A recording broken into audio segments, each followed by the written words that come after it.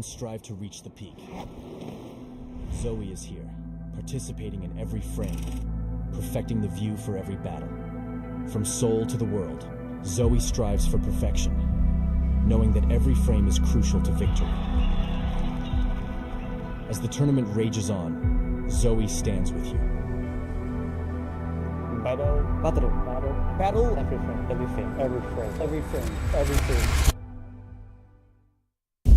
People always talk about wanting to reach the top. Like it's something that's just handed to you. But the fact is, not everyone has what it takes. This goal demands everything. Your time, your energy, your dedication. There are no shortcuts. Sacrifice isn't glamorous. You can't slow down because your opponent won't. Not for the status, not for the packed out stadiums. You do it for one reason: the love of the game. You've battled through every setback, every challenge, every ounce of doubt. You've proven to everyone watching what you've known all along, that you belong at the top. But you aren't the only one. There's always someone right behind you fighting for your spot. The higher you go, the more people will try to tear you down. And they'll do anything to take your place. That's the cost. That's the reality. This is what it takes to reach the top, to ascend to greatness.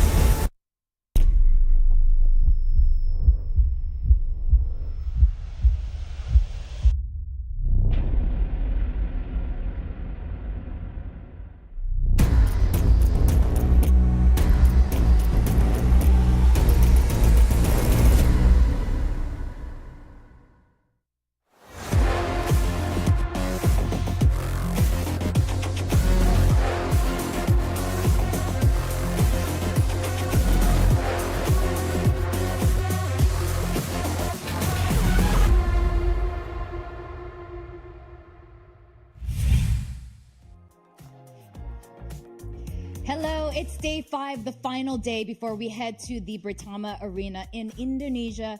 And today's the day where we discover the remaining 2 teams to make playoffs to duke it out for the very last spot for the 2025 VCT franchise. It's VALORANT Champions Tour Ascension Pacific. I'm your host, Victoria, and with me on the analyst desk is RRQ's coach, Ewok. Welcome back. I have to ask you, have you been to the Britama Arena before? How's the vibe over in Jakarta? I actually have not. Jakarta is one of my favorite places, but I have not been to the Britama Arena, so I'm really excited to go there myself. I was there yesterday in the area, and I can feel something's cooking there already. Yeah, I know a lot of people are going to be flying in for this event just to watch it. I know a lot of teams are very excited about it, and of course, Boom wants to get in there. Now, I also want to talk about how one team will ascend, but I know a lot of partner teams are probably looking a lot of the players right now, playing throughout Ascension, possibly picking out a couple of them. Can you talk us through this process for those who might not know about it? Yeah, for sure, right? There's 2 main ways for any player to get into that partner international league, right? You can either get picked up as an individual if you have potentially had a really good performance this Ascension and your team maybe didn't make it, right? Or you can just ascend with your whole team. So there are other options for these players, even if they've maybe been eliminated already, if you did have a really good tournament.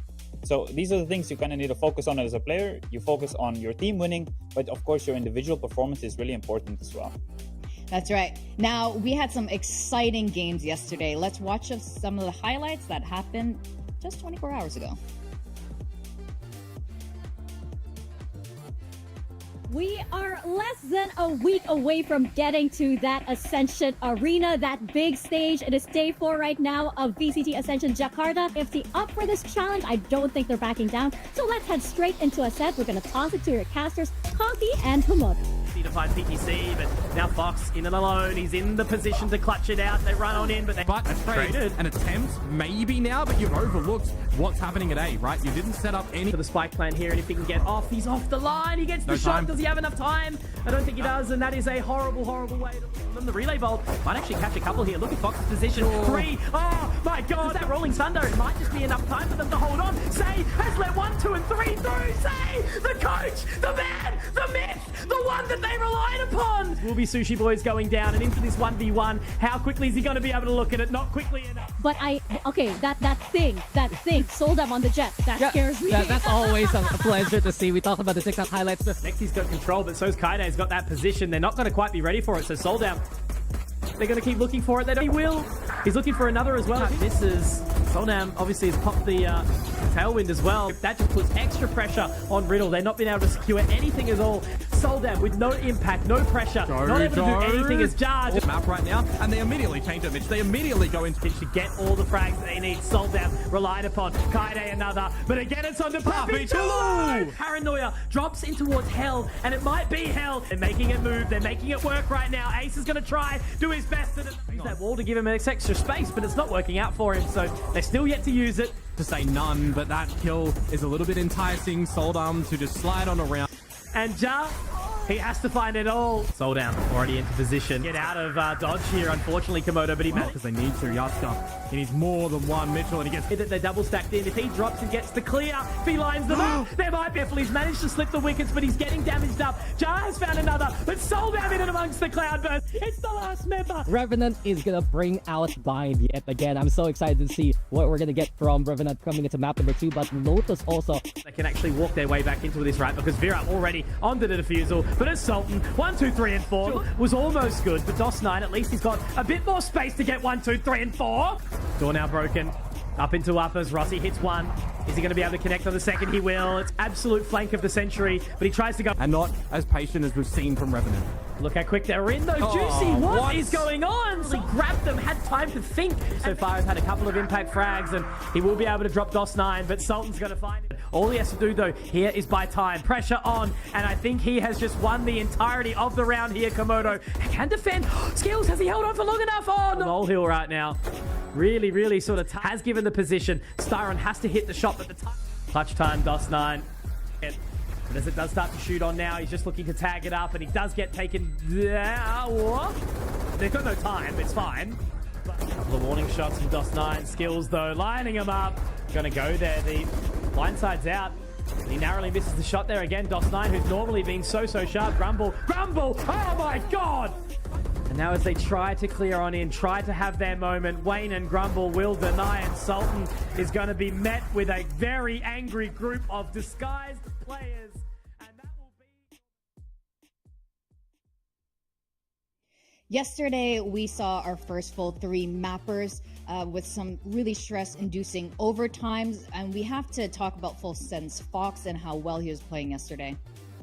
Yeah, he was amazing yesterday. I just feel like Fox never dies for free. He puts so much emphasis on him staying alive, and yesterday he won the most clutches in that series. So him staying alive till the end was a big difference maker in that series, I think.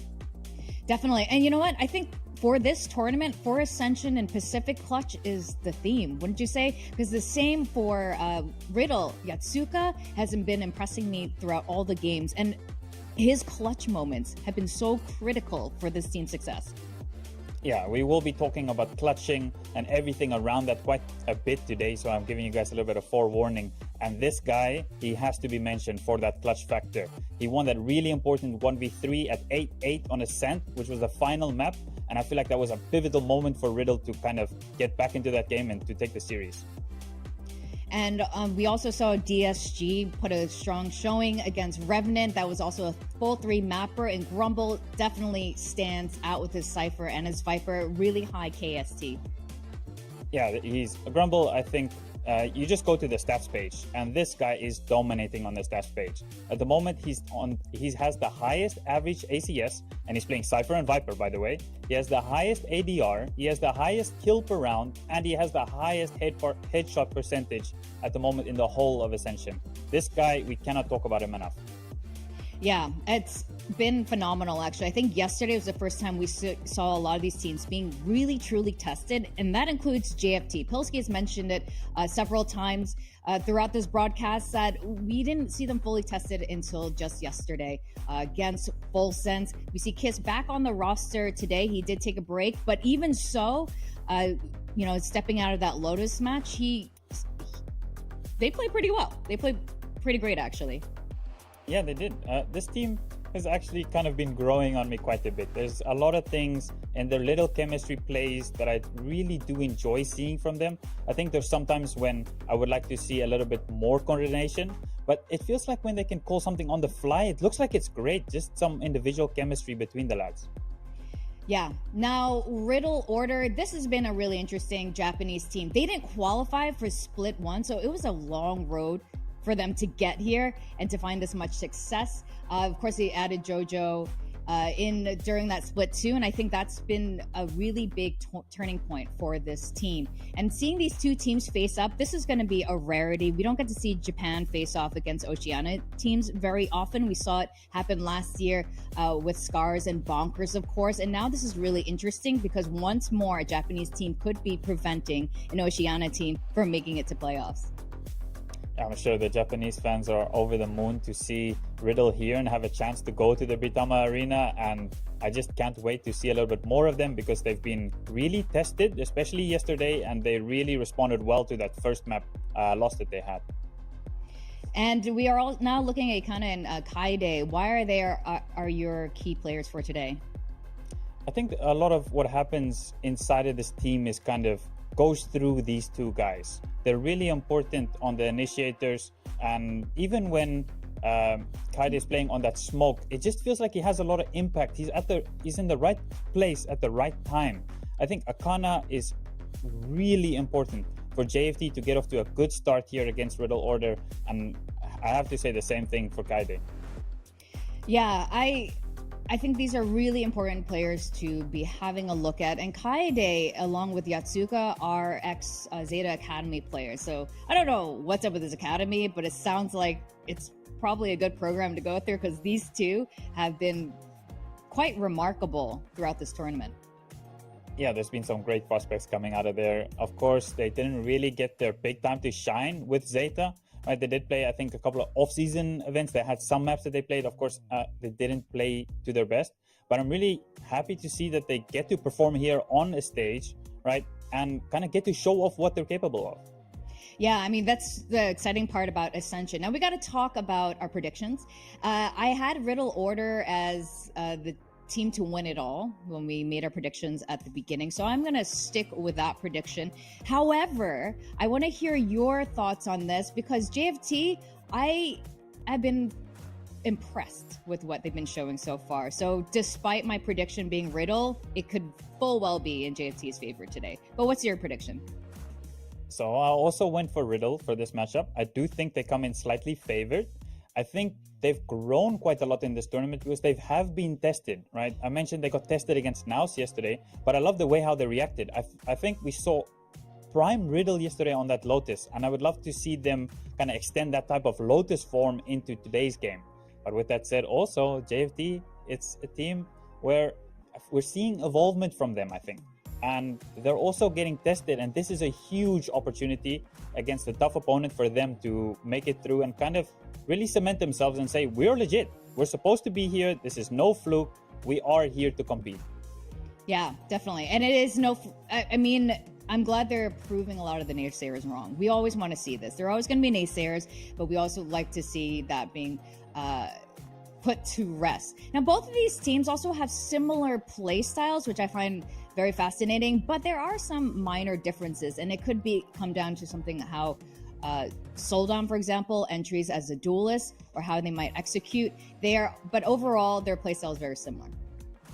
Yeah, I do think we see JFT, they like to do the 5-man a lot there. We don't see as much lurking. And that's one of the things I would be pretty excited to see. Is JFT going to maybe throw in a lurk there or something? Because I think that's something that could catch Riddle off guard if they're looking at their previous games. That could be something that Riddle might not be expecting. Yeah, and I definitely want to see Soldan maybe step out. We have some really fine moments. We were actually talking about this in our little green room before, how Soldom, how he plays really well on that neon. But before we get deeper into any of that, guys, let's go over to see how the teams are doing, because we're going to go into our match one very, very soon.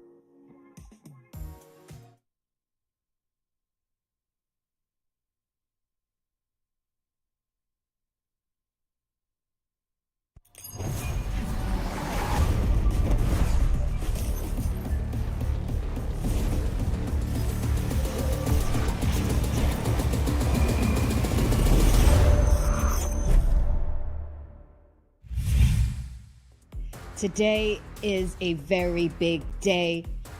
Two teams today will also be going home. This is the last we're going to see of either Riddle or JFT. Yeah, We're going to go into our Vic, map picks. Yep. Sorry to interrupt you there, but we did see some tears yesterday, right? I'm expecting we might see some more today, but of course, for these players, it just shows how much it means to them, right? Yeah, it means a lot. And this is really interesting. You talked about Lotus earlier. Both of these teams really favored Lotus. JFT definitely likes Lotus, but Riddle has changed that up a bit, picking Sunset as the very first map. Yeah, that Sunset map might be really interesting. JFT has won their last three. They did play the double duelist, the Neon and the Rays, but I did think Riddle, even though they have lost their last two, I think they look pretty good on the Sunset, so I'm not too surprised. They're probably still feeling pretty confident on it. Yeah, Pilsky made a really good point. We were talking about this. Apparently, Oceania teams don't seem to really love playing Sunset very much, and I wonder if that is a large part in why Riddle picked it, other than being really good at it. Now we're going to go to Asian comps here. Riddle does like using EDG's comp on Sunset, but JFT is switching things up. Yeah, I think the composition in general from Riddle, it just works well. There's a lot of information that you can get, and they're going to have to find out where that JFT 5-man is, right? They do have a lot of information with the knife, and the cam, and the recon coming in from the Sova. So them trying to find out where JFT is going to try and hit the site, and then the same is going to go for JFT. They don't have as much information, so they're going to have to make sure they're taking enough map control and finding where that execute's coming in and trying to fight as much as they can with this composition. Well, this is going to be a really exciting way to kick off the very last day before playoffs. Again, JFT, Justice for Tomorrow, and Riddle order. This is it. This is the very last match for them to stay in the game and potentially ascend over to VCT Pacific. With that, to take us through the first match of today, it is Quack and Pilsky.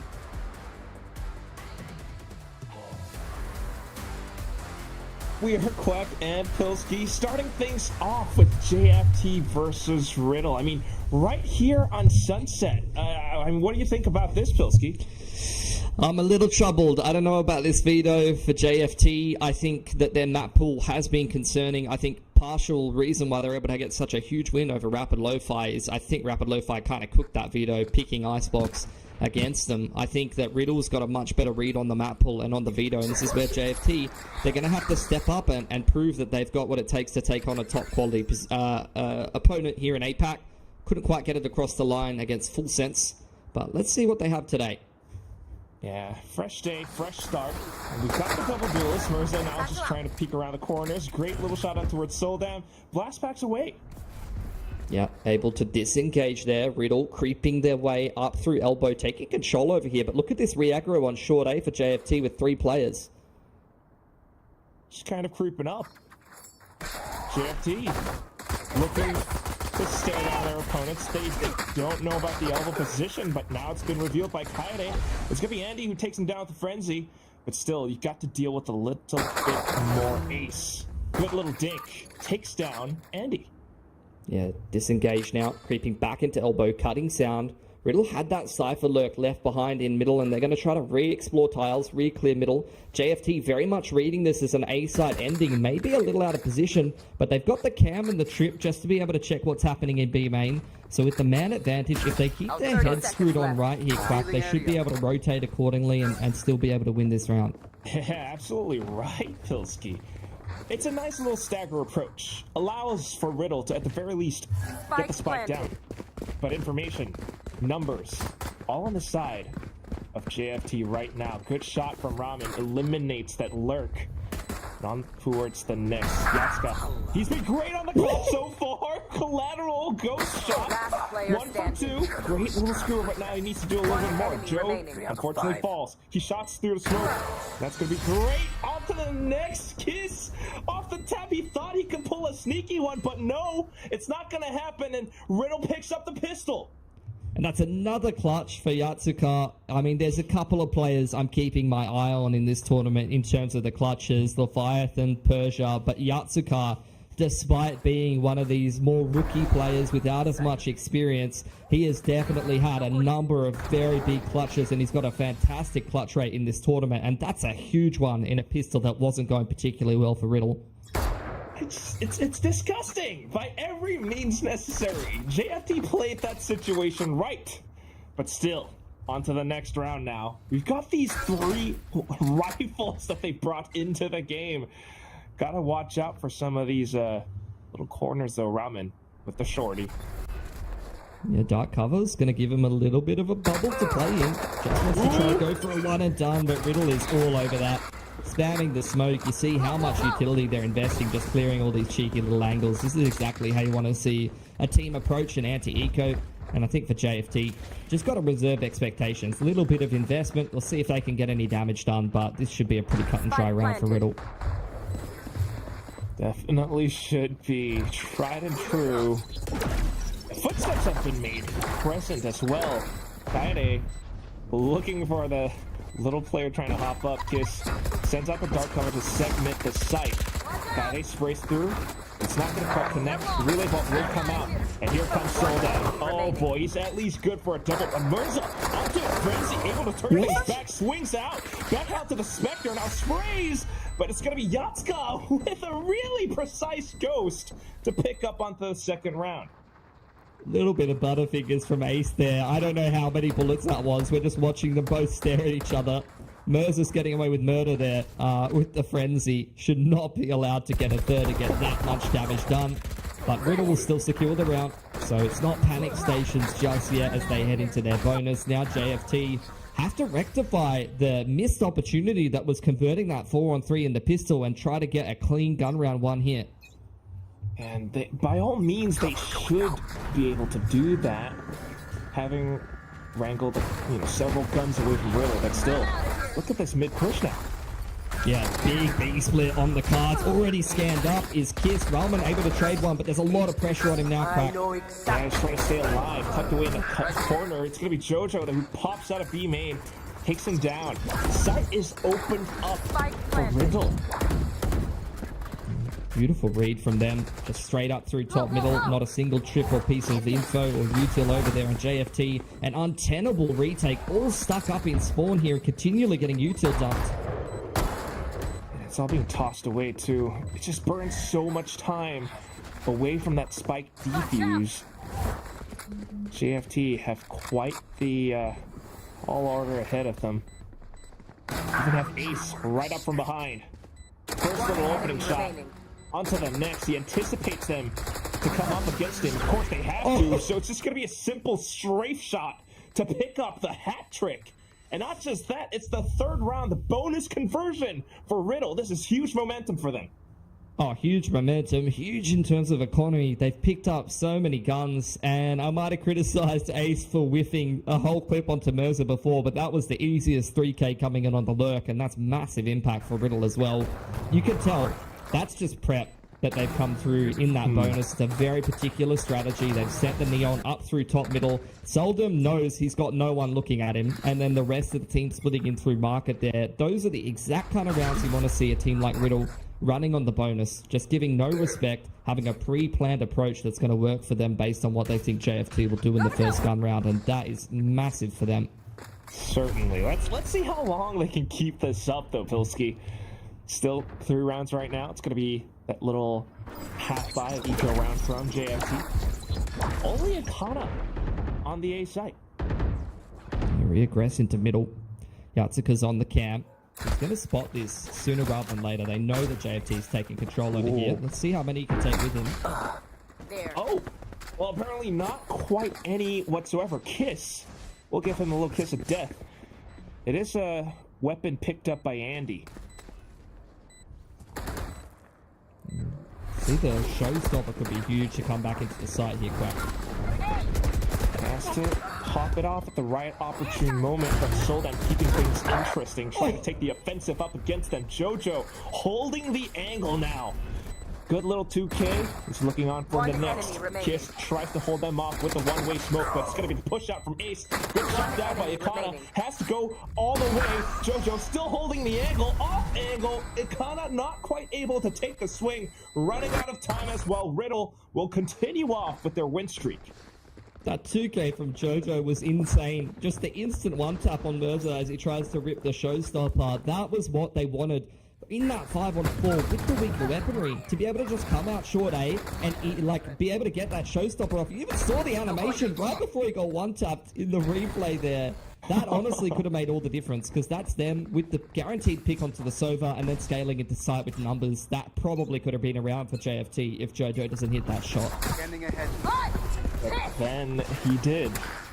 Next round, dude. Overdrive right off the rip. I don't know what JFT's read is on this. Just a hard retake. Waiting out the initial execute. Cage keeping them back for now, and they're just going to go in with the paranoia as well as some reach util to try and complete this retake. There's a lot of util, but how are they going to string all of that together? Trying to get on top of the boxes, but Kiss somehow shot down from the other side. Yatsuka able to hold the line. They are applying pressure from the back lines. JFT are pinned down. They are feeling the heat. Trying to push up front now. Andy spots out the hop. Jojo trying to spray it back. A good little flash out from Ikana, but still so many targets. It's the spray from Mirza. Good triple. Has to do it all though up against Ace. He's run out of time. Good little kill, but that's about it. Riddle will still pick up the round.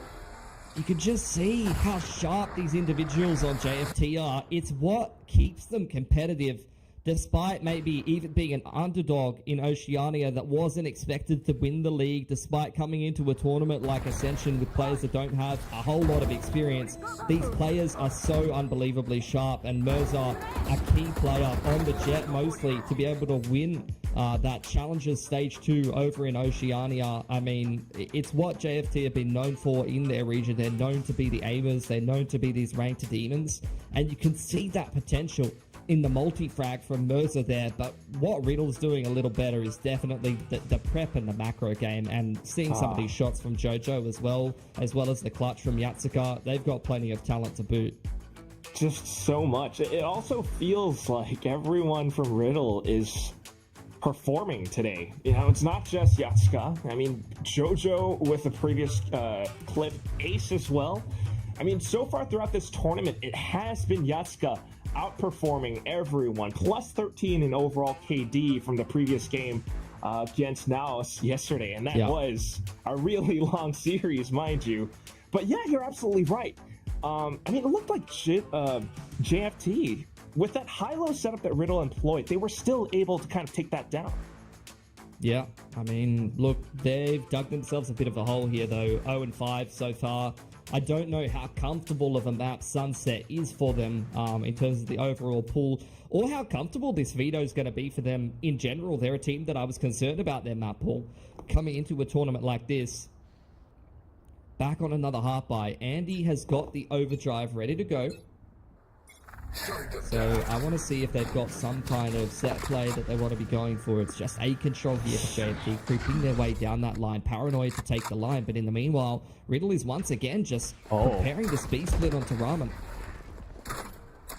And, you know, it comes down to whether or not Ramen's able to handle this. He hears the footsteps, a little bit of support from Kiss, which is nice, but Grandwit down on the floor, and he swings out with the overdrive. Fortunately, Thunderfinger's not able to do much damage. Sheriff will be able to pop off though, but look at how JFT is handling this. The Sheriffs, they have arrived. Ikana with the Bulldog to end it all. JFT with the first round on the board. And similar to some of the other these really sharp teams in this tournament, that's something that you can't take for granted against JFT. They have very sharp individuals. I've already said it. I feel like a broken record. So when you get onto these Sheriff rounds, these kind of rounds are very winnable. It's like all of those blokes you play in rank that they just hit the shots of their life on the Sheriff. Those are those guys inside Oceania that would just win a round. One of these players would just win a round with a Sheriff. So that's huge for JFT to try to break that streak from Riddle, who it looks like are going for a bit of a set play towards B here. Smoke towards top middle. A-main taken once again from JFT right off the rip, and Riddle will take mid control, and looks like they might just go for another B split here, or maybe they have something else in mind. At the very least, it's a bit of mid control. Interestingly enough, JFT's duelists have been tagged together. They've been stacking up on the A side for the past few rounds now.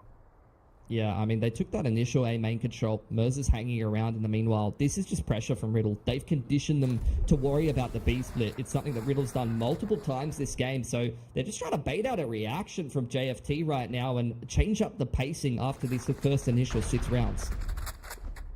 Really good stuff. I mean, I think you're right, Pilsky. Despite it being 1-5 scoreline right now, JFT, if they are able to keep this up and play that macro game a little bit more, might just be able to turn things around still, though. The push coming through. Soldam all the way up mid. It was a sudden change. Andy was not prepared for it. The null command now into sight forces JFT away.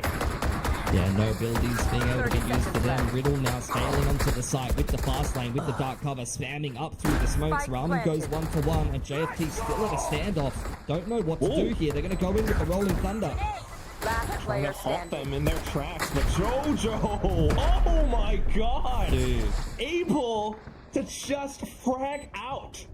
What just happened, He's had so many multi-frags, like in the mid-round. This is what you want from your Sova player. If you've got a Sova player like this, like Fox is another good example of it, that after he uses his info util, he darts or he drones, and then in the mid-round he activates. You know, you can put that player in a clutch, you can put that player in a mid-round after using that initial info util, and he's just a turret. And that's what it's looking like Jojo's doing at JFT right now. Multiple of those multi-frags over on short A have made the difference. Just creating so much value. But Riddle now, on to the next round. They're doing a lot of early pressure and then backing off. Yeah, they're trying to bait the rotation towards A. There's 4 people over here. Now Ramen under a lot of pressure in market. Oh! Unfortunately, he's going to get slurped up. Soldam into the site again, and look at how deep he is into the back of Boba. JFT held back by the fragment. It's just so one-dimensional. Maybe they'll go in with the showstopper again. Mercer trying to create space with the satchel, but they all line up for ace. They're just getting made mincemeat in the mid-round right now. It's unreal, Quack. It's heartbreaking to watch as an Aussie. But Riddle are just running away with this game of Sunset right now. I see what you did there. It's mid-street in market. Oh, I can't believe this. I mean, a little bit of a crossfire somewhat, but at the same time, it's the way that Riddle are playing these rotations, baiting the rotations out from JFT, and just going off to the next site that quickly because Soldam is on that neon. Yeah, quick rotations, 100%. Now the B main pressure. The knife gonna push Ramen back. It's on another half buy here. You can see the pressure is creating enough for even a recon bolt to be invested by Andy. Some reactive util, maybe from the Omen. And after Riddle wait for an initial reaction and wait for Yatsuka to take a little bit more space in middle there, thinking about still hitting this B site. Well, Yatsuka is being marked by Akana. This B site, that's where JFT has the right stack. Push though, coming through, and it's gonna be Soldam in with the slide. Good little double to kick things off. Ramen able to fire back through from Boba. Still though, the Hunter's Fury just completely obliterates. Now next on towards Akana, trying to fire back, but the spike will get planted. Jojo, cheeky little hop and a arrow shot back there with the recon. This offender from Yatsuka and Market could be deadly though. Mercer gets 2. Another paint shells could potentially flush out Yatsuka, but again in the clutch, Quack. It's an instant one tap. Like, no chance to even react for Mirza. He did everything he could in that scenario, but it's still not good enough. Yeah, unfortunately caught out with the utility hand. I think he thought that maybe his opponent would be tucked away, but it's Yatska, and he's holding these angles. I mean, the guy, like you mentioned before, clutching up, but he's got the least amount of deaths for his team right now. And Jojo picking up on all these multi-frags. It's ridiculous what Riddle is able to pull off. It is their map pick, though.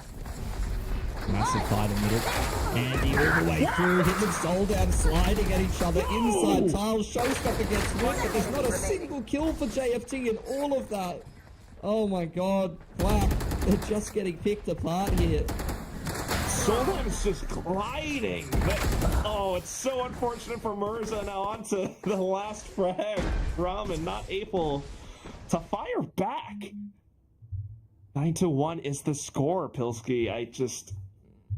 I'm not quite sure what JFT needs to do to bring themselves back into the game. They had the timeout from the previous round, previous early part of the half, but not quite able to string anything back together right now. Yeah, you can see middle order now really running away with this game as Sunset. I think they found the right veto strategy and approach to this game. Andy having a bit of a rougher time with things is definitely one of the standout players that contributes in the firepower department. And once again, Riddle running the same strat that they run on the bonus here. That's going to be Akana too, trying to chase down Soldam. Good little response, Ramen, but Kaide fires right back. And once again, sight already taken away. Look at how the smokes run out. Yeah, just stuck behind the one-way. Zoned out of this B site, trying to crack their way back in with the movement of the Rays and the Neon. Just buys a little bit of time away and kind of forces JFT to take the fight against Riddle. Now, down towards Yatska, trying to play around it. He's being forced out of position by the paint shelf, but retakes the position, and they don't quite hear the hops. Ace, though, mid-air track, and it's going to be the shot. 2 back-to-back. It's Riddle up to double digits now in the first half. 10-1, Pilski, what? And you can tell the vibes are immaculate for Riddle Order right now. Just look at Ace's reaction after hitting those shots. Very, very clean. That's another one of those multi-frags that you've seen, from Yatsuka this game, from Jojo. These just instant headshots, beautiful movement and readjustments from Ace. The Riddle Order players, the mechanics are on an extremely high level right now, and JFT doesn't know what else to do than just to try to shove down mid. It's just so many of these plays back and forth. JFT trying to fire back with their own neon plays, but Soldam just not letting it happen. Pilski, no! Kaide firing right back as well. It's down to a 2-on-5. Ace, relentless with it. Ramen trying to hold down Market once again, but the movement, look at that! The shorty into him. He can't do anything right back. It's 11-1 at the end of the first half. Yeah, Riddle Order just on another level here on the attacking side. We saw them play SPG so close on this map. There's definitely a reason why they've been one of the teams to take the closest game to SPG so far in this tournament. Definitely shows you a lot about their form, given how well SPG is performing even against some of the other best teams in the tournament. So Riddle Order definitely a team to keep your eye on, and I think JFT, as a result, maybe a little overinflated with how easy they were able to walk over Rapid Lo-Fi, with how easily they were able to beat a lot of teams back in OS, might be a little overrated. And coming into this matchup, I think Riddle were the clear favorites, and they're showing light. Yeah, it definitely feels that way. I'm sorry, Pilski. I know with the Aussie, you're kind of rooting for JFT a little bit, but it does appear to be this way. Whatever it is, though, it is the lower bracket. This could be an elimination for JFT, but it is a best of 3 as well. They still have, a potential comeback in the next map, maybe.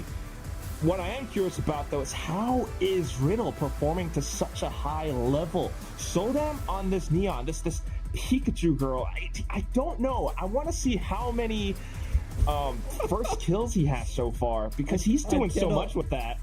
I cannot believe you brought out the Pikachu girl. Like, that is such an inside joke. Hey. That is incredibly niche for our short time together. You've brought out the Pikachu girl. I can't. I mean, maybe it's the lightning being zapped from the fingers. You know, maybe it's the spikes on the head. I don't know what it is. Regardless, I'm thinking about... I got bigger things on my mind, Quack. Let's put it that way. The way this game is going. I might need some emotional support for I'm gonna give you a hug. Yeah, I'm gonna need it when we get to Jakarta, mate. Honestly, I might need some consolation. I think JFT might as well, because on this map, Peak of Sunset, there has just really been not much from them outside of some standout multi-frags from Mercer here or there. Yeah, I mean, and it comes down to this pistol as well. I mean, even if they do pick it up, it's so many rounds they need to continue off with. But they're not backing down, still going into the site. A lot of presence already made known. Oh. Yeah. Good shot again. From Jojo hits absolutely everything with the Sheriff, Mercer, and Kiss aggressing into spawn side though. Just trying to turn things back. A little bit of presence from Market, and they're trying to fend that off. A little bit of a flashpoint sent through. Akana won't line back up at the ready, but look at Yatsuka! Just up around the little boxes, and it's going to be Ace up from BME. 2 angles being forced to dealt with, and this puts Riddle up to match point. Absolutely. I mean, this just has not been a close game, unfortunately. And I think JFT, you know, all of the potential issues started to catch up with them a little bit. You know, they're a fantastic team to watch when they're multi-fragging, when they're playing in the free flow state. It's something that Ewok said, and I agree with it. That's when they play their best, when they're adapting on the fly, when they're playing free flow and the individuals are just able to make decisions. That's when JFT is at their best. What you haven't seen from JFT very much is what happens when the other team has a great read on them when they're getting stomped. Where's the resilience? Where's the second layer of strategy from the one-dimensional jamming double duelist every single map? And I don't think we're going to see it, unfortunately. I don't know. You certainly hope to see at least a little something. It is potentially the last round. Yatsuka, he has been stunned up. Trying to play inside of the smokes. Trying to keep things cautious. Kaide with the judge. Swings the hammer. It's going to be Yatsuka able to come in with a double. Kaide with the classic. He ends it with a 2K at the end. They just ended this all. This might just be the fastest map we have seen so far in Ascension Pacific 2024. Yeah, Riddle, that was an absolute clinic, and you can see it all from the expression on Mercer's face there. They just cannot even believe what was just inflicted upon them. They just got run down, got humbled a little bit, and the Japanese team really just streaking away with this one. That was incredible VALORANT to watch. That's exactly what you want to see from a Neon comp as well, just getting in the face of the opponent. But also, I'm impressed with the backlines as well. The overall structure, the pace that the Neon brought was beautiful to watch, but even more so, we talked about it, Jojo and Yatsuka, as well as Ace. These players in the backlines and the multi-fragging they were doing in the mid-round, every single round, they would end it. You know, JFT would get in with 1 or 2 kills here or there, Quack, and then it was just over. They would just get multi-fragged and it was round over.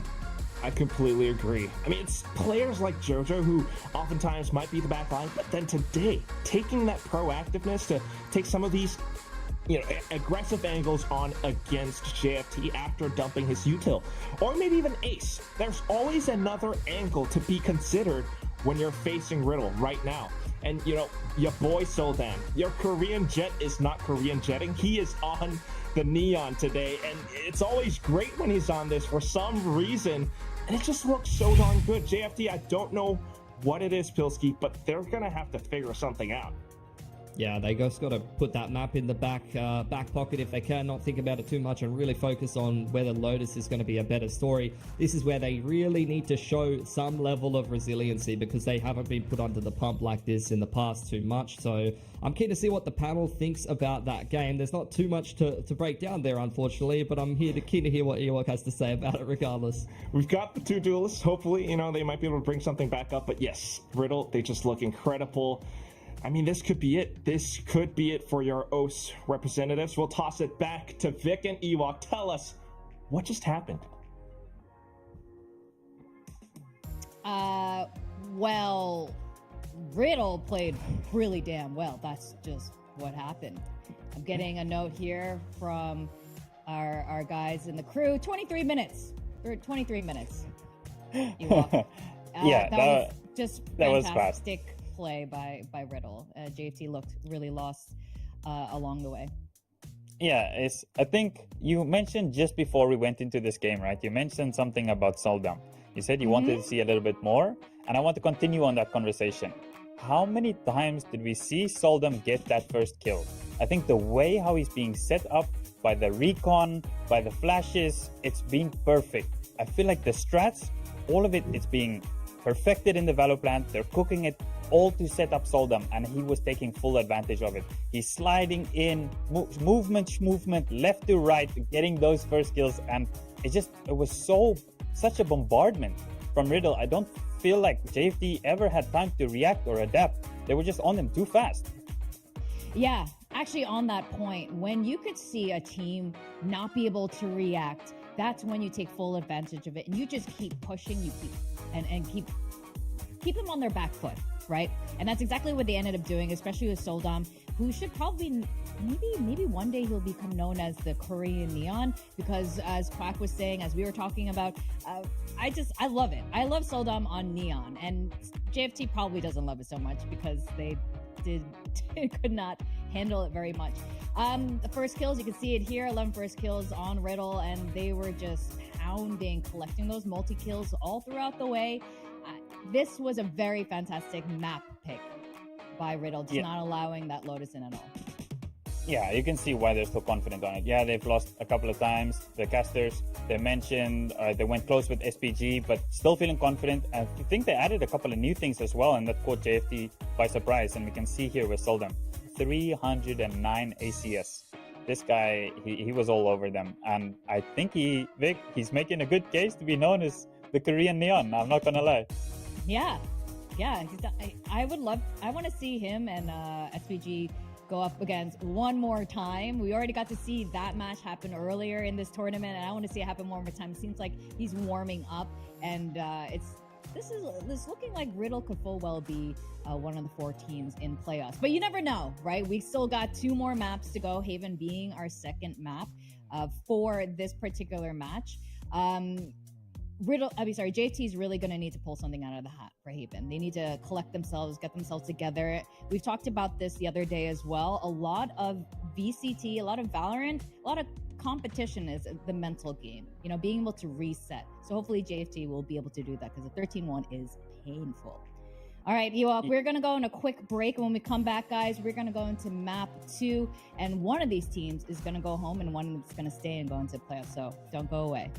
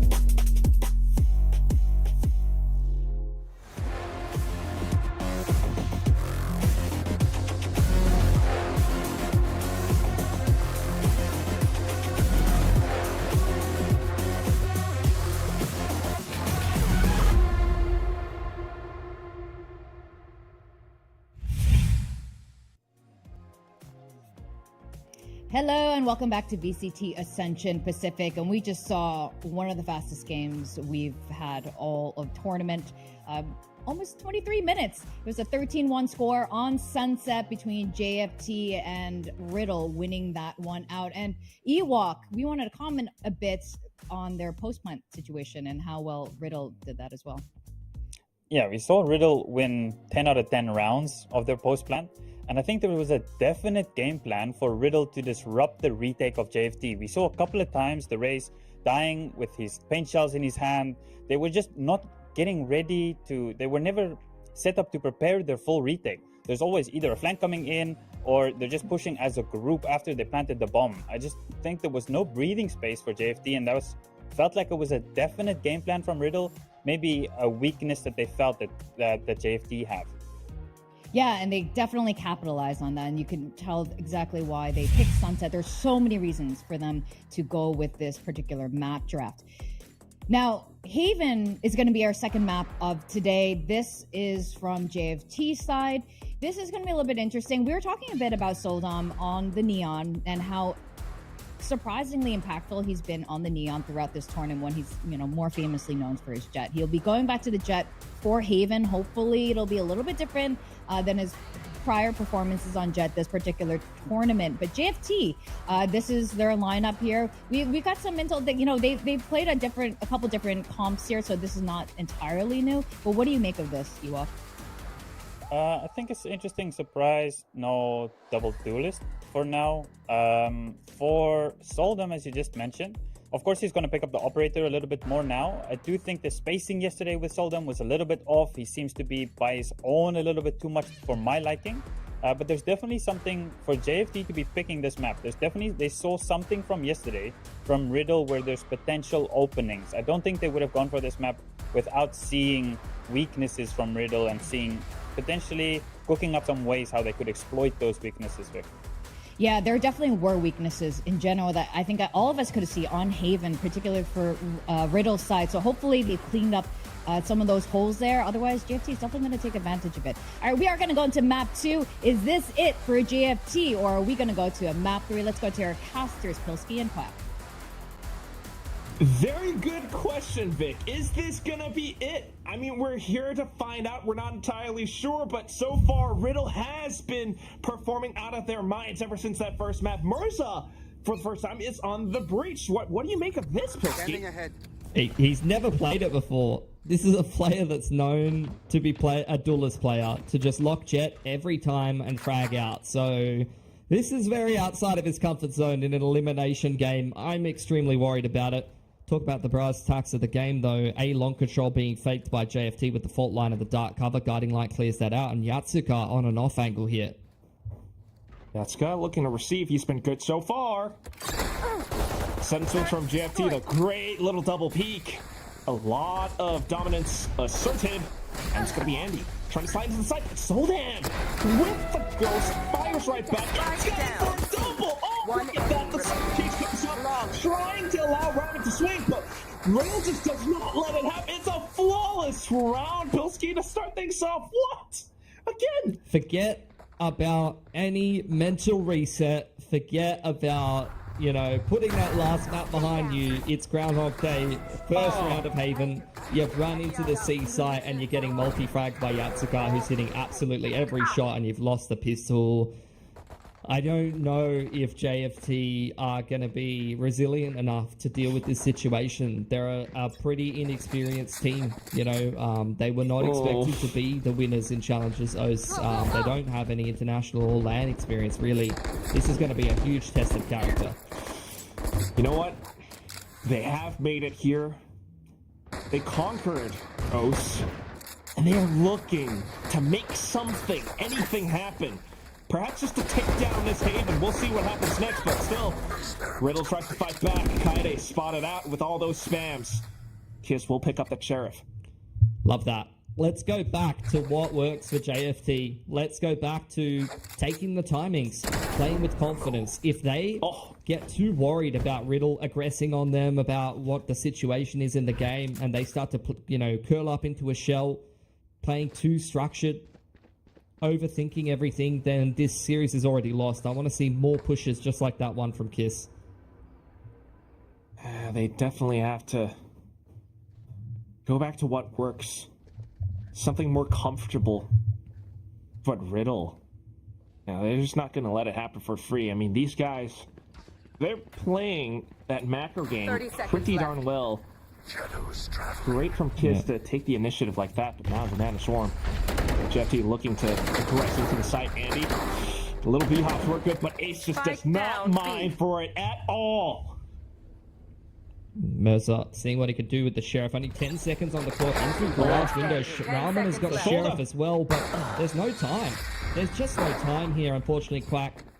Soldem with the Marshal, cleaning things up for Riddle and JFT. Little bit of damage done. Look, they've broken 2 sets of armor. They've taken 2 guns. That's a pretty good result. And not too bad. But now you got to come back to that question of how you want to play the map. It was a pistol, so we didn't really get to see all too much, but so far, Riddle has been doing a really good job at handling everything that's been thrown at them. That overtime match played against Nows yesterday, they managed to push it to a 15-17. Cover going out. Smoke down in towards mid window. One return by JFT, who are looking for garage control, but Yatsuka's on an off angle here. Trying to hold it. Not a lot of escape routes if he is to hold this position. Strays into Andy. Great little crosshair placement, takes him down. Very sharp shot from Andy. Much needed opening kill. And with only the singular duelist, it's going to be much more pressure on Andy to be aggressive in these early parts of the round. Usually there's a secondary player running in there with him, which is Mercer. Reaggression in the mid-round from Ace. Akama's all over that. This slow pacing from JFT is paying off in spades right now. Oh! Yeah, it's really nice. I mean, it's kind of making Riddle feel a little bit jittery. They're peeking out against them, but all of these angles are being covered and marked by JFT. Now, into the Ace site. Yep, easy. Free open Ace site. Beautiful util to be able to minimize the risk, but Jojo, sharp as always, able to punish Andy for overextending backside without a dark cover on spawn. Not really going too offensive though. Of course, so them all the way on the other side of the map. Sudden little flash down, but easily dealt with by Mirza. Optimistic, very optimistic. I wish I could be that optimistic in my everyday life. You know, this is going to work out. Don't worry about it, Quack. I'm just going to, you know, flash myself out heaven. Easy retake. Soldem saving, but don't worry about it. Yeah, we're not. Commend JFT for how they played that round, though. That was a very not JFT round. For anyone who's the OS enjoyer, JFT is the run it down, double duelist, every team, every map team. The Zoomy team. Riddle, though, I mean, I don't know. Just trying to get information, I guess. Jojo, fresh out of Depresso in the morning, so he's really positive on that little 1-on-4, 1-on-5 retake. But yeah, otherwise, a pretty good adjustment from JFT, wouldn't you say, Pilski? Yeah, I'm keen to see how they keep playing this style. You know, I've mentioned it a couple times, but Mercer, this is not a role or a kind of skill set that he's really been showcasing ever in his career so far. So in a game like this, oh my god, aggression from Andy, set up by the fault line from Mercer. That's a 1-for-1, contesting that A side of the map. But you can see Riddle have a read. They were in front of that Viper wall. They've seen nobody in lobby. So despite a 1-for-1 over in suicide, you see the instant rotate from Kaide over on the other side of the map. Riddle's completely forfeited A. They have got a great read on this round, and they're re-aggressing straight down middle into grass. Yeah, you love to see it. After time, information goes bad. What is JFT's game plan here? They are just taking the C site for free, working their way through garage, dumping a bunch of util to get themselves into an open after plant. Oh. This is where Riddle, they've got to do their best to be able to retake this one. They've given a lot of space and respect, but this is where Soldem is now starting to apply pressure from garage. Yeah, unfortunately, the smoke's weren't quite there, blocking it off, so it's going to be entries from Soldem now into the cloudburst, and Yatsuka and Jojo, look at how Riddle fans across the site, so retaking it that quickly, 3-1 for Riddle. Very, very nice retake. Good activity from Riddle. I think they read that round beautifully. A less experienced team, although a lot of these players from Riddle, you know, I think they're showing that they're wise beyond their years and they're getting a lot of great practice in Asia and playing with a lot of these teams, obviously. But the presence of mind for a one-for-one to happen over on that A side of the map and still be able to rotate that heavily on Haven and stay active is super, super good to see. You get the drone up onto the line. Soldum not respecting it, expecting someone to peek in front of it. Here's the garage take now from JFT, and they want to use this as a launching pad to get into C. Trying to go fast. I don't know if it's going to pay off dividends. For now, it does. With that little aftershock on towards Yatsuka, Andy just sprays it down. Yeah. Riddle, though. I mean, things are just halted right now for JFT. They got absolutely nowhere. They got util dumped. Dog trying to clear out garage, have a little bit of a look.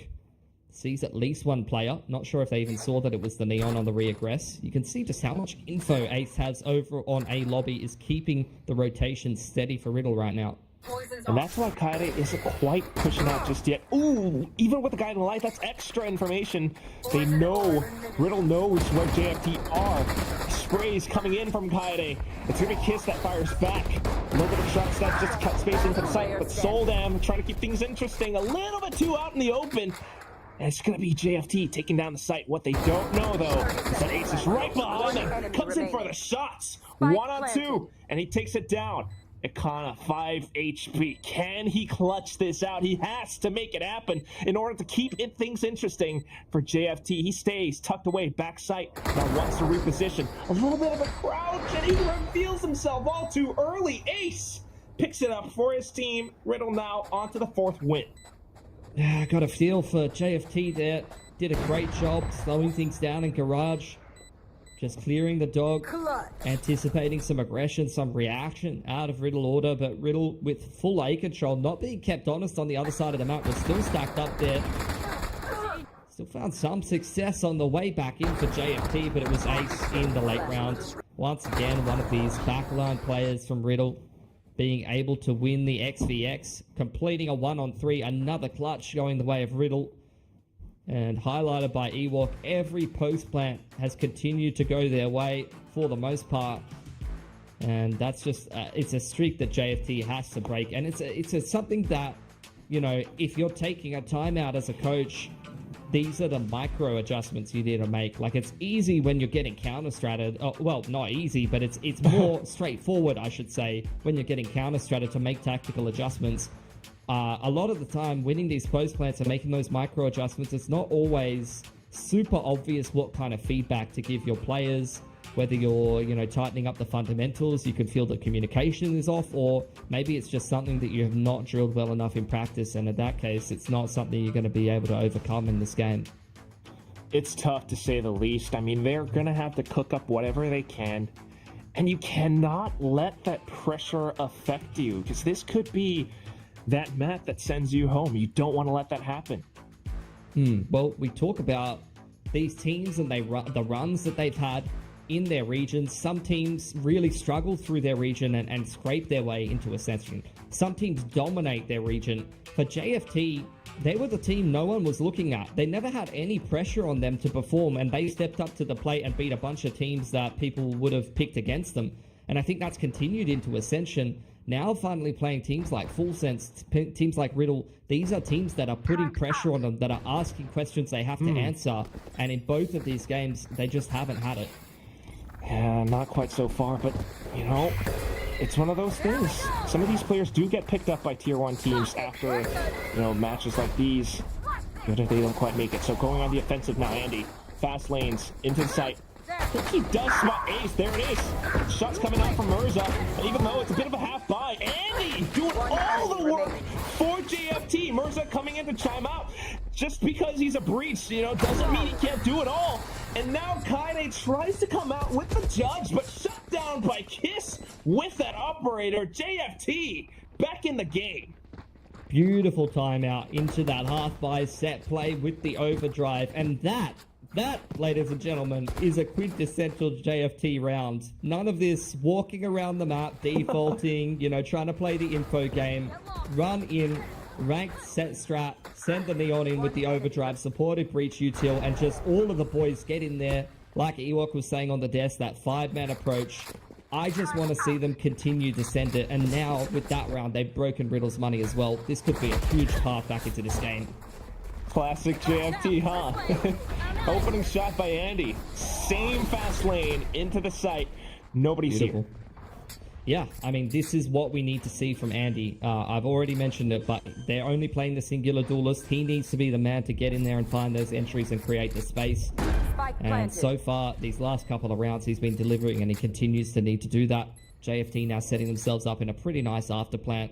Got all the angles covered. Even got an op on attack. Very aware of what Riddle has equipped.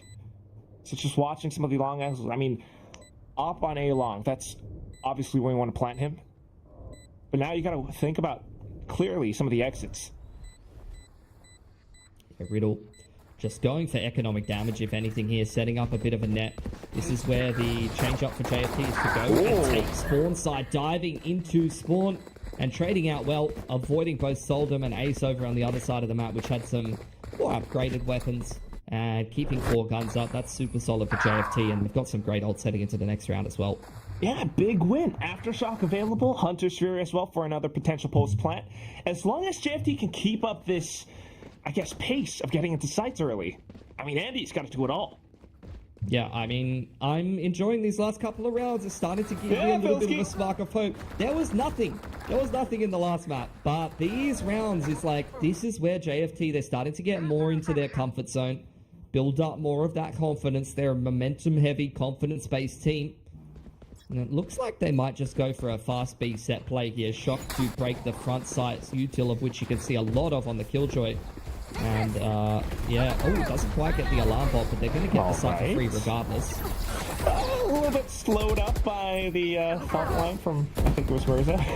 Spike will still go down, though. There's quite a bit of utility.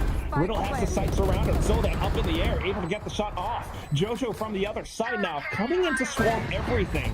JFT has backed off completely, trying to hold it back. The Viper's pit, though, just blocking so much of it off. But Riddle hasn't quite tapped onto the spike just yet. Shots coming in from the other side as well. Now Ace flanking from behind. Ramen just swapping back around. Oh, little wall bang into Yatska. But he's onto the Sheriff. He doesn't quite have the weaponry. Out of rounds for the Operator as well. Ace in for the peek out just to take him down with a headshot. No frags for Ramen at the end of this round. It's Riddle back up to 5. I actually feel like the first thing we pointed out might have been the most important part of that round. The alarm bot and Nano not getting broke by the shock delays things an extra couple of seconds. You pointed out Andy's taking a little longer to get that spike down to dive into the site, and that creates the space for Riddle to be able to go in with this really punchy retake. They set absolutely everything up there. Soldum dives into the site, Viper's pit and lockdown, and they go for this crazy retake on B before the spike can even get themselves, before the spike and JFT can even get themselves into a comfortable post plant. So now JFT slowing things down again. They've still got some great ults to work with. They're taking some grass control, but big rotations already for Riddle, who have got Soldum on this info line in towards Sewer on the Operator, and 4 players stacked up on C ready to go. Yeah, Pilsky, those smokes are such a big tell. The rotation's being pulled over, though. JFT might be able to play kind of a little bit around this, perhaps. Oh, but Yatska just fires off. They've got the vision. They've got the lines anchored down. This is ridiculous, Pilsky. Yeah, the double peak. Like, Riddle, they don't care. They don't want to wait around for JFT to execute their game plan and say, hey, guys, we've got a pretty good stack. They're getting in their face, double peeking down C long, disrupting the approach. Ewok was pointing out that they were playing very disruptive over on Sunset. That's a perfect example of them doing it on this map as well. In the meanwhile, though, Kiss has threaded the needle. They both worked their way through the middle of the map, dodging that alarm bot and getting a pick on the player backside of Gary, but the spike's down bottom of C long, and that might mean... Oh, actually, yeah. Look, from the shadows, they're going to get the spike, they're going to take this A site and get themselves into a nice afterplant, but still, massive numbers disadvantage here is something that's going to be hard to rectify, Quack. Numbers and information. That's what I'm more worried about. I love that Ramen's getting proactive with this, Pilsky, but he has to land the shots. Spots out Jojo, but this guy has been on peak form. Shut down by Kiss right now. Kiss, a little bit of utility, but unfortunately the angle's not quite favoring him. Kaede swings out for the headshot. Riddle back up to 6. Yeah, doing well, staying resilient. Rounds going back and forth a little bit now, but Riddle's starting to pick up a little bit of momentum now that they've got control of the money back. Getting Soldem on the operator is a huge boon as well. And there you go, just peeking down C-long. That's how they triple did it? Peeking. Yeah, Oh my triple God. peeking. I mean, they were stacked up on the other side of the map. I felt like they just, you know, with the stack there, with nothing happening, wanted to be able to make a play, wanted to stay active in the round. They've got the numbers over there, so why not? And speaking of numbers, that's a lot of players over towards A for both teams here, Quack. This could be a huge clash. Already. Being back on in. Guiding light was good. Then the angle's held, so then fires it off. Tailwind's away. And he wants to get into the site, but he's being blocked up by so much. The utility now. Rolling Thunder in, but Kaede stopped it. All with that snake bite. Akana tries to fire back. It's the Hunter's Spirit. But elevated angle from Showdown. Look at how he's getting up in their face with the shorty now. Little shots back. Yatsuka's down. It's all up to Showdown. Can he line it up? He manages to take down Mirza. Tries to repeat with the operator, but Akana says no. Triple kill for the guy and putting JFT back in the game with the 4th win. Oh, that was just absolute mess over the A site. Unbelievable. Just 5v5 fisticuffs at A. All Straight 10 up players in the fisticuffs. server. Yeah, like, you know, bring your best boys. I'll bring my best boys. Let's settle this. No, none of these rotations, none of these, you know, big brain plays. We'll just settle it like men, I suppose. And Akana, I mean, he's the big man for JFT. He puts up insane numbers on that initiating role. I believe he's IGL in the boys a lot of the time. Again, big pace in here from JFT. Guiding Light trying to keep them back, and Andy just wants to get in there with the overdrive again. Good trade through the Viper Wall from Kiss, and Soldem trying to keep things comfortable as JFT start to slow down now after that fight at Long 8. That's the big adjustment from Riddle. Kaede with the toxic screen. He puts it up at the right time and really slows and stops this push that we've seen from JFT the past couple rounds. Yeah, I mean, Riddle playing this old kind of loud comp with the Sky Viper, not something that you see teams play commonly very much anymore. Might be a little bit out of practice against it for a team like JFT and most teams at this tournament. Trying to figure out ways to work around this. But still, just kind of dry walking into sites. Not working. Mirza doing his best to try to punish any of these players peeking front B, and they continue to aggress, but peeking into Mirza is not the best idea sometimes. In a 1v1, Yatsuka's going to win it for Riddle Order. Again, winning a clutch. This guy is just unbeatable in the late round, Quack. Always, always. I mean, he's peeking off of his teammates' contact, picking up on these frags, and just Riddle working to their numbers advantage. Yeah, so, look, we'll see whether JFT can scrap any more rounds together. This has just been such a messy game. Both Sunset and this game, just big fights in the mid-round. Both teams staying active and re-aggressing, and Riddle really taking the fight to JFT so far, Quack. Oh yes, talk about taking the fight to and Showdown with the Blade Storm right now. He's looking for the hit. Even blinded, he gets it square off. Ace on the other side, a frag to his name as well. JFT, what are their plans? I mean, just got to try to tuck their tail between their legs and head in the other direction. Seeing that many players in middle, they know the A site's open for business. TPing up into heaven on a good timing. Kiss might be able to start turning this one around on the aggressive Omen. He's a few seconds away from another dark cover as well. Trying to throw them off his scent with that from the shadows. They aren't biting that bait though. Riddle aren't turning around. So it's all down to the angles being held. Kiss, the man with a mission, tries to hold it down, but the double peek from Riddle, it's too good. Soldan with a movement, just throws off the crosshair placement. Ace coming up from behind. Riddle ends off this first half with an 8-4. It smiles all across Riddle's faces. Yeah, and I think JFT, unfortunately, you're seeing the effect of pressure on them. Like, I I feel like this is something, I was watching a podcast with Watt, who he's one of these players in the Aussie scene that's been around, used to be on Bonkers, and more recently playing in NYSG. I remember something that he said, which I agree with so much, which is once JFT start second guessing themselves and playing differently from what is traditionally their style, they will lose. And I feel like this is the perfect example of that. I mean, Mercer's playing pretty well on the breach. I'll give him credit for that, but the way that JFT is playing feels like they're trying to be a team that they haven't been. The however many last games that I've seen from them, they're trying to play a more traditional style with a more traditional comp. And, they're making it work here and there, especially when they're picking up the pace and playing this up-tempo kind of gameplay. But for the rest of the time, I mean, I just haven't been that convinced by it in these slower rounds. It feels like Riddle is one step ahead of him. It really just is a tough adjustment to make, to say the least. And they have to figure something out, though. But Riddle's trying so many different things as well, whether it's that macro game or switching up at pace, taking the fight to them, and like what we just saw from Showdown. It's tough, to say the least. I certainly hope that we see a bit more from JFT, though, because if I remember correctly, we do have a little game going on with our production and the other talents that we have on board. Is that if JFT makes it to playoffs, we might just do a shoey on the stage. I want to see that. I'm sure if anyone's going to do it, it would be Conky.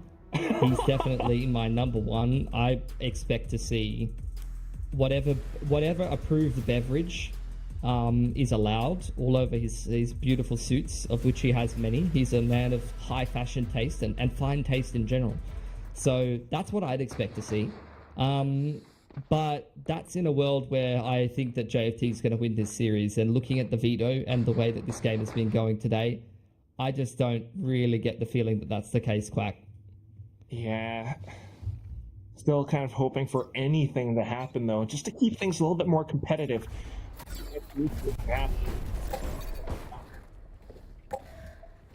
Turret in middle. Riddle working their way in through here, trying to take a safe approach, but respecting that dark cover for the time being.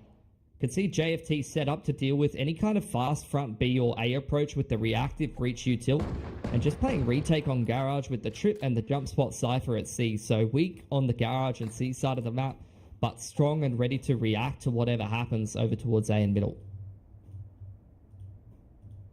Still trying to keep themselves prepared for it at the very least. The toxic screen might allow for Riddle to sneak through. Yeah, you always have to be worried about those A lurks when you're versing a Viper comp on this map. Still just Yatska alongside some of his teammates slowly checking the corners. Jojo full util here is actually going to potentially try to sell a fake on B. Okay. You get the smoke into C-Link and the Tiger, but Andy trying to take the duel over on A. And he's firing off. A couple of kills going his way right now. Soldan able to fire one back. He takes down Yatska. So it's not too bad. JFT stands a chance. They are trying to tuck back to possibly play for retake. Kiss. He's got plans of his own. Pushes up front. A little right click. Soldan is down. A little bit of a refrag on the other side too, though. And Andy keeps things up. It's going to be Jojo who tries to make the desperate play with the guiding light into the site, but it's not going to happen because Kiss is here to fight back. Beautiful, beautiful pistol there from JFT. Riddle, I was kind of caught off guard by the aggression from JFT, and so was Riddle. I mean, they were sizing up long A, but they were waiting for the fake to be sold first by Jojo in middle. You could see them committing the dark cover over to C-Link, and their Sky was throwing in the dog as well as a guiding light front B. JFT, in the meanwhile, kind of similar to what Riddle did on their defense, heavily stacked towards A, rotating towards the site. They expect the aggression to come on in, and when they don't see anything happen, they just aggress with the numbers, and it works beautifully. You'd love to see it happen, but now onto the buy round. Riddle keeps things up fast and furious into the B site. Yeah, pretty open plant for them, so that's going to be some great money and some ult-all points, and we'll see if they can make the life of JFT difficult trying to complete this retake. Nice spam through the smoke from Andy to start things off, though. Good little info from Akana as well, but Recon continues to spam in. Kiss on the other side. They've got them surrounded on both ends, so them trying to pull off a sneaky one in that smoke with the shorty, but it's not going to happen. Now on to the last player.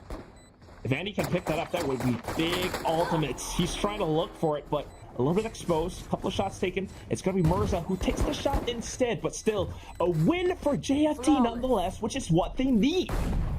Yeah, clean one there. And Andy looks like he's got the overdrive. They gave him the defuse there, so the last kill not being as big of an issue. He's got the overdrive online. I really wouldn't mind seeing some kind of bonus at the same time, though, as the team on the attacking side playing a more naturally kind of slower comp with the double controller. You are expecting some kind of set play from a team that into their bonus has an overdrive with breach comp. It's a pretty obvious thing to be ready for, and it does seem like JFT is going to be aggressing on grass, so I'm keen to see what Riddle does to try and tackle that. Can push out. They've got the angles marked. The fault line great from Mirza, though, trying to support Andy. Yeah, you can see the turtle from Riddle in response, so he quite... Oh, yeah, they are still holding. A little bit of a peek out from Soldan just confirms the information. And JFT has no choice but to turn away. Yeah, they invest a lot of their util in that early round play. You saw it. The overdrive rip with the fault line, and Riddle just do nothing for the first 10 seconds. They don't want to get caught by a grass set plate. Very, very good calling in the early round, and they're just going to take their time. Not in a rush to be doing anything too fast. Starting to work their way back towards A, denying info with that dark covered along, but still waiting for aggression across the map. Yeah, Pilsky. Riddle just biding their time. And this hurts Andy's overdrive as well. It's going to expire pretty soon. And with that, Riddle slowly creeping in the sights. They're playing around the map so well. But JFT, look at the mini-map, Pilsky.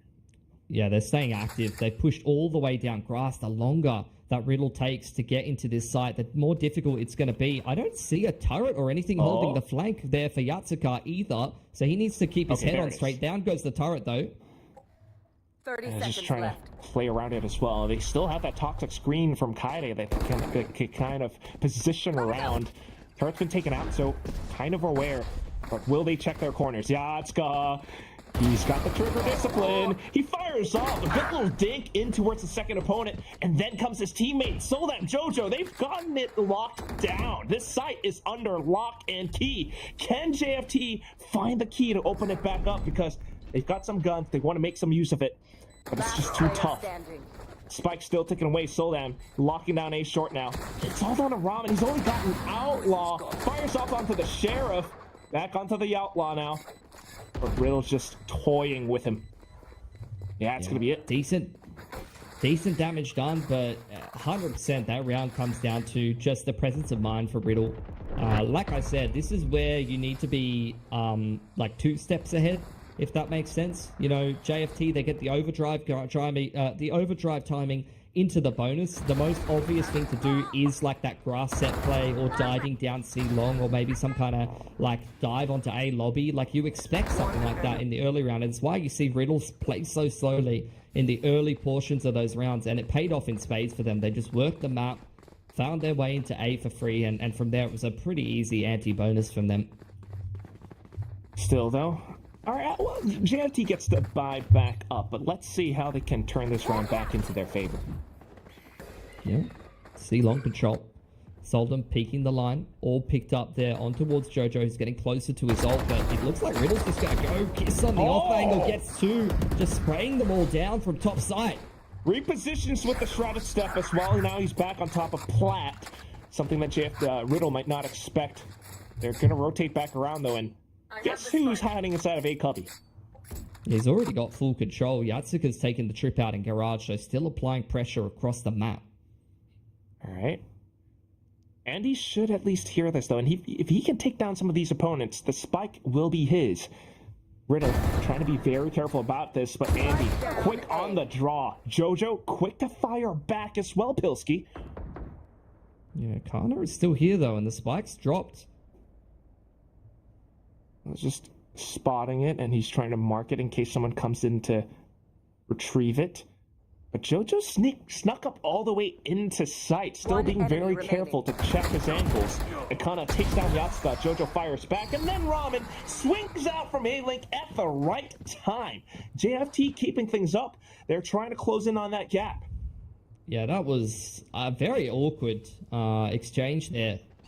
I felt like Riddle a little out of position. I think they wanted to look for a pick up onto C, and they were really not expecting Kiss top site here. Like, you've seen the Cypher there a couple of times. Maybe they were reading that as Cypher towards C, because Kiss, it's not even particularly sharp shooting. He just literally is spraying bodies of players on Riddle Order who are a little out of position, while the rest of the team was like backside grass. So that's a round where I was, seeing the praises of Riddle Order and how clean their attack looked on Sunset. That round was anything but. That looked a little bit disjointed and like they didn't have a great read on what they were fighting against there from JFT. Like, not everyone was on the same page, and unfortunately it was the first two players that were kind of taken down. And then everyone else kind of rotated, so I mean, it's a little bit off from Riddle, but that's why we've got this little timeout just to fix things. JFT, though, on the other hand, I mean, great holds, right? Yeah, doing a good job just as individuals, winning the duels that they need to, and reading intuitively where they need to be in the grand scheme of the round.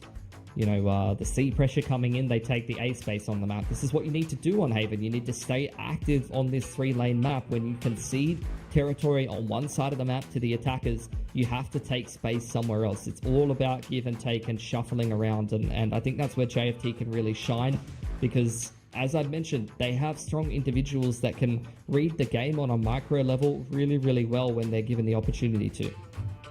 And hopefully, Pilsky, if they can keep this up, then, you know, closing in the gap, potentially taking out Haven, then we'll see a possible third mapper. I mean, we would love to have that possibility of JFT making it to playoffs, and then, you know, the Shui with some of the other casters and whatnot, but whatever it is, back into the game, and it's not the greatest economy for Riddle. No, onto a bit of a half bite. Couple of rifles invested in it, but in the hands of Soldem, these can be dangerous. But there you go, Andy winning another opening duel. Very important. And multiple players here for JFT. Riddle go looking for the trade, and they run into the entire team from JFT, which, by the way, is kind of insane. If I was Riddle, I'd be a little bit peeved, because there's literally no one on A for the defense. The entire team is sitting on front B. Yeah, the timeouts just kind of flip things all up around. And potentially also the fact that JFT, Coach Long, you know, a little bit of input, sensing that Riddle has been trying to go in for some of these trades. If they can shut that down, the numbers will favor JFT. JFT's just moving as a pack, man. Like, look at this. They're playing attack on defense. Like, they've pushed down mid. This is B control here for Riddle. But now they've chosen, they're going to go attack A. All right, we're taking A lobby. Now we're going to take window. Like, all four of them are moving as a pack, and Ramen's just in spawn. This is the most bizarre antique I've ever seen. 30 seconds I mean, left. Riddle could be anywhere, I guess. Yatsuka spotted out the first member of the pack. Now backing off. Yeah, trying to change up the angle of approach. Yeah, the cam is still on C as well, so JFT's going to get a great read on what's happening here. Yatsuka keeps finding these players on off-timers and hitting these sharp shots at range. And just trying to play around it too. I mean, he's still holding his position. He's got to watch out for the fault line. The slide in from Andy, perfect. Now on to Jojo. Smarts out Garage, but he's feeling a bit more pressure coming up from spawn. Swings out, checks the angle, and it's going to be Andy to find a subsequent headshot, put JFT back up to 8. They give the Hunter's Fury over to Akana with the defuse taken there, and JFT keeping things very close. Very winnable game of Haven on offer from them. Riddle Order starting to run out of steam a little bit. Their attacking side of this map is not looking great, and we've seen that before in this tournament where they look really hot for a certain run of rounds and then maybe let SPG create a comeback, for example. And I feel like that's kind of a bit of the hot and cold we're seeing from Riddle Order here yet again. Even after the timeout too. That's what I'm a little concerned about for Riddle right now. I mean, they ought to be top contenders, potential top 4 for the playoffs. They need more than this. They're going to attack into A. Dark cover and Viper Wall limiting any information from players aggressing on short, of which there are none, because Ramen is playing retake on A. They've shifted the Cypher over towards A and put an operator on C. A complete change of setup from JFT. And we'll see if Riddle is ready for it or not. Right here. Riddle? Just kind of traversing across the map in a pack of their own. The angles, though. It's kind of being watched now. The dog comes through. Spots out Kiss. counter flash through as well, so a bit more support to allow Kiss to escape. Yeah, and after that pressure towards Garage, they're going to drop off Yatsuka top, middle, and go back to meet up Kaide at A, who's deep up short. He sees absolutely nothing. They know that this is retake A, and they're going to take the site for free. Camera spotted. So hopefully pressure applied from that spike, and JFT forced to come in with a full 5-on-5 retake. Akana starts things off the Hunter. He catches onto Jojo. Perfect square on. And then Kiss coming in with a bit of a flank, takes down the Lurker, coming back in to support his team. Kaide aggressing forward, trying to push him to spawn, but JFT is turtling. They're kind of ready for it, but he's still hitting shots. And that just cuts everything off now. Top of heaven. That's all that JFT's got for this retake. They have to hop down. Clears out hell. But look at the rest of the site. All blocked off in smokes. Now hopping in with the shorty. Trying to look for some of these players. Ace repositioning. On towards the angle. Takes down Ramen. Kaide with the quadra kill. All the way down. Ace short. Just takes it. The double digits for Riddle order. Yeah, he really dug deep in that round for Riddle order. He's been having a really rough game up until that point. He was 6-15, a 4K in that round, but more than that, taking all of that space on A and making the mid-round call, gathering the information necessary for Riddle to get an open A site there. That round was still not going particularly well for them. Like, JFT had that round every day of the week. They got the kill on the player, planting the spike with the Hunter's Fury, punished the lurk, but they still couldn't win the 3-on-5 because Kaide went massive in the mid-round. And it's these sudden moments where these players take the initiative, but now on to the next. It's going to be Showdown with the Blade Storm. We've got some ultimates on the side of JFT. Yeah. See if they're able to make good use of them. Riddle have got some great ults to work with as well. Lockdown and Pit for the post plant. Dog into Garage. Trying to clear the trip, set up Yatsuka to apply pressure while the rest of Riddle once again walk up behind this Viper wall up towards short A, and they're going to find a free site again. Oh goodness, are we gonna see history repeating itself? Kaede, the first one in. They're calling for the spike to go over. Yatsuka attempting a lurk, spotted out by JFT. Could this be a tell? They've isolated the lurk again. They've been ready for Yatsuka every time. He's got to adjust his lurk timings, but look at this. Straight up deep into A. That is a very deep Viper's Pit that's going to be difficult to dislodge. JFT have not got great tools to actually deal with that pit. No drone on the Sova, so they've just got to get in there and get it done the old-fashioned way. Not quite enough time as well. Ramen on a bit of an alert, trying to cut things open, but spotted out by Soldam. And JFT continues to press forward. Old-fashioned way, huh, Pilsky? They're pushing up front. Ace, though, able to hold it down. Now back to the top of heaven. And he tries to find an ankle, but Soldam just snipes him with the blades. Yeah, I mean, JFT, they just keep leaving A open and keep losing as a result of it. This is exactly how you play this Viper comp as Riddle order. Yatsuka, they're isolating him on the lurk timing. They're getting those man advantages every single time, but they don't understand how to be able to win these mid to late rounds, unfortunately. Once Riddle order gets enough territory over at A, gets themselves in a comfortable enough post plant, that's where those players who on Sunset were multi-fragging up a storm in the mid-round are just running away with this game for Riddle order. And what a tough position to be in now as well. I mean, facing match point, JFT's got no choice but to come in with the half buys. We need to see more from them. Yeah. I'm not sure if we're going to get it. It's a big stack up towards long A, though. That could be promising. Merza ready with the utility as well, potentially. With the corners, it could be good, but then again, initiators at the ready for Riddle. They're just bypassing all of it with the toxic screen. If JFT can sense this and potentially push out to find that flank, it could be good, but still not much visibility. Kaide holding off to the flank guard. He spots them out, calls it to his team. They are pushing in aggressively. Merza tries to hold it. Good for the opening shot.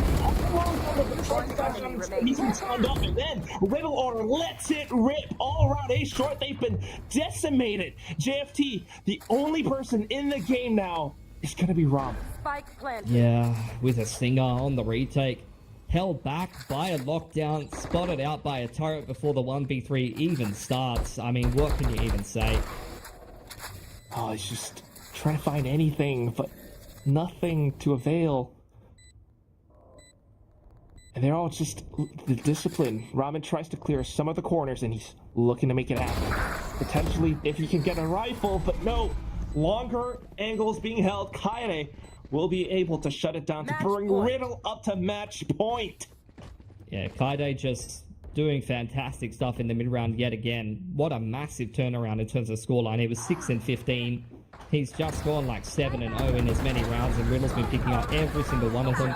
Just so tightly spaced. I was also concerned about that flank timing. I thought that JFT was going to be able to find a way back into that round, but Riddle, they just so disciplined. They move as a pack so well. They held the flank perfectly. Reactive util was on point, and they're able to deal with that and give themselves series point here. JFT securing lobby control with the dart cover and the Sova dart. Neon posted up on the line, rotation coming through from Mikana as a result. In the meanwhile, Riddle kicking off this garage split. He's sneaking past that tripwire. Teammates will get caught by it. Ramen catching showdown as well, so not too bad. JFT, they can keep themselves alive. They do have some ultimates to play for that retake. Akana shots in a lot better as well. So it's down to the 5-on-3. Riddle trying to hold on to the site. And the shot's going through, though, pushing all the way out of C-Link. Akana, good for another. Yatsuka, though, he's good for the clutch so far, but then not quite able to spin around. Akana alongside Mirza, the double initiators on JFT, will keep the dream alive for Ose. Really, really good rolling thunder coming on through from the retake there for JFT.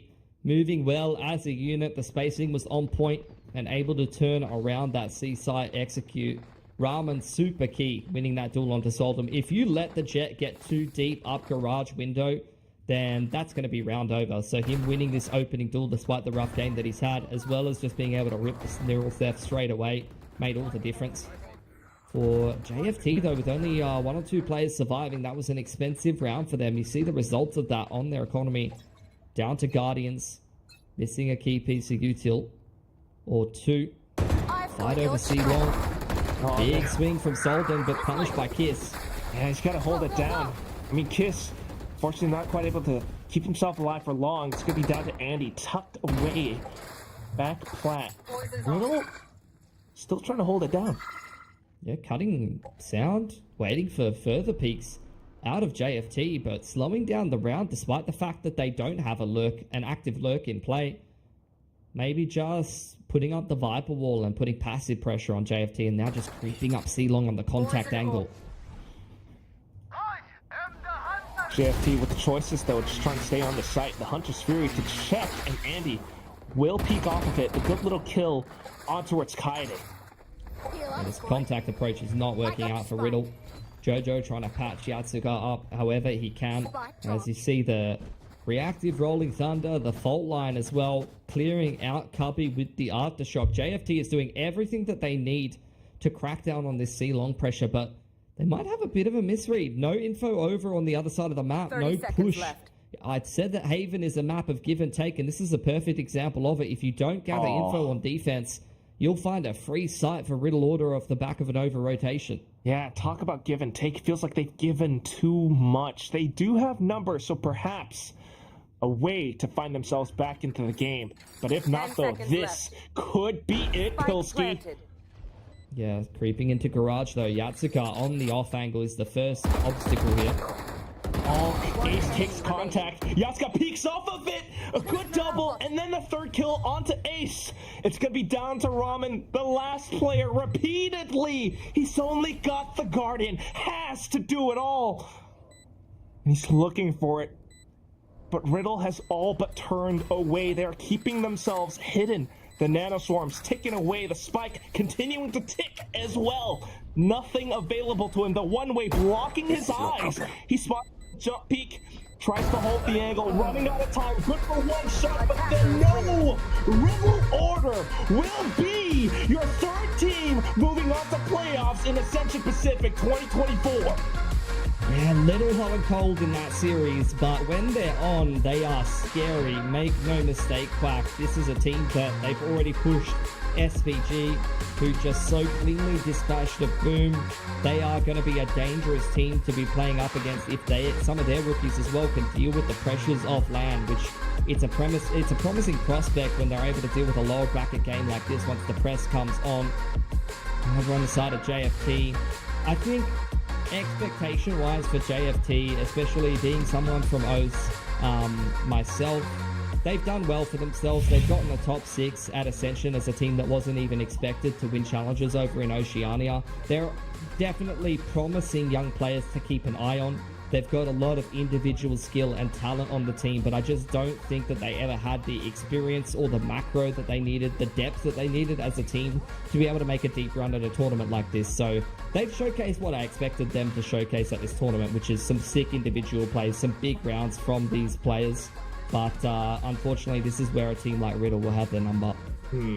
You'll love to see whatever they've got to offer, though. I mean, that little round where Andy comes up ace side alongside Mirza, or Kiss even holding down certain angles. That's what you need more of, and they were pretty darn good at their jobs. Meanwhile, though, I mean, Riddle just being able to switch things up sometimes when it's needed, right? Players like Kaede going on the offensive, or, you know, sometimes it's Soldam on that Neon, the lovely little adjustments on their Sunset. Riddle might just be a big contender for the top 4 spot. Yeah, for sure. I'm keen to see how they can, convert that over to the land stage as well, given the lack of experience on some of those players. I'm also keeping my eye on SPG for the same reason, but a lot of these teams from the Asia region, from the strong competitive regions like Korea, like Japan, that are getting this great practice, despite the lack of experience and coming into a tournament like this here at Ascension, you can see just how good they are already. It really just is that. I mean, talented young prospects is what we're all seeing up here in Ascension Pacific. I mean, that's what Ascension is all about. After all, they're looking to ascend to greatness. So, I mean, that's it for us now on this first series. We'll toss it back to Victoria as well as Ewok to break all of this down, our 3rd playoffs player. Oh my goodness, Riddle Order joined the order of the Ascension playoffs, and the Japanese team looked so thrilled every time the player Vic, cam I was on think them. we are not getting your audio coming through. Let's see if we can get you can you back hear me in now? here. There you are. Welcome back. Thank you. I was just, how was your lip reading? Not great there? I was trying. It was a little bit hard. I think something about JFT did have a good showing on Haven. Was it something like that? It was something like that. It was more about Riddle Order. They must be so thrilled to join. The player cams were on their faces. They looked happy every single time. They knew, even when it got a little bit close, a little bit dicey on Haven. Pilsky made this point. JFT played a little bit differently today than they usually do, and that may have cost them. Yeah. To be fair to them, I do think they had some good game plan going into Haven, understanding how to play against the Viper comp of Riddle. We saw once JFT started hitting that A site on their attack, it worked out pretty well for them. There was that round where Riddle had 4 players on the A side and JFT still managed to win out that round. It's something with the Viper comp when you don't have the Viper orb that is there necessarily. It just means that you need to take care of it and you need to baby that site a little bit. And the moment when you can shift over the Viper to go and play on A, it does open the C split a little bit more for the composition of JFT. So I think the way how they approached that was pretty solid. Yeah, it was.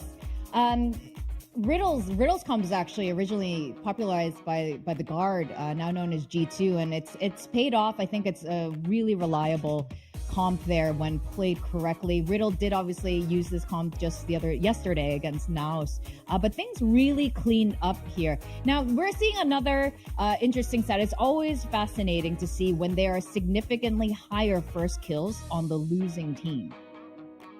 Yeah, I definitely think JFT should have capitalized on that a little bit more. It wasn't like exactly what we saw on Sunset with Riddle just running away with all of those first kills. But I think that's where the experience maybe on the clutch factor from Riddle coming through, even though when they go man down, we saw a couple of times they're playing a 3v5 and they still managed to win out the round from players like Yatsuka and just coming in and kind of clawing their way back into that round. And of course we have our MVP, Soldam. We said we liked his Neon, and today his Jet was superb as well. This was much better than yesterday when he was playing the Jet on Haven, a lot more on form. You could really see the Sky Jet combo really working well for him, and he was just hitting his shots, which is honestly, when it comes to VALORANT, that is just the most important thing. You are in these perfect positions, but you still need to get those shots. So props to Soldam for picking it up today. And I have to say, all the Riddle players today had multiple really, really nice, beautiful multi-K moments coming from that whole entire team. So I'm happy for them. They stepped it up, and this is the kind of performance you want to see for a team going into playoffs, right? We love close games, but we also want to see people deserving of the spot that they've gotten. Now we do have an interview. Sorry, go ahead. I think that's exactly what you're saying, right? We saw that from Riddle, and that makes it so promising. Them going to Britama Arena. Let's see if we can see some more of that, because that's what they showed today. All right. Well, we do have an interview on standby. I believe it's Yasuka, who I'm so excited to ask a few questions. Hello. Congratulations on today's win going into playoffs. Yasuka, I have to ask you, you've been a pivotal player for this tournament, for your team. There are a lot of clutch moments in your hands yesterday on Haven against Nows. What changed for your team today on Haven? まず今日おめでとうございます。安塚選手、とてもキープレイヤーだと思ってますが、昨日の試合から今日の試合に臨むにあたって何か心構えの変更などはありましたか？初戦の SPG 戦であまり自分の声が出てなかったので、そこがなんかチーム間で問題として出てたので、ノース戦からその自分の声出して自分のやりたいことをやって、でちゃんとなんかそうやりたいことをやったらゲームを意識できてみたいな。そこら辺を意識していました。So during our loss in the SPG match, we realized that my comms were not. I didn't have much call it. So from now onwards, I tried to call out the comms a lot more, and that's why we were able to get it back for this match. No, that's that's a fantastic adjustment. I think the make or break for a lot of teams. Ewok, do we have a question from the coach? I want to keep with the theme of today. We're talking about clutches, right? We saw you with so many clutches yesterday, right? You won 6 1v1s yesterday, and you continue those clutches today. I want to get into your mind a little bit. What is going on in your mind when you are in those clutches? Do you take in a lot of information from your teammates? Do you like when it's quiet? For our viewers at home to kind of try and replicate and be as clutch as you are. 八塚選手のクラッチについてお話をしたいんですけれども、昨日から、昨日の試合では、1v1 を6回制したというところで、このクラッチのタイミングで、考えていることをちょっとお伺いしたいんですけれども、チームメイトからいろんな情報を得ながら、1v1 に臨んでいるのか、それともある程度静かに自分で集中したいのか、どういったその環境を1v1 の時は、求めているんですか？特段、深いことを考えてないんですけど、自分、味方からのインフォ聞いて、最後そこ見えたのかっていう情報で、最後に自分で、じゃあここにいるだろうみたいな、そういう感じで考えて動いています。So I try to not think too much about it. I try to get information from the teammate where the opponent was last seen, and I try to focus on the placement of the opponent and try to get the kill. Well, you make it sound easier than it actually is. So props to you and congratulations. Thank you for your time, Yasuka. Thank you. ありがとうございます。Clutch moments stress me out. Even as a viewer, these moments where you're gripping the edge of your seats, is this guy going to do it? And oftentimes you think he's not going to do it, but then he gets that first kill, then that second kill, and there's only one guy left, and it's a 1v1. It's so stressful, especially if you're supporting that team. Yeah, for sure. For me, from the coaching booth, I feel like my hands start sweating, and I'm not even the one in the clutch, right?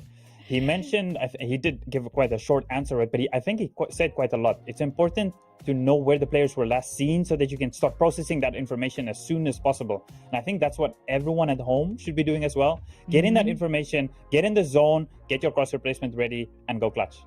Yeah.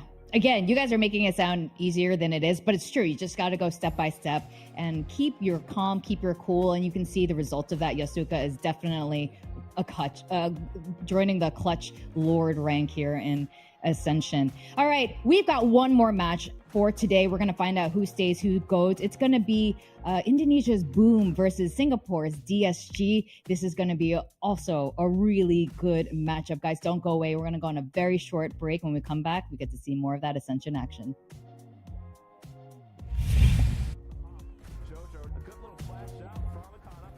So many. I just feel turn things around still.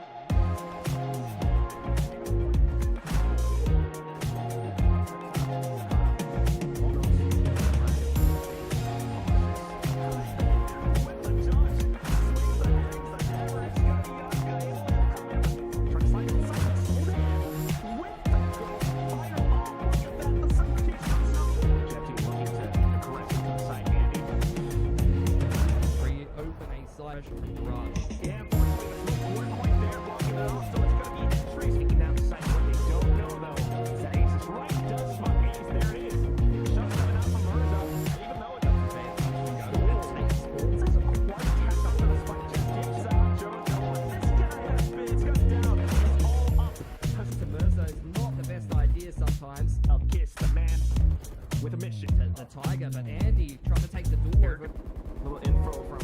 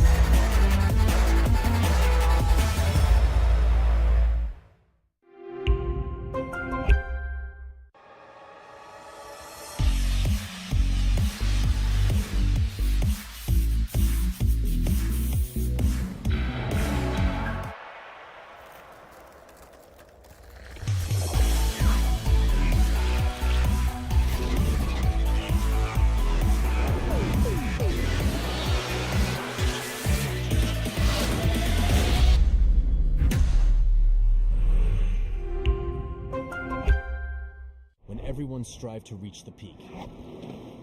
Zoe is here, participating in every frame, perfecting the view for every battle. From Seoul to the world, Zoe strives for perfection, knowing that every frame is crucial to victory. As the tournament rages on, Zoe stands with you. Battle. Every frame.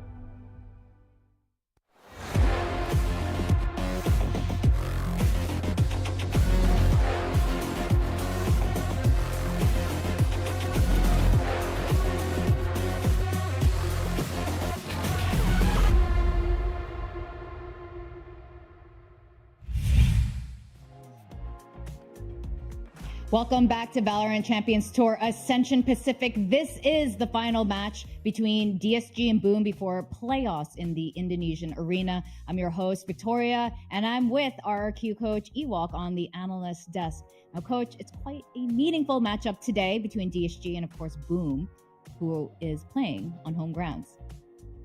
I think this one might be quite a fan favorite, right? You got Mr. Toast watching in on the watch party this one. You got all the Indonesian fans rooting for their team as well to make it to the Britama Arena, to see them live in front of this big audience, right? So I think this one has a lot of hype that's attached to it, and I just can't wait to get into the game, to be honest. Yeah, I think it's also worth mentioning. You're quite familiar with some of the players today. You've coached them yourself. They've been on your team. Yeah, these are some guys that have I worked with and I'm still close friends with, so I definitely wish them the best. I think today is going to be a tough one against DSG, but I do have a lot of belief in Boom. I put a lot of belief in them yesterday, and I don't think they kind of lived up against it against SPG, but I do think we might see a little bit of a different Boom today.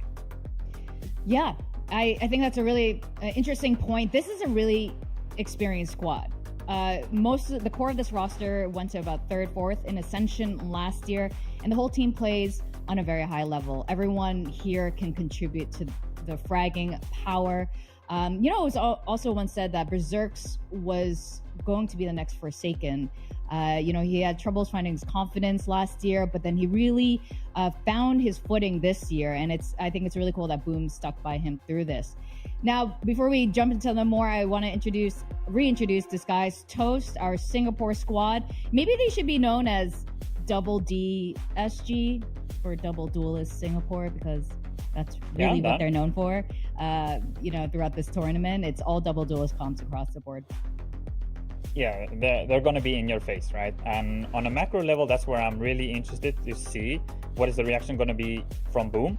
I said the same thing against SPG because SPG do also get in your face, and they gave SPG a lot of space. So I want to see how DSG use that space, even though they don't have as much map control usually or as many lurkers. I'm curious to see what the approach is from DSG.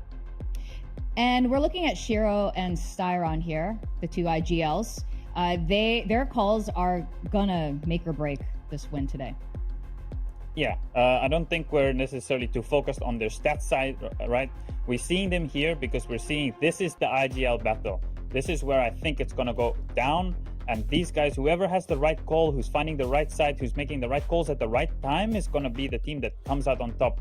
And that's where I'm looking at Shiro and Styron today. Yes, and Boom, we were talking about this throughout the tournament, that they've never really lost on a LAN in Indonesia. Now it seems like they've never lost a LAN in that mall that all the tournaments are held in. What's the name of the mall? Do you know? In Indonesia? I think it's Taman Anggrek or Taman Alpha, if I remember correctly. I'm sure someone will send me a DM real quick and remind me. Taman Anggrek. I'm seeing from our production. Thank you very much. Yeah, Taman Anggrek is the venue where they always shine. Are we going to see the same thing on Britama if they do make it there? I don't know. Yeah, well, at the very least, I don't even think they care about that anymore. They just want to get to Britama Arena and just make it past that finish line and joining the rest of the fray in Pacific. I mean, this team is just so experienced. So when we're going to go to predictions now, we got DSG from Singapore, we got Boom from Indonesia. And experience-wise, we have experienced players on both teams, but I think Boom just has a lot going for them, which is why my pick has gone with them for today. I mean, some of these players have even made it to Champions Istanbul, where we saw that really infamous fracture line. I don't know if it's too soon to mention that travesty. What was your prediction for today? I'm with you. I'm with you with Boom. Stuck by them against SPG. Unfortunately, they didn't come through, but I think there was a lot to learn in that series. They played against, of course, one of our favorites to win this tournament. Mm-hmm. And I'm hoping they took some lessons from that and they're bringing it into DSG, which is a little bit of a different team. They are going to run at you with that double duelist. And I'm thinking Boom might have the upper hand here. That experience, as you said, might play a role. And these guys, I think they're quite familiar with each other. Of course, they meet on the Singapore server all the time, right? They maybe know how to counter. They maybe know the individual play styles. That might come into play. Yeah, definitely. They're very familiar with each other. And honestly, even though all our votes were, at least for the four of us, were for Boom, if this is DSG is Disguised Toast team. And honestly, I watch him watch the game sometime, and I feel so much for him. I hit like the sadness and the stress every time he watches DSG get so close and then crumble that last moment. So, we still support you emotionally, despite our predictions. But we can only pick one team for those predicts. So this is going to be an interesting matchup. Like you said, these two teams are very familiar with each other. We are neighbors, Singapore and Jakarta here. So this is going to be an interesting one. I wish we were actually in the same room so we could kind of see those interactions right now. And they're getting ready for that map veto. Here we go. All right, off the rip, Sunset is banned. Boom tends to play very conservatively in terms of they don't go too crazy with their comms or map picks. Yeah, agreed. It's usually they do play it by the book a little bit more, which we probably can't say about DSG, right? We see some crazy things from them, so we have some different in the matchup and the style there. So we do see Lotus coming out. I see. So we've seen quite a lot of Lotus, right? DSG go for it, and Boom. Yeah, they lost to SPG, but they were really good on the Lotus before that. So are we going to see Boom, the SPG Boom, or are we going to see the Boom from Challengers 2? Yeah, that's a great question. And here we have our agent lineup. So they're still going with the neon on the rays. So that's nothing new there. Still with the double duelist as always. One thing that I did note when I was watching through all of the games from DSG is they do heavily rely on getting those first kills, and they were getting a lot of those versus Revenant. What I'm interested to see is, are we going to see Boom give them the chance for Vera and Juicy to jump on them, take them by surprise? Because Boom, as you said, is a little bit more calculated sometimes. They play it by the book, and they don't give away a lot of free kills. So that win condition for DSG is going to be tested today, I think. Yeah, no, that's a fantastic point. If Boom can deal with Vera, if they can control the economy, limit Vera's effectiveness, I think this could be their win, but it can really go either way. Let's see for this very first map of this particular matchup. Let's go to our casters, Pilsky and Quack. Yes, Vic and Ewok, this is gonna be it. I mean, we've got Disguised on one hand, Boom Esports, the Indonesian representative on the other. They definitely want to be the ones to make it to Pertama Arena, but DSG wants to as well. I mean, what it comes down to, I mean, you got the same compositions of both sides, Pilsky, the double duelist. Well, you have the double duelist for DSG. That's what they run all the time. Bill's playing the meta comp though. Just famous on the Rays, so they're chilling. Got to see Mound Control being pressured there by DSG, but Shiro has not been pushed off the line, and in the meanwhile, DSG straight up the guts through the middle of the map. They've taken out that turret. They've used the fast lane to creep Vera across in towards C-Link, and they want to fight forward, but Boom are aware of this, and they're turtling. I do not like this, Pilsky. Full-on 5-on-5 retake in the pistol. You look at how much space DSG has right now. They are controlling the heck out of this little connector position, and Famous tries to dance right in with the blast packs. NC Slasher, Shiro able to get a couple of frags as well, and it all comes down to Wayne, who's holding all the way at the back around pillars. Famous will take the final shot. A flawless win from Boom. Yeah, they just play hands off that whole round, sitting all the way back in spawn. They give DSG the whole map. Shiro, he does the best job there, shouldering C, getting all that info, despite DSG trying to limit info to Boom. They know that it's not going to be a C hit. They see the pressure through the middle of the map, and they deal with it perfectly. That's excellent stuff for Boom, who, look, I know there was 4 of us all predicting for Boom in the prediction graphic there, but I don't think this is a cut and dry matchup, and I actually kind of feel like DSG might be the form team coming into this game because they dispatched Revenant pretty cleanly on those last 2 maps last night, and seeing Grumble go plus 30 is scary as hell. Yeah, this is what you want to see. DSG, they have been on top form, especially with those frags that they've got. I mean, Grumble chiming in now. But can they keep it up? That's the question. Boom, so far, they have been tested as well, and they definitely want to reclaim vengeance on one of their maps as well, which is going to be Lotus. So starting things off, a little exchange to cut off DSG with those stingers on the B site. Yeah, I mean, DSG trying to go for the fast B approach again, but util dumped, stuck behind the Viper wall. They get nowhere fast. And now DSG going back towards the A side of the map. Yeah, Famous wanting to farm out the showstopper. First one in, and then the second. Outlaw starting to build up now. Starts really low and trying to make his way onto sight, but the door taking too much time to rotate around. Famous coming in with the Ghost. It's going to be 2-0 for the start. Yeah, I mean, he's so close to his showstopper already. Only 2 off, heading into the bonus. Got the Outlaw out. And Famous already off to a good start. He was kind of the only bright spot for Boom against SPG. He was really trying to spearhead that Icebox comeback that they had after a really bad start 2 maps in a row. DSG, on the other hand, kind of let this map pick slip through their fingers yesterday against Revenant. And I know that they were disappointed about that, hoping they won't let the same happen here. Yeah, it was overtime. They lost 13-15. But Ewok was right about one thing, and that's the fact that Disguised, they have great wins whenever they got the first pick. And Vera was one of those big names with 10 first kills from yesterday's game. Yeah, he was outstanding, and that's scary when you saw Boom already having a tough time dealing with the Neon of Danby.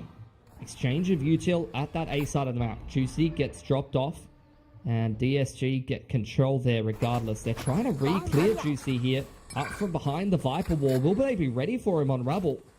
Yeah, he's staying hidden. They might not really check him, and there's the first headshot. Goes in for the burst onto the second. Zespew answers right back. Singaporean player as well. Now on to the next part of the map, though. It's going to be Shiro. They're playing around the smokes. Berserk's holding up from the top. The poison cloud's just to block things off, and DSG has to find another route. Yeah, Wayne trying to open things up towards that B side, but Zespew, he was fantastic in the opening game for Boom, and he's just playing things safe, playing things by the book. He's got this positioning and just goes in for the strafe shot around the corner. Zespew, he stinks him down. Boom gets the conversion for the bonus. This is huge for them. I love that. Playing it up to the camera as well. You saw his reaction to how clean that was. He is feeling himself. Love to see it over on the side of Boom, especially the form that he was in the opening game this tournament against Naus. That game of Sunset was insane. So if he's feeling himself again, that could be very difficult for DSG to deal with. And they've really not had a great start to this game outside of those 2 kills on a nice timing from Juicy. Yeah, it's not the greatest start for DSG, but then trying to switch things up into the C site. Yeah, just taking C mount control. All being picked up from Juicy. Wants to get closer to his showstopper. It's a 1-4 from DSG. We've got Grumble taking a little bit of a look into the middle of the map, and DSG just waiting out the initial wave of util. Hard to breach these sites with the Viper and the KJ util. They're still waiting for it. Vera attempts to kind of bait out that utility. Unfortunately, gets caught by the headshot. Trying to clear the alarm bot. Turret now activated. DSG just trying to face check this Killjoy utility, and it's not working out well. A little bit dry into the B site. Grumble trying to pull all of that aggro onto him. He manages to do just that, but still, his team, unfortunately, having to work against Shiro. Good little movement with the blast pack, though. Juicy will be taken down, but then the Odin chimes in. It's looking to fire off now. Styron, the only one left. Way too many targets ahead. NC Slasher will not let him breathe. Boom, up by 4. Yeah, and this is more of the Boom versus Nous against what we saw of the Boom versus SPG. I think with how one-sided that game was, it makes you question, at least it makes me question Boom a little bit. You know, I see DSG dispatch Revenant, who I didn't have great expectations for, but for me, they're somewhere in the middle of the pack. Seeing DSG kind of smash them makes me feel like DSG were hot coming into this game. But I think Boom are kind of restoring the natural order of things. This is a beautiful start from them. Both showstoppers online in this round, and DSG going to take quick A main control. Just hands off from Boom though. Not contesting A main. They're relying on the Viper KJ utility to lock down that A side of the map, and they've switched the Razor and Omen over to C for full control. Which this is essentially like two Sentinels just locking down this A site, right? The Pillar's position being spotted out as well. Grumble has now been revealed. Yeah, Smoke going forward here. Util dump to try to keep them back. Like you said, it's going to be hard to get in here. Grumble holding down the flank, gets crunched on though. And that's unfortunately DSG's members dead. The showstopper invested, so unfortunate there, but that is still Shiro holding down the site for Surge now coming in. And with that, a little bit of desperate push out of the smoke. Styron looking for something, but can't find anything whatsoever. You need a timeout. You need a momentum breaker timeout here for DSG. This is not a close game of Valorant that we're witnessing right now. DSG just can't even get into the server. And I think that's exactly what we're seeing. Boom are dominating the map right now. Their game plan is working wonders. Compositionally, they are dealing with everything DSG is trying to throw at them. We've seen multiple attempts at fast aggression into the round, shoving front B, trying to burst onto C. That round really trying to breach into A. But every time, it feels like Boom has the right utility in the right places. And DSG, they need to do their due diligence here, Quack. They need to go through the steps of clearing out the KJ util, of baiting out the gas from the Viper and choosing the right timings to go for these executes, because right now it feels like they're trying to force things and they're trying to run into a brick wall. They need a more kind of nuanced approach. They need to play against the comp that they're facing much better than they are right now. Just not a lot of successes, right? I mean, you gotta retrieve information, but they're not able to do so. Meanwhile, Boom are switching things up across the sites so often. It's tough. The timeout is a good call. That said, I mean, it's tough for DSG. They have to take this map in order to do better in the series. This is their map pick after all, and if they don't, how is this series gonna go? This could be it for them in this lower bracket match. The team that wins this will be the ones to move forward to that final playoff spot. Yeah, and I think for DSG, like, look, no one's really come online, to be fair. Juicy's got a couple of frags, but not particularly impactful so far this game. You want to see Grumble, I mean, just went plus 30. Vera was crazy on this map versus Revenant yesterday. These are the players that I'm looking at to come online for DSG. Yeah, well, unfortunately, this time, economy not the greatest, so just trying to bait out the setups from Boom for the time being. Yeah, feeling things out, but again, losing this opening duel. Shiro just happy to play with confidence. Man's already 9-1 right now. He's not playing around today, Quack. He chose violence as soon as the alarm clock goes off. Now Zespi, a little bit of a high-low setup.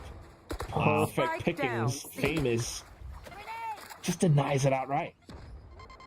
Payne wants nothing to do with that. I mean, he continues moving forward with the Sheriff into the high-low again, expecting a different outcome. At least takes Famous with him. But there was nothing in this round for DSG either, Quack. Boom. They woke up and chose violence, and this is a hell of a day to do it on an elimination game where the consequence of losing it will mean that they'll miss out on an arena appearance in their home country. That is not something that they can let happen. Cover going out. Definitely not. Boom. Looking to represent the home country, and it all starts with taking your opponent's map pick away. Grumble just stays tucked in the corner. Good little couple of shots. I mean, he was good for some little clutch moments yesterday, but today, fortunately, the magic's not quite with him. Boom will continue forth with their win streak. So DSG This is where we need to see what they've come up with post timeout. They've got the op out, so they're very intentionally looking to slow things down. We saw the op come out yesterday against Revenant for Vera, looking for picks, looking for opening kills. It's a very clear representation that they are looking to change up the approach and change up the game plan. The timeout was not taken for that half buy. Looks like Neon looking for a pick towards C, and they're going to feel out this A site for the time being here, DSG. Nothing from Boom though. Tucked away, just hiding back. Toxic screen up to obfuscate vision as well. Yeah, this is a much different approach from DSG. 1-1-3, Cam in the middle of the map, op posted on C, and just light pressure on A. Early on in this game, they were trying to set the pace. They were trying to rush things, force Boom's hand, and it was not going well for them. So it's good to see them try to slow things down, bleed out the utility, try to play the information game a little bit. You can see Boom shoving front B, not seeing anything over there. Can Vera find an opening kill? Ewok mentioned that's going to be something important, but it's going to be pretty hard to pick anyone through a Viper's pit, that's for sure. Even with the blind shot, no shot, no sir, that's not happening. Meanwhile, on the other side of the map, I mean, this is taking up so much time, Pilsky. It's ticking down. Yeah. They've moved up past the toxic screen now, at least. And look at Boom. They just leave the full KJ setup and the pit on C and stack towards A and B. They're going to be ready for an A hit if it comes in, but it's just a fake from DSG. They're going to go and split into B. Alongside the showstopper, looking to create space now. The turret goes off. So it's a bit of information for Boom at least, but looking to get the spike down. Just like the pistol, 5-on-5 retake, and Boom is slowly closing in here. Doing quite a bit. As soon as they can hold down their positions, this should be good for DSG. But what is that for Famous? Just sun flicked on towards Wayne. Now pushing up from the top of heaven. Shiro, NC Slasher, they've done it all. Vera feeling the pressure from that snake bite. Has to push out of position. Blind shot, catches Zespew. Pops the overdrive, but the open! It's getting him! He manages to take down Famous. Has to fall onto the other side, but Shiro! Just a quick spray because he's low HP. Boom will be relentless with their onslaught. It's down to the 7 wins.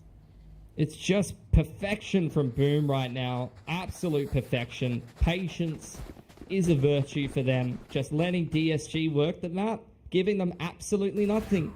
Something that Ewok highlighted on the desk. DSG really benefiting from a less structured team like Revenant, feeding them opening kills, a lot of opportunities for someone like Vera. And you can see him actively looking for those, buying up an operator into this round. He saw no one until he was stuck behind a smoke in a 2-on-5 post plant. Boom is giving them absolutely nothing. Completely different team. The round loss bonus will aid DSG though, buying back up Wayne, able to get an opening pick. Boom now, feeling confident. They are starting to push out, but they will get punished for it. Neural theft from Grumble reveals all. Now the A site is open. DSG going to get in for free here. This is the most promising round so far, throwing up the one-way and taking forward space up towards the Heaven control. So with that, blocking things off a little, they might even be able to find NC Slasher or Berserks as they try to push up. Spotted. But Styron still trying to keep himself safe. Good little shot, taking down Shiro. NC Slasher, slow on the push out. And Boom, unfortunately, should not be walking away with this round win. There's the peek out. DSG will be able to find their first win for the map.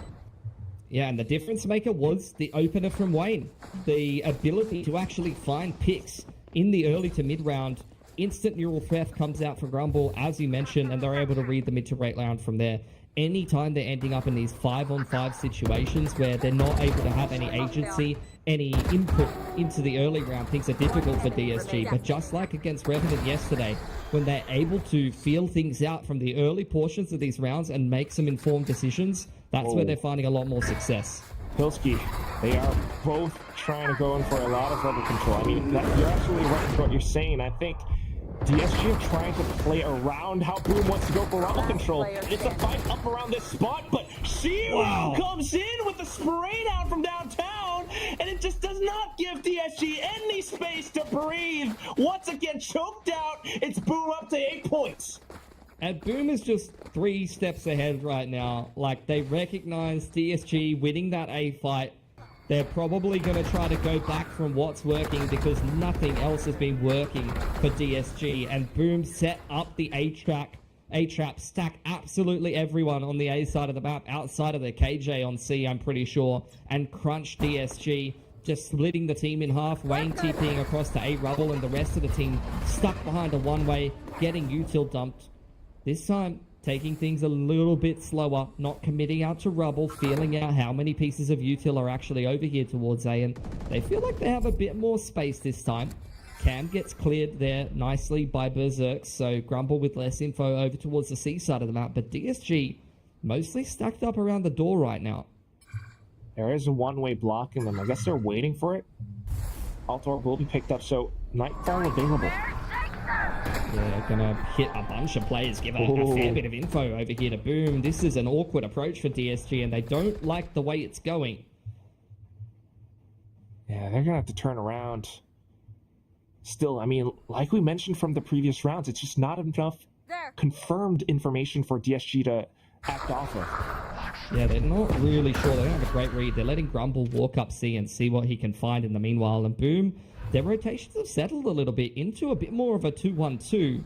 But I still don't get a strong sense of where DSG is going in this round. They're still just waiting to see what Grumble finds, I think. Yeah, it's 30 seconds now. Grumble hasn't found much. The Nightfall, a bit of a fake, but nobody's biting. Rotations might be going through, but deaths across the board. Now footsteps heard outside of C. The rotations from Boom coming back over to the other side. With a little bit of damage, though. Vera and Juicy, there are your opening picks, and DSG just might be able to stick the spike down long enough. Yeah, Boom trying to scramble into position, now starting to flank through Mound side. Slasher gonna catch Vera inside of the smoke. DSG now a man down.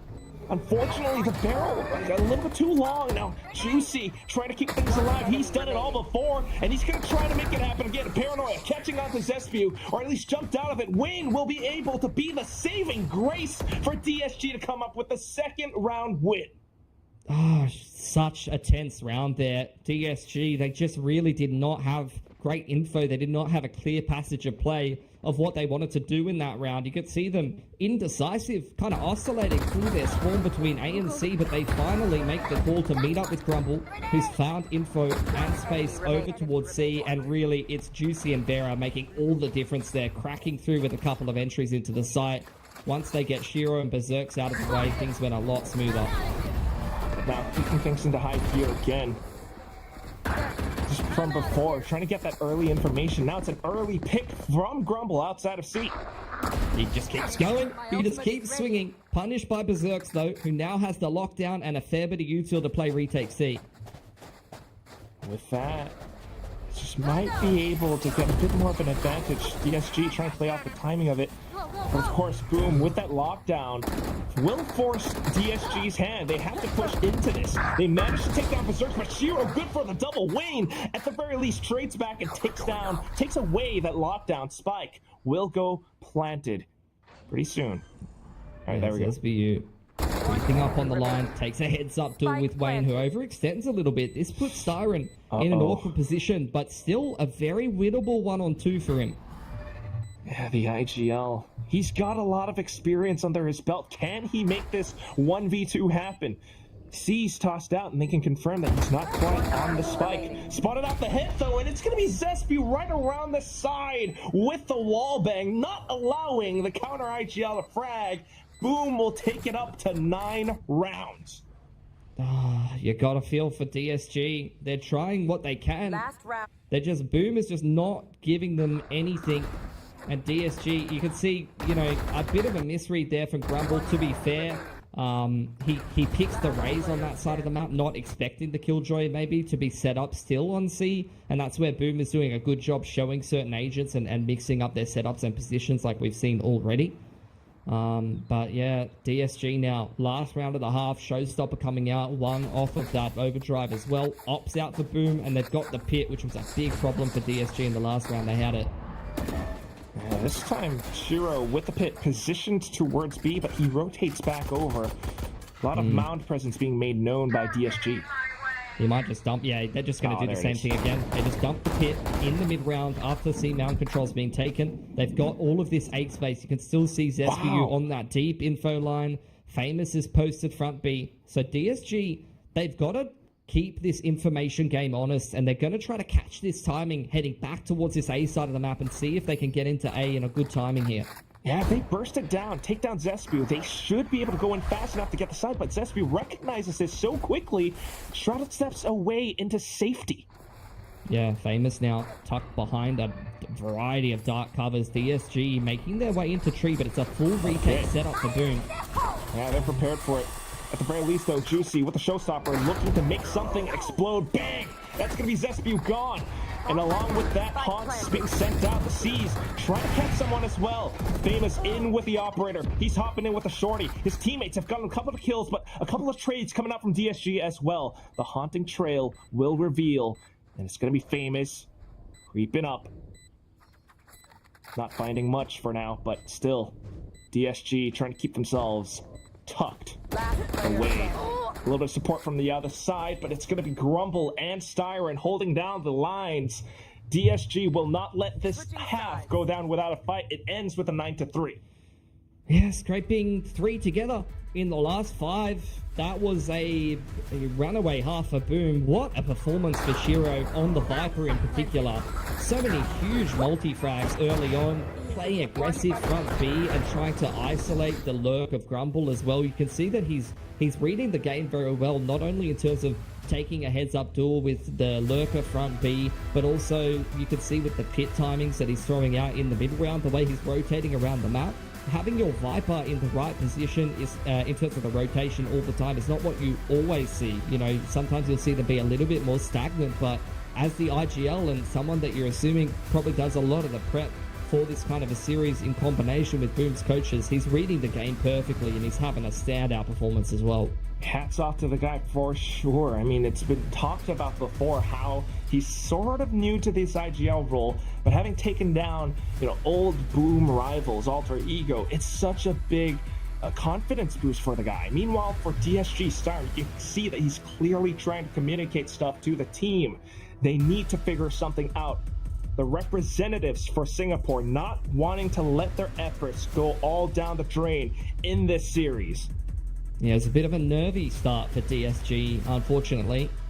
Did not really get given much by Boom and had a tough time kind of committing to plans. You could see some indecision in some of those mid-rounds there. Not going to have to worry as much about that. Now switching over to the defensive side, so let's hope for some better starts. But with how solid Boom's decision-making has looked so far in this game, I am scared for them. Yeah, so am I, and I'm a Singaporean caster as well myself, Filski. I gotta be honest, I mean, looking at their scoreline between the against Revenant yesterday, it was quite a bit of a seesaw back and forth. They need a win streak in order to keep things even up against Boom right now, just to close out their own map pick. I mean, maybe Lotus is a problematic pick for them. You can sometimes have a bit of a misread on your certain perceived strength on a map coming into a tournament like Ascension, but straight on to B. They're wasting no time here, Boom, and DSG are forced to respond. Interestingly enough, I mean, into the smoke, but look at the rotations. They are actually going through B into C. Grumble hears the stampede and has to back off. The team has been called over, though, but up around Waterfall. Is it close enough?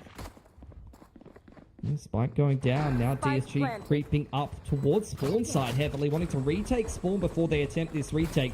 Boom shifting back towards Mound to play the post plant from Mound and side. That is fantastic. A bit of a 2-3 split.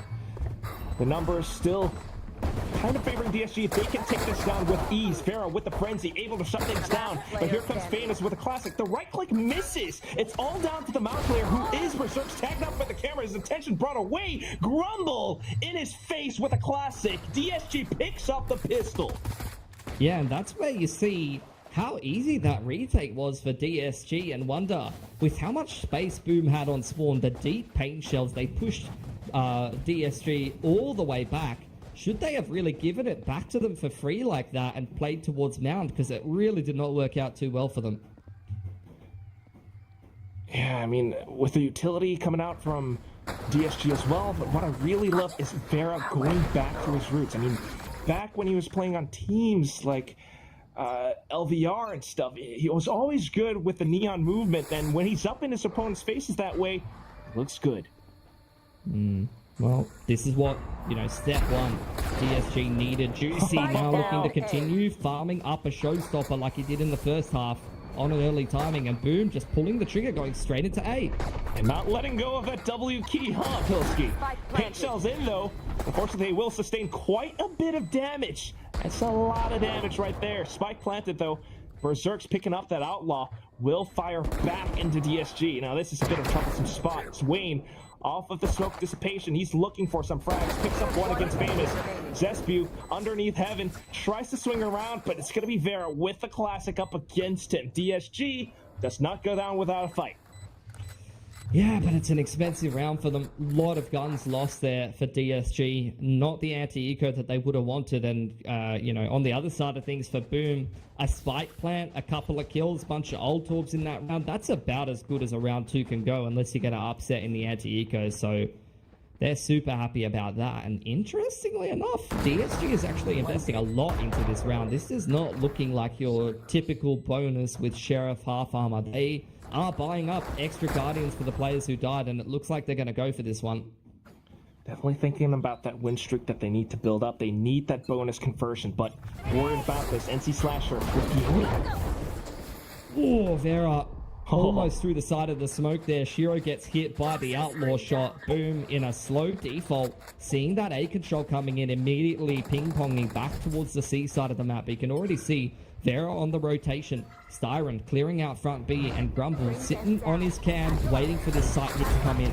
That's crazy. If you were Boom, you're just wondering, Vera was on the other side of the map just a few seconds ago. Now he's here. Picked up the Phantom. Grumble firing off shots as well. Boom has to tuck tail and turn away. I mean, they're just as shook as you are, Quack. They're like, what the hell? There's 3 players on C after they just took Rubble. That is the power of the Neon, but DSG maybe getting a little over-aggressive. Shiro punishing Grumble's peak. Vera thinking about continuing to peek into C-mount on the timing here. These MYSG players known to love to take aim duels. Yeah, they got to stay tucked in now, though. They need to play a little bit more disciplined. One-way smoke coming through. It works out for Vera. Great double in towards Boom. NC Slasher left with a Noden, looking to make it happen. He spots out at least one, but knows that the wallbang spot's a little bit too thin, and he's going to get tagged up. Wayne through the side of Waterfall brings up the bonus conversion for DSG. Yeah, it's a big call to make. It's a huge call to make to not just concede that bonus after dropping a handful of guns to the eco, to invest in it, to buy Outlaws, to buy Guardians, but it works out in spades for DSG. Like you said, they wanted to keep the win streak alive, and they've done just that. They are really paving a path back into this game of Lotus now. This really could be that potential start on the second half. They picked up the Odin. Positionally, still Grumble anchoring down the C site. Yeah, Juicy's got the Odin out. Vera, you saw him on this exact same angle against Revenant yesterday. And they continue to push. Timmy the Turret cops the brunt of it, and Berserk's taking that space front B, but spotted out by the Prowler. So Boom actually gets quite a bit of information off of this. They're kind of sussing out how DSG might position themselves. They know roughly where Vera might be. Of course, you could slip across the map as well. Cam cleared on C long. They've spotted out the trip, but they can't deal with it. You can see the lurk smoke from the attackers clearing out front C and the pressure that the Prowler creates. But in the meanwhile, they just want to go meet up with Shiro, who's lurked all the way up A. We saw him do this in the Nouse game. He won a round or two for Boom, just taking all of this space up behind the Viper wall. And this might be another round where he's taken a lot of space for the team. With that space, though, can Boom convert this into a thrifty? Juicy is a huge obstacle. He's sending blast packs, but fully blinded. It's going to be Shiro that takes him down indeed. The Odin picked up by the guy now. And he's looking for a little bit more. Tries to go up the zip line. He spotted Wayne. And off to the next is going to be Vera. He wants to go for blood. The overdrive popped, but Famous pops a shot into his face as well. Starlet fires right back. Zespew now tucked away. Spotted out by the neural theft. He's only got the Sheriff. He's thinking about counting his shots. Camera into play. And Grumble, he's made it happen before yesterday. He's looking to do it again. Comes in for the burst. Unfortunately, his teammate falls. White wing off to the side. Seems to be a little bit of an overcorrection. So Grumble picks up the round, the defuse for DSG to close in the gap. This is why Grumble was a big pickup for this GSG team out of MYSG. I feel like they kind of just picked and choose the best players to be assembling a bit of a super team out of MYSG to come into Split 2 and take that spot to Ascension. That's exactly what they did, but Grumble and Vera, back-to-back split wins for them, changing orbs, and Grumble plus 30 in his series for Revenant, against Revenant rather, is the highest rated player in this tournament, by the way, heading into this series, and he's showing exactly why. Massive clutch for him to win to avoid the landmine that was losing against the Eco. Now off of that landmine. Oh my goodness, we've got a huge grenade on faces. Wayne able to fire back though with the TP, but Shiro takes him down. See now, things settling. After that exchange over at A main, 5 players in the server dead right off the rip within the first 10 seconds. You often all end up in an awkward game state. Boom really understanding it with the Cypher still alive. That's probably going to be a push somewhere on the map. They're really taking their time, seeing if DSG is going to push for info. Tickling the door now, creeping forward together in tandem, wanting to get themselves into a comfortable afterplant inside of this Viper's pit. Crawler from Star might give them an inkling that DSG are positioned somewhat far away as well, so using the Viper's pit, they will be able to secure the spike plant. Spike planted. Shiro putting that one down. Alarm bot posted over on main side. It's going to be hard to retake through the pit. Eyes there for Styron. I don't know if he can throw that through top side of tree. Turrets down as well though for BME. And that's the question. I mean, how much can that haunt really reveal? At the same time, Boom, they're kind of feeling themselves off to each other. Apparently, Shiro will get taken down by Grumble, so the pit is gone. Styron has his work cut out for him. Bit of that high-low setup, and he has to spray them all. Fortunately, though, Berserk's quick on the trigger finger. He's able to bring Boom up to double digits, ending that win streak of DSG. And that's just Boom closing out a round in the fashion you expect them to. They are that experienced team. They're playing things by the numbers, going for the high-low, doubling up in tree. But even before that, that was a massive opener from Famous, flying out in front of Rubble. But what was impressive about that round for me was just the way that Boom navigated that round in a 3-on-2. They've probably done 100 rounds, hundreds of rounds in practice when they get a man advantage off of that Rubble control, just making sure that they close it in the most high percentage fashion possible. And that's done them wonders to secure double digits now. DSG broke again, but a couple of big guns purchased up here. Grumble's got a hero rifle, and Juicy's got a showstopper in the back pocket as well. And you can see off of those previous rounds, a lot more emphasis towards guarding this Rubble area. DSG. Boom's working their way towards C here. Cam's there for Grumble. You can see one off the lockdown for Berserks. If he can get this orb, then that's going to be at least a way to open up a site or maybe close down the round in the mid-round, but they've actually not felt great about going into C here. They're going to double back, and there's a crossfire over front B. Vera's only got a classic, though, so I don't think you're too concerned for Boom. Yeah, not quite. But the question is, do they check this little corner? If they don't, Vera might be able to take at least one. NC Slasher does his due diligence. We'll check it. The showstopper just zoning the defense back. It's an easy plant down for Boom. And DSG, a bit of a one-dimensional retake in through Heaven and C-Link here. Yeah, the utility revealing how close they are to the mouth of Heaven as well. Boom, very much aware of this. NC Slasher prepped and ready to let it rip. But Grumble, quick Labika, and that's good. But here comes Zesby from right underneath, able to fire back to take down 2. Grumble only good for 1 more, and then Famous brings Boom up to 11. I'm surprised they even got 3 there, to be honest, with 3 players coming out Heaven, 1 player creeping out of the C-Link smoke. That's the kind of retake that you see with 8-link control and a bunch of util dumped on the C-Link choke. It's going to be really hard to crack back into that site, especially with the gun disadvantage for DSG. So give credit where credit's due. They got at least 3, but still it's Boom up 11-7 here. DSG's no doubt making inroads, and they've got the op-out, but they've got very little room for error in this game of Lotus now.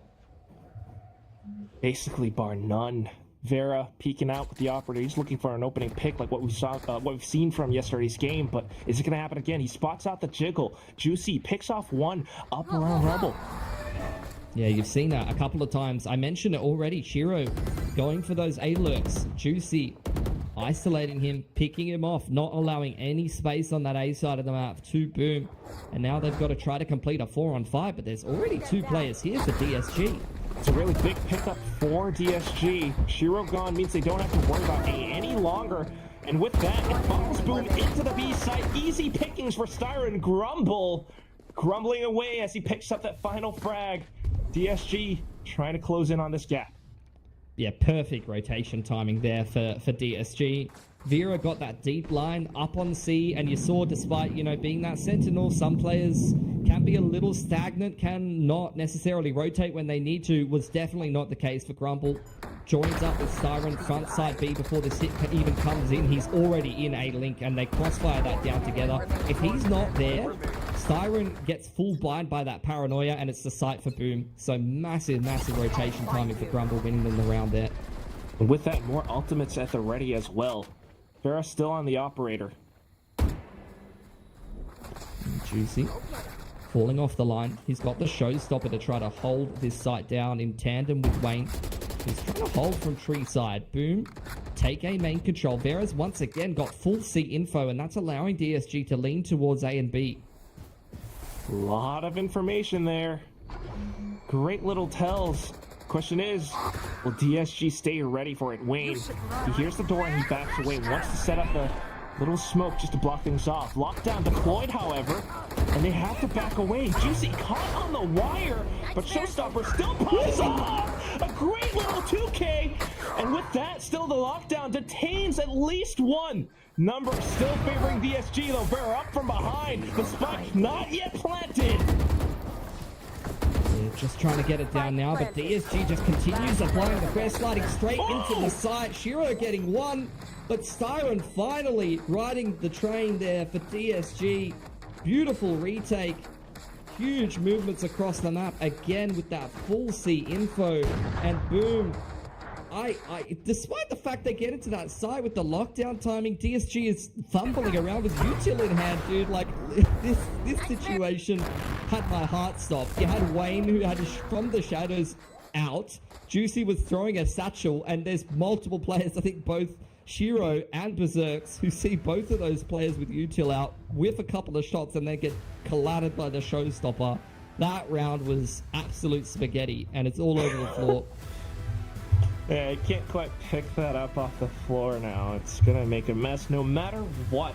And regardless, it still is a win for DSG. Boom, unfortunately, kind of feeling a bit of that trepidation because of the lockdown deploy, because of the showstopper being used as well. Everyone's kind of shaken up from it.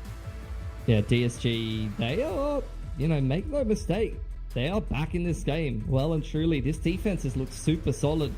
And Boom now feeling a little bit shook, wondering how they want to approach this one. They really need to address the fact that DSG is getting full C info every time. Either they've got a cam or they've got an op posted deep up C, and it's really allowing them to rotate accordingly. I think Boom, it's a big strength of this comp. You need to use that info denial that the double controller uses. You need to use the flexibility that Fade offers you as an initiator to clear the lanes, to re-clear front B, to clear out C mount, to keep the information game honest. Because right now, Boom is not doing a good enough job of that, and they're being punished as a result. Yeah, the economy hurts as well. This could potentially give DSG the lead if Boom are not careful. That's it, though. They're back on the half buy, so this round going to be difficult for them to break through, and it looks like DSG could definitely take double digits here. For now, Prowler in. Yeah, now they're looking to deny that C info. DSG shoving front B.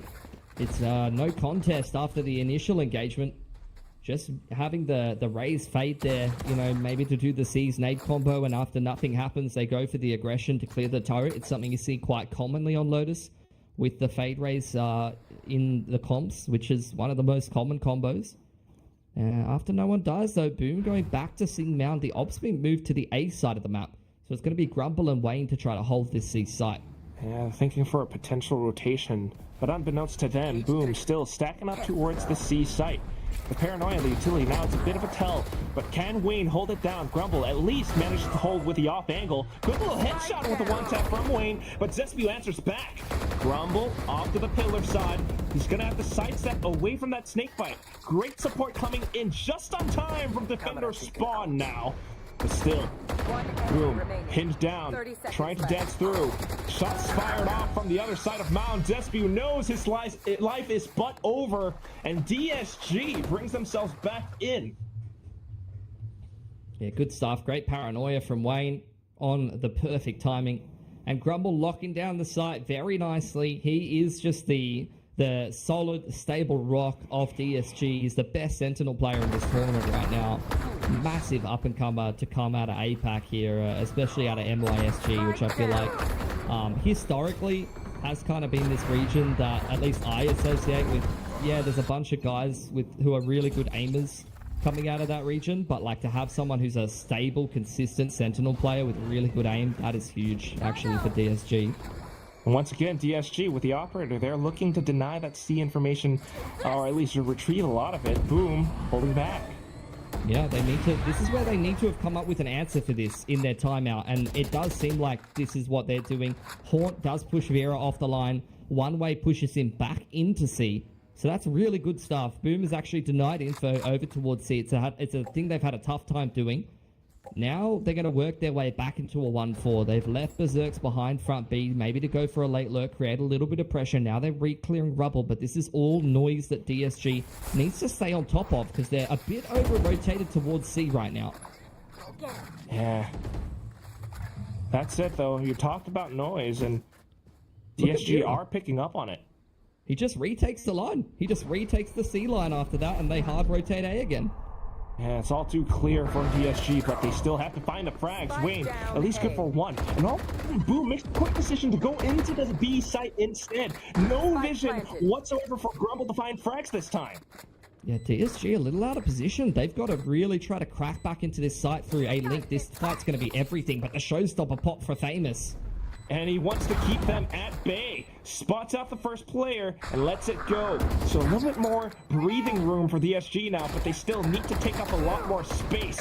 Juicy taken off. Grumble trying to fight back in through. And it's going to be Famous who's down way too low. Berserk's unable to track. And unfortunately, it's still going to be a round handed over to DSG. Another multi-frag from Grumble, dude. Like, this guy is insane. Literally went plus 30 yesterday. First time out of tournament like Ascension, has only come up very recently in the MYSG scene, but I mean, this is insane. For a debut performance at a tournament like Ascension, this guy is worth his weight in gold. Just providing so much value for the team. And Boom, I mean, having had such a great start, seemingly at a loss now. Yeah, back down onto light armors, but a pit and a nightfall. Full A control. It's a set play, though, over on the other side of the map for DSG. They pulled the overdrive, and they're already flanking into Boom's spawn. Boom has no idea unless Grumble picks up on it. I mean, unless Berserks picks up on it. Still, though, pushing straight into the A site now. Famous Berserks, they will find some frags of their own. Spike going down. Viper's Pit available, too. DSG has to retake. Trying to play around the other side tree. Spotted out. Berserk spins around on a swivel. It's going to be Zespew up from the other side, too. A flawless win from Boom all of a sudden to put them up on match point. Match point. Oh, that duel won by Famous was so instrumental, Quack. If Grumble keeps control of spawn side, that round is going to get a lot more difficult, but yeah, unfortunate. DSG, they've had great reads all game long, and you can see what the thought process is from there. I actually like the call that they went for The thing is, Boom has been lacking control of C and C info this whole game, so you'd almost expect Boom to start off with a C default and keep the info game honest, which the set play would counter, but Boom just goes straight towards A and just kicks off the execute there and wins the round. Very unfortunate circumstance. But this time, DSG trying to keep things in for the overtime, Pilski. The Prowler does not spot anything, but Boom sprays away. Yeah, Boom, again, their A info is the name of the game for them. Just brute forcing, establishing control of Rubble every single time, and then deciding where to go from there. This time, Shiro dropped off, Berserk still passive front side of B, and they're going to make their way back towards C. Need to clear this Cypher Cam or feel out whether the Neon's on a deep line here and make sure that DSG does not have too much unfair info, because again, you see what DSG is doing here. Cam's up, they've got 3 on A. Cam gets killed, instant rotate from both Vera and Juicy. And a potential opportunity for Shiro to potentially find a frag from a rotation as well, but no one spotted. Shiro comes back in to rendezvous with his teammates. Boom still has the opportunity to go through the door into the B site, so draws out a smoke from Wayne. Oh, they're going to hit C again. Last round, Grumble couldn't deal with the pressure, being solo on this side of the map towards A. This time, with a trip to work with at C, he needs to stay alive for this retake. He is the top fragger so far for his team. Needs to make it happen. Almost wanted to let off a shot, but now tries to stay tucked away. Keep his position hidden. Able to spray down as the smoke pops up. Famous goes down. Berserk's up on the other side, takes down Styron. DSG trying to go in for the retake now. Vera on the offensive, slides in onto the next. A good little dink, but that's all he gets. Grumble fires right back as well. Now DSG has a little bit more space. Berserk's unfortunately all tucked away. It is going to be an overtime. DSG able to bring things back for the team.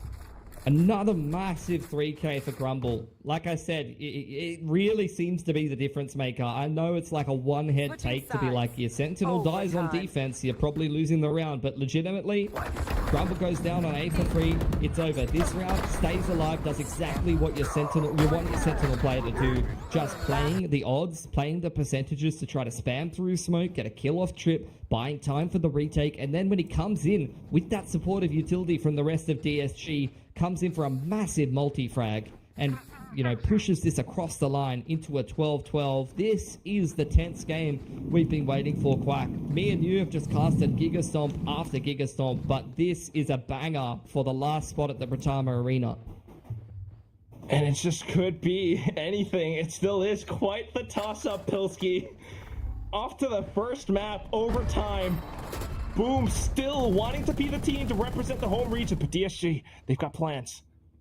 They're just sitting in spawn. Boom has taken full control of A main. DSG clearing front B and going back towards C. Both Cam and Prowler deployed just to be able to clear that. Trip cleared on the A side of the map. And Boom confirming that there's at least one player waiting outside A right now. Just a bit of information. Up around the edges of B. Ferret in with the operator. It's so tense, man. Looking for that pick. Looking to potentially clear the turret. They know Shiro's been close front B a number of times, but it's a standoff. And DSG clearing the eye, making their way back towards C, into Berserks here potentially. It's a lot of potential fights. The 3-stack on the A side from Boom, though, will rotate off. They place the one-way. Juicy was calling in for a bit of support. This is just indecision again from DSG. They didn't know if they wanted to go back and re-clear A. They don't have time, but there's so much util here for Boom. It all comes down to how they explode. Vera with the operator. It's a bit of an interesting choice. Has to play a little bit more of that back line. Grumble going in to check out. B is clear. Maybe catching on some more of the rotations, but the execute comes in. Shiro able to hold it down. The utility, it all goes off. The alarm bots, the alarms are ringing. Grumble starting able to fire it off a little bit. Still 5 seconds. Not quite able to get the spike down, and the round is basically over. Grumble still trying to frag out. SE Slasher will take his life. Boom starts off the overtime with a round win. DSG just did not remedy what went wrong for them on the attacking side of regulation. They did not work the map well enough. They did not clear the utility front side of C, and they, again, with their indecision and their late round panic call into C, backfires against them. You cannot attack into a KJ Viper like this without clearing the util first. It does not work against a good team, against a team of the caliber of Boom. And unfortunately, DSG must once again rely on their defense to keep them alive in this game of Lotus. That's what it all comes down to. Boom. Not looking to explode too quickly. Prowlers exchanged. See now control. I like that Grumble's holding the cam here. Does get cleared, spots 3 or 4 players, so that's great information for DSG. Get the dark cover deployed to front side of C, and yeah, Juicy's got all of this A control, doesn't he? Definitely marking it, to say the least. The only potential weak point would be Styron up around B, but Boom just waiting for the smokes to clear around C. Yeah, gonna go for this execute now, Quack. Prowler's off, Paranoia's in as well. Grumble being tagged up, but just as soon as his vision clears, he takes down Famous. Nanostorm will burn him though, and it's gonna be Shiro continuing to push in. Styron feels the heat and has to back off. The spike onto C. Yeah, open plant, or no, safe plant. Bottom side of the stairs. There's View now on an off angle. A little bit of tickle onto the player default site, but DSG still a little out of position, only now coming in through Waterfall. Slowly creeping up. The one way's to block off, and it invites Berserks in to support his team. Vision spotted, Zespew up on top. Unfortunately, he goes down, but it's going to be NC Slasher in with the Odin. Berserks with the support as well. It's going to be Boom picking up the win on Lotus. 15 to 13, that is it. Huge game from them, winning their opponent's map pick. That is the second time in 2 days that DSG has lost their Lotus in overtime after picking it into a series. That is gotta be frustrating for DSG, and you can see a little bit of frustration there on the faces of them. I really felt like their attack let them down, unfortunately. You know, their defense was fantastic, I think predicated off of the great info plays they were making. Vera was getting a lot of info, Grumble was an absolute rock on the Sentinel, and the rotation timings were beautiful, but their attack was a pretty big liability, and Boom was punishing them heavily.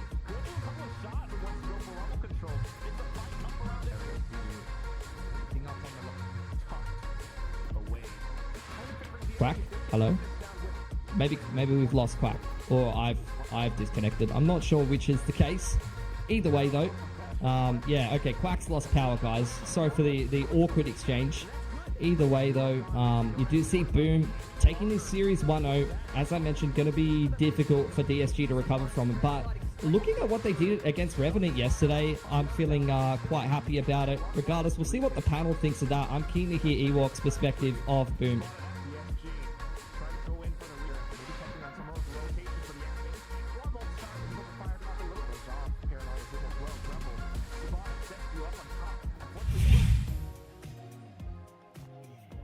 Thank you so much, Pilsky. I think Quack was so upset with the Singaporean team losing, he just left the room. He's catching his breath right now. I know he did predict Boom, but DSG is still a Singaporean squad. No worries, Quack. We do have one Singaporean player playing on Boom. That's Zesby. This was an interesting matchup. Boom ended up taking a DSG's map pick away from them. They played defense perfectly. Both of these teams actually played defense well. I think they lost it. They both dropped the ball once they flipped onto the attack side. DSG, though, I think that really cost them, obviously, starting on that attack side. As Pilsky said, very one-dimensional plays.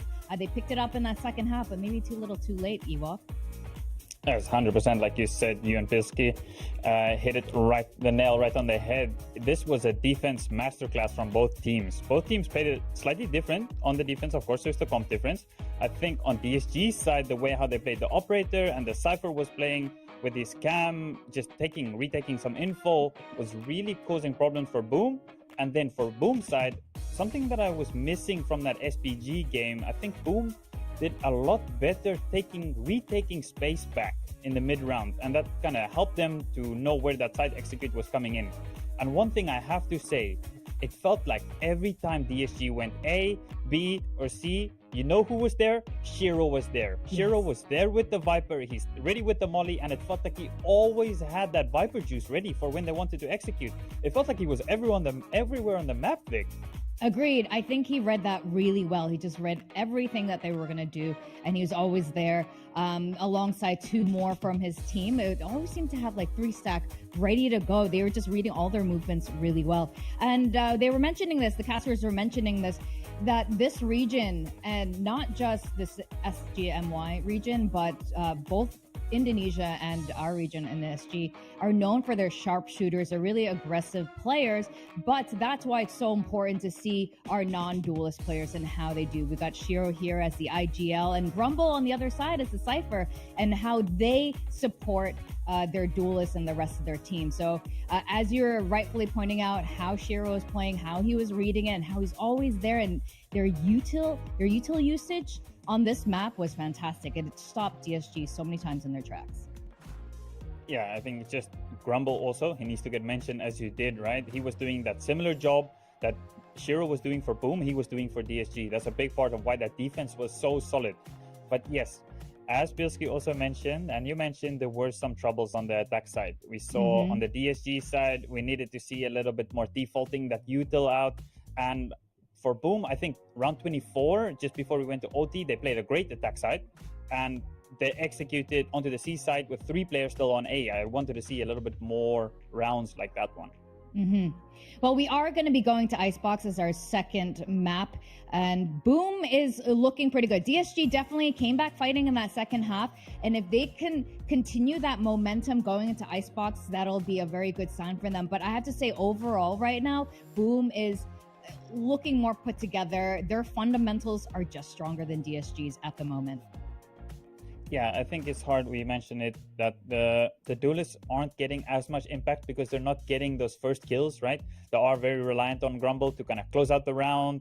So that's a little bit difficult. So maybe on Icebox, a little bit more brawly type of map.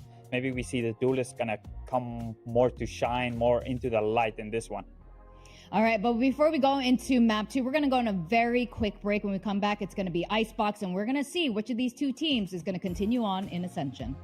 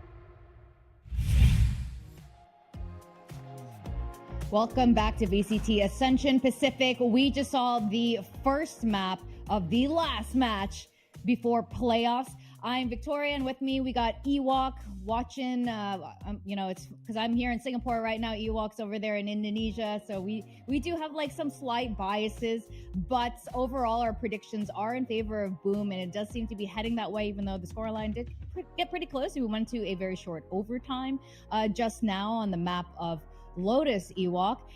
Both those teams are really good on defense, not so much on the attacker side, but we are going to go in Icebox for that second map. What are some of your expectations here? I'm expecting a little bit more of a brawl on this map.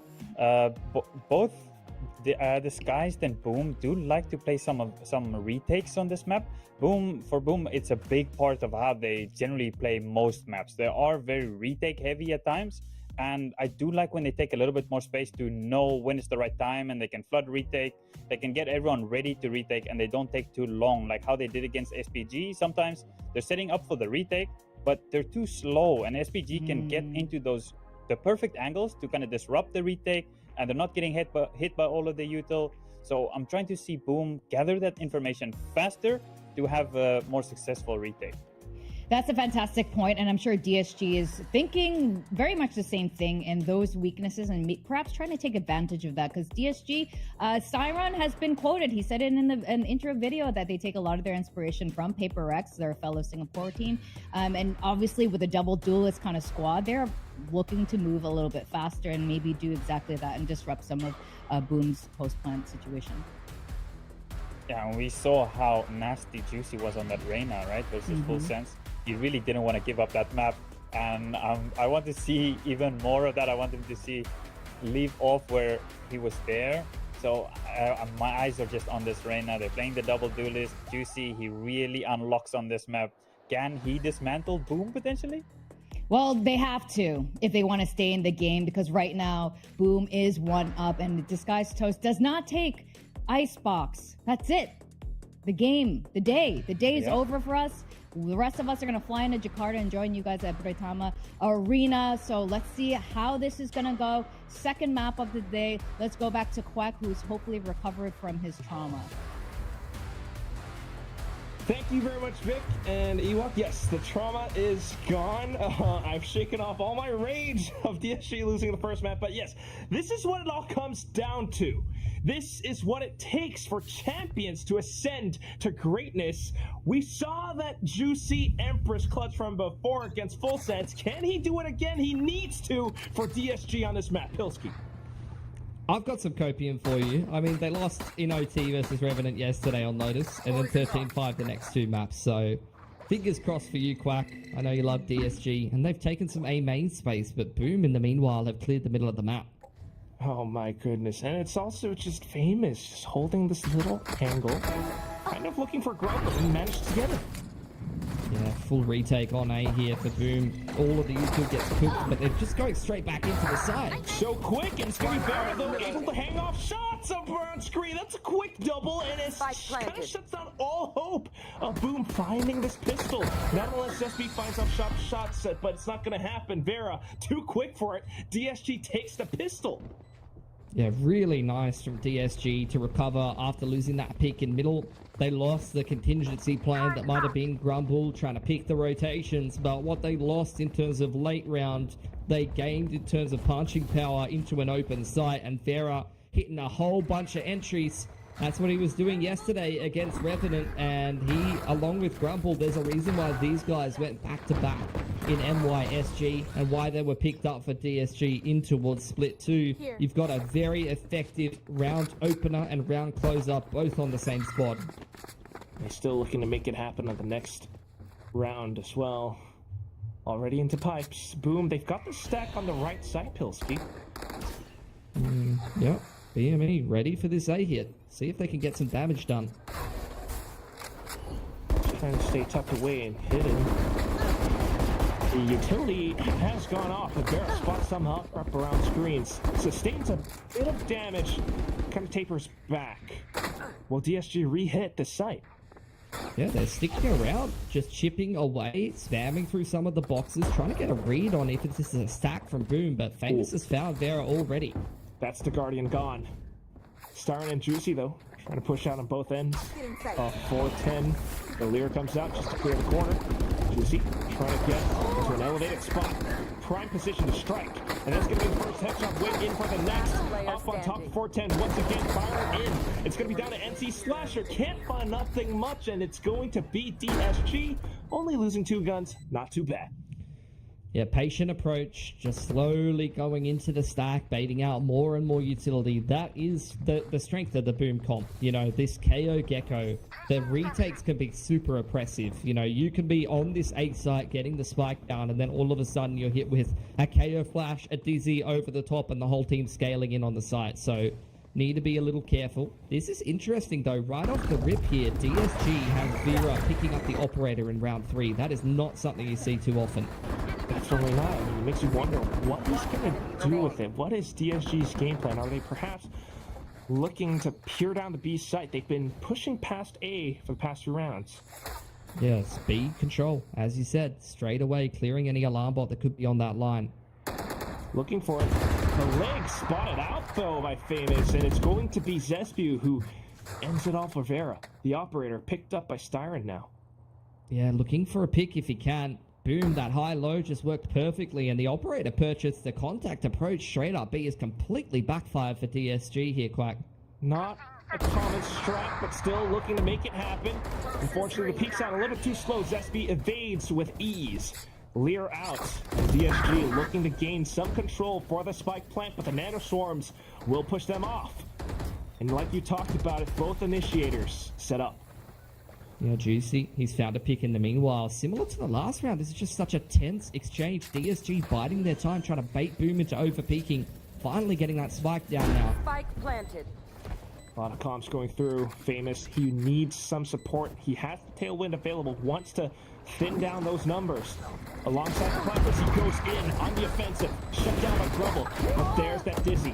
Fortunately hits, but it's still going to be the shots. Unfortunately not quite connecting for Boom. Grumble and Juicy will be able to pick up the frags and convert the bonus for DSG. Yeah, retaining the... I mean, I don't even know, bro. Like, they had so many rifles and an operator into that round. Like, similar to the bonus on the last map, like, they are really heavily investing in these 3rd rounds, and that can be a double-edged sword. You could either get off to a hot start like you've seen here, which, to be fair, they lost that first pick after investing so heavily in something like an operator, but still turned around the 4-on-5 that cleanly. It's been a very, very good result for DSG, but if they lose a round like that after purchasing an op, that would be horrible of a start to Icebox. Especially giving an operator to the defending team, but still, they managed to pick up the win, and they're looking to hold on to their rifles for this next round. And see Slasher spots out a bit. It looks like it's going to be the same round again. It's like slow A main control. Boom, after the A pressure is just stacking this A site, and it just looks like DSG is just going to very flaccidly, you know, work their way slowly into this A site. Flaccidly? Yeah. Yep. Kind of going through. Hey, my vocab's on point, bro. Looking to sneak into the side, if you will. They're gonna make it happen though, but Vera, oh, it's getting a little bit dangerous. Wayne will be able to support him. And off to the other side, Shiro. Just trying to support once again. Up around screens. The utility has been spent, so it all comes down to shots. He spots it up, but unfortunately not quite accurate. It's down to Zespew. But with the Sheriff, it's gonna be clean pickings for DSG. Yep, very, very clean. Again, same round again. Just slowly working their way up A main. Limping into the site there and finally clearing it out. So 4-0 for DSG. And this is where they have the lockdown, they have the Empress, so you could see some kind of a pace change out from DSG. But also I want to see if Boom is going to get the operator, if they're going to get Famous into the game. Because you have to say, Famous was definitely the standout when they were starting to mount a comeback on defense against SPG the other day. Yeah, I mean, he was the one who mounted that comeback, inspired his teammates to do just the same. Although the story still ended with an SPG win. I mean, this is interesting now. Hold up. DSG winning 4 rounds and then calling the timeout? Wanting to keep things rolling. I think this is a momentum timeout. You know, this is the kind of timeout that you take as a coach when you know your team revolves off keeping the momentum going, keeping the ideas flowing, and it's clear that he's got some kind of a read. He might see, for example, that Boom has the Thrash, and whenever they have the Thrash or a retake ult, they're going to play a specific setup. He might see that Famous has money for an operator, and he anticipates them to change up their setup, and he's trying to call a countercall in response to that, keeping in mind that they have the lockdown. So I think for, someone that's experienced, goes back to the early European scene, playing with, tactical legends and masterminds like the likes of Gob B and some of these blokes in the German scene. I'm keen to see what Alex has come up with here. Yeah, let's take a gander as to what that just could be. Boom, though, of course, through this timeout, they get to communicate with their team as well. Coach Meow trying to find ways to turn things around. This is not the start they would have wanted on their own map pick. So pulling out their own operator, Shearer with Thrash, and like you mentioned, some of the other ultimates coming online soon. Boom are actually taking a lot more forward space. Yeah, up on the pipes line. This is how you want to play this comp. Viper, KJ over on the B side of the map, and then you get the operator and both of the initiators fighting A. And also Shiro now having to do quite a bit of work. He goes in for a different burst. Oh, Vera with an collateral up from the top of Nest. He makes it happen. Now looking for a bit more. The toxic screen up just in time. Zespew needs to keep his teammate alive. Famous goes in for the angel, gets punished for it. Lockdown in play. Such a weird round. Lockdown goes down to create more space. Vera hopping up on top of Jen. This is such a strong position. Spike getting dropped on in. DSG trying to plant that nice and open and get themselves into a comfortable post plant here. Still, they gotta deal with this operator Pilsky. Vera quick flicks back into it. Lakestorm not quite connecting for the ace, but still, DSG picks up the win. And conversed from what we had from the previous map pick, it's gonna be DSG with the win streak now. 100%, dude. And I don't even know if that was anything to do with the timeout. That round was going horrifically for them. You could have talked about playing around the operator, doing this, that, or the other, but they lost 2 picks to Famous just dry walking into his line instead of droning him off the line, and then Vera absolutely explodes in the server. That collateral changed the trajectory of that round, and understanding that Famous wants to re-aggress in that 3-on-3, knowing that the KJ and the Viper are the players alive on the other side of the map. And DSG just goes, hey man, this A site is free as hell. Let's go again. Some might say. I almost said something else. Let's just hit it again. And Boom go, hey man, let's just stack the A side again. They're only going A, so good luck casting this one, Quack. All right, here we go. It's gonna be Famous. He takes pot shot. Unfortunately, it's still Vera very much so alive. He legs Famous down 5 HP, in fact. And then Wait. DSG wants to change their plans. Crazy thought, Quack. What's up, Pilsky? But just think about it for a second. There is another side on this map. What? What are you talking about? Where? Middle, there's B. Huh? If you start A, you can rotate. It's I have no crazy, idea what you're I know. about. But you could 100% go back to B here as DSG. Are you telling me that there's other parts of the map? Not just this one little... And you know what DSG does on those parts of the map? They drone fake B when there's no one there to hear it, and then go back to A, hoping that's pull to rotate. Boom is forcing their way through A main here with the Dizzy. They've re-cleared A, and now they're rotating. This is so weird. This map is so weird. Quack, make it stop. All jokes aside, of course, we can see everything. DSG, on the other hand, they don't quite have that much information. That said, now that Siren has planted his boots firmly down on the B side, he can call it clear to his team. But DSG wants to farm out the frags. Spotted out Shiro. Spotted out Zespew, but still, the frags going their way. DSG will be able to put forth the momentum on the site, and pulling out the blade for the knife kill. It might be weird sometimes, but DSG making it look fun and frantic. You can't knife the Viper inside of his own pit. That's disrespectful. That's not customary. You have to be polite in these circumstances. DSG. I'll tell you what pattern I'm recognizing right now. I'm recognizing the pattern of losing your map pick in OT and then getting real angry and, coming back in and absolutely dominating the exact same thing they did yesterday. Oh my god. The fact that it just happened, but Look, Pilsky, it still is going to be a bit of a reset now for both sides. Boom. These are some heavy losses, but reinvesting into the round. You got Famous in with the operator. You do. Boom are going to take their own timeout. Standout both on their defense against SPG the other day and in these last couple of rounds has been Famous. But that's where you got to ask the question, like, where the hell is the rest of Boom? Because they were kind of getting slapped on the opposite side of this map against SPG, which has me a little bit worried that they picked this map into this series. And in the half that they had more success on the defense, DSG is just dominating them by just going dry into A. You know, you can say this or that. You can say what you like about playing double duelists, not having enough util to play the mid to late round or do these fancy schmancy plays. Well, if I just walk into A and win the round every time with double duelists, then what then, bro? Yeah, that's the thing. I mean, it's almost the same thing against SPG just a few days ago. But that was with Dampy on the Vandal, not an operator. Boom. That's a good timeout from Coach Meow, and we hope to see something different. If stacked up towards A. Yeah, I'm waiting for DSG to, get the lurks active, to take A main control, and then not go A. But again, this is just so weird. Famous is on the B long info line. Boom is stacked behind A off the rip, ready to just rip a KO Gecko retake for the ages. Styron spots out that Famous is on that line, so this should be a read. He's going to drone the jet off of the line if he can.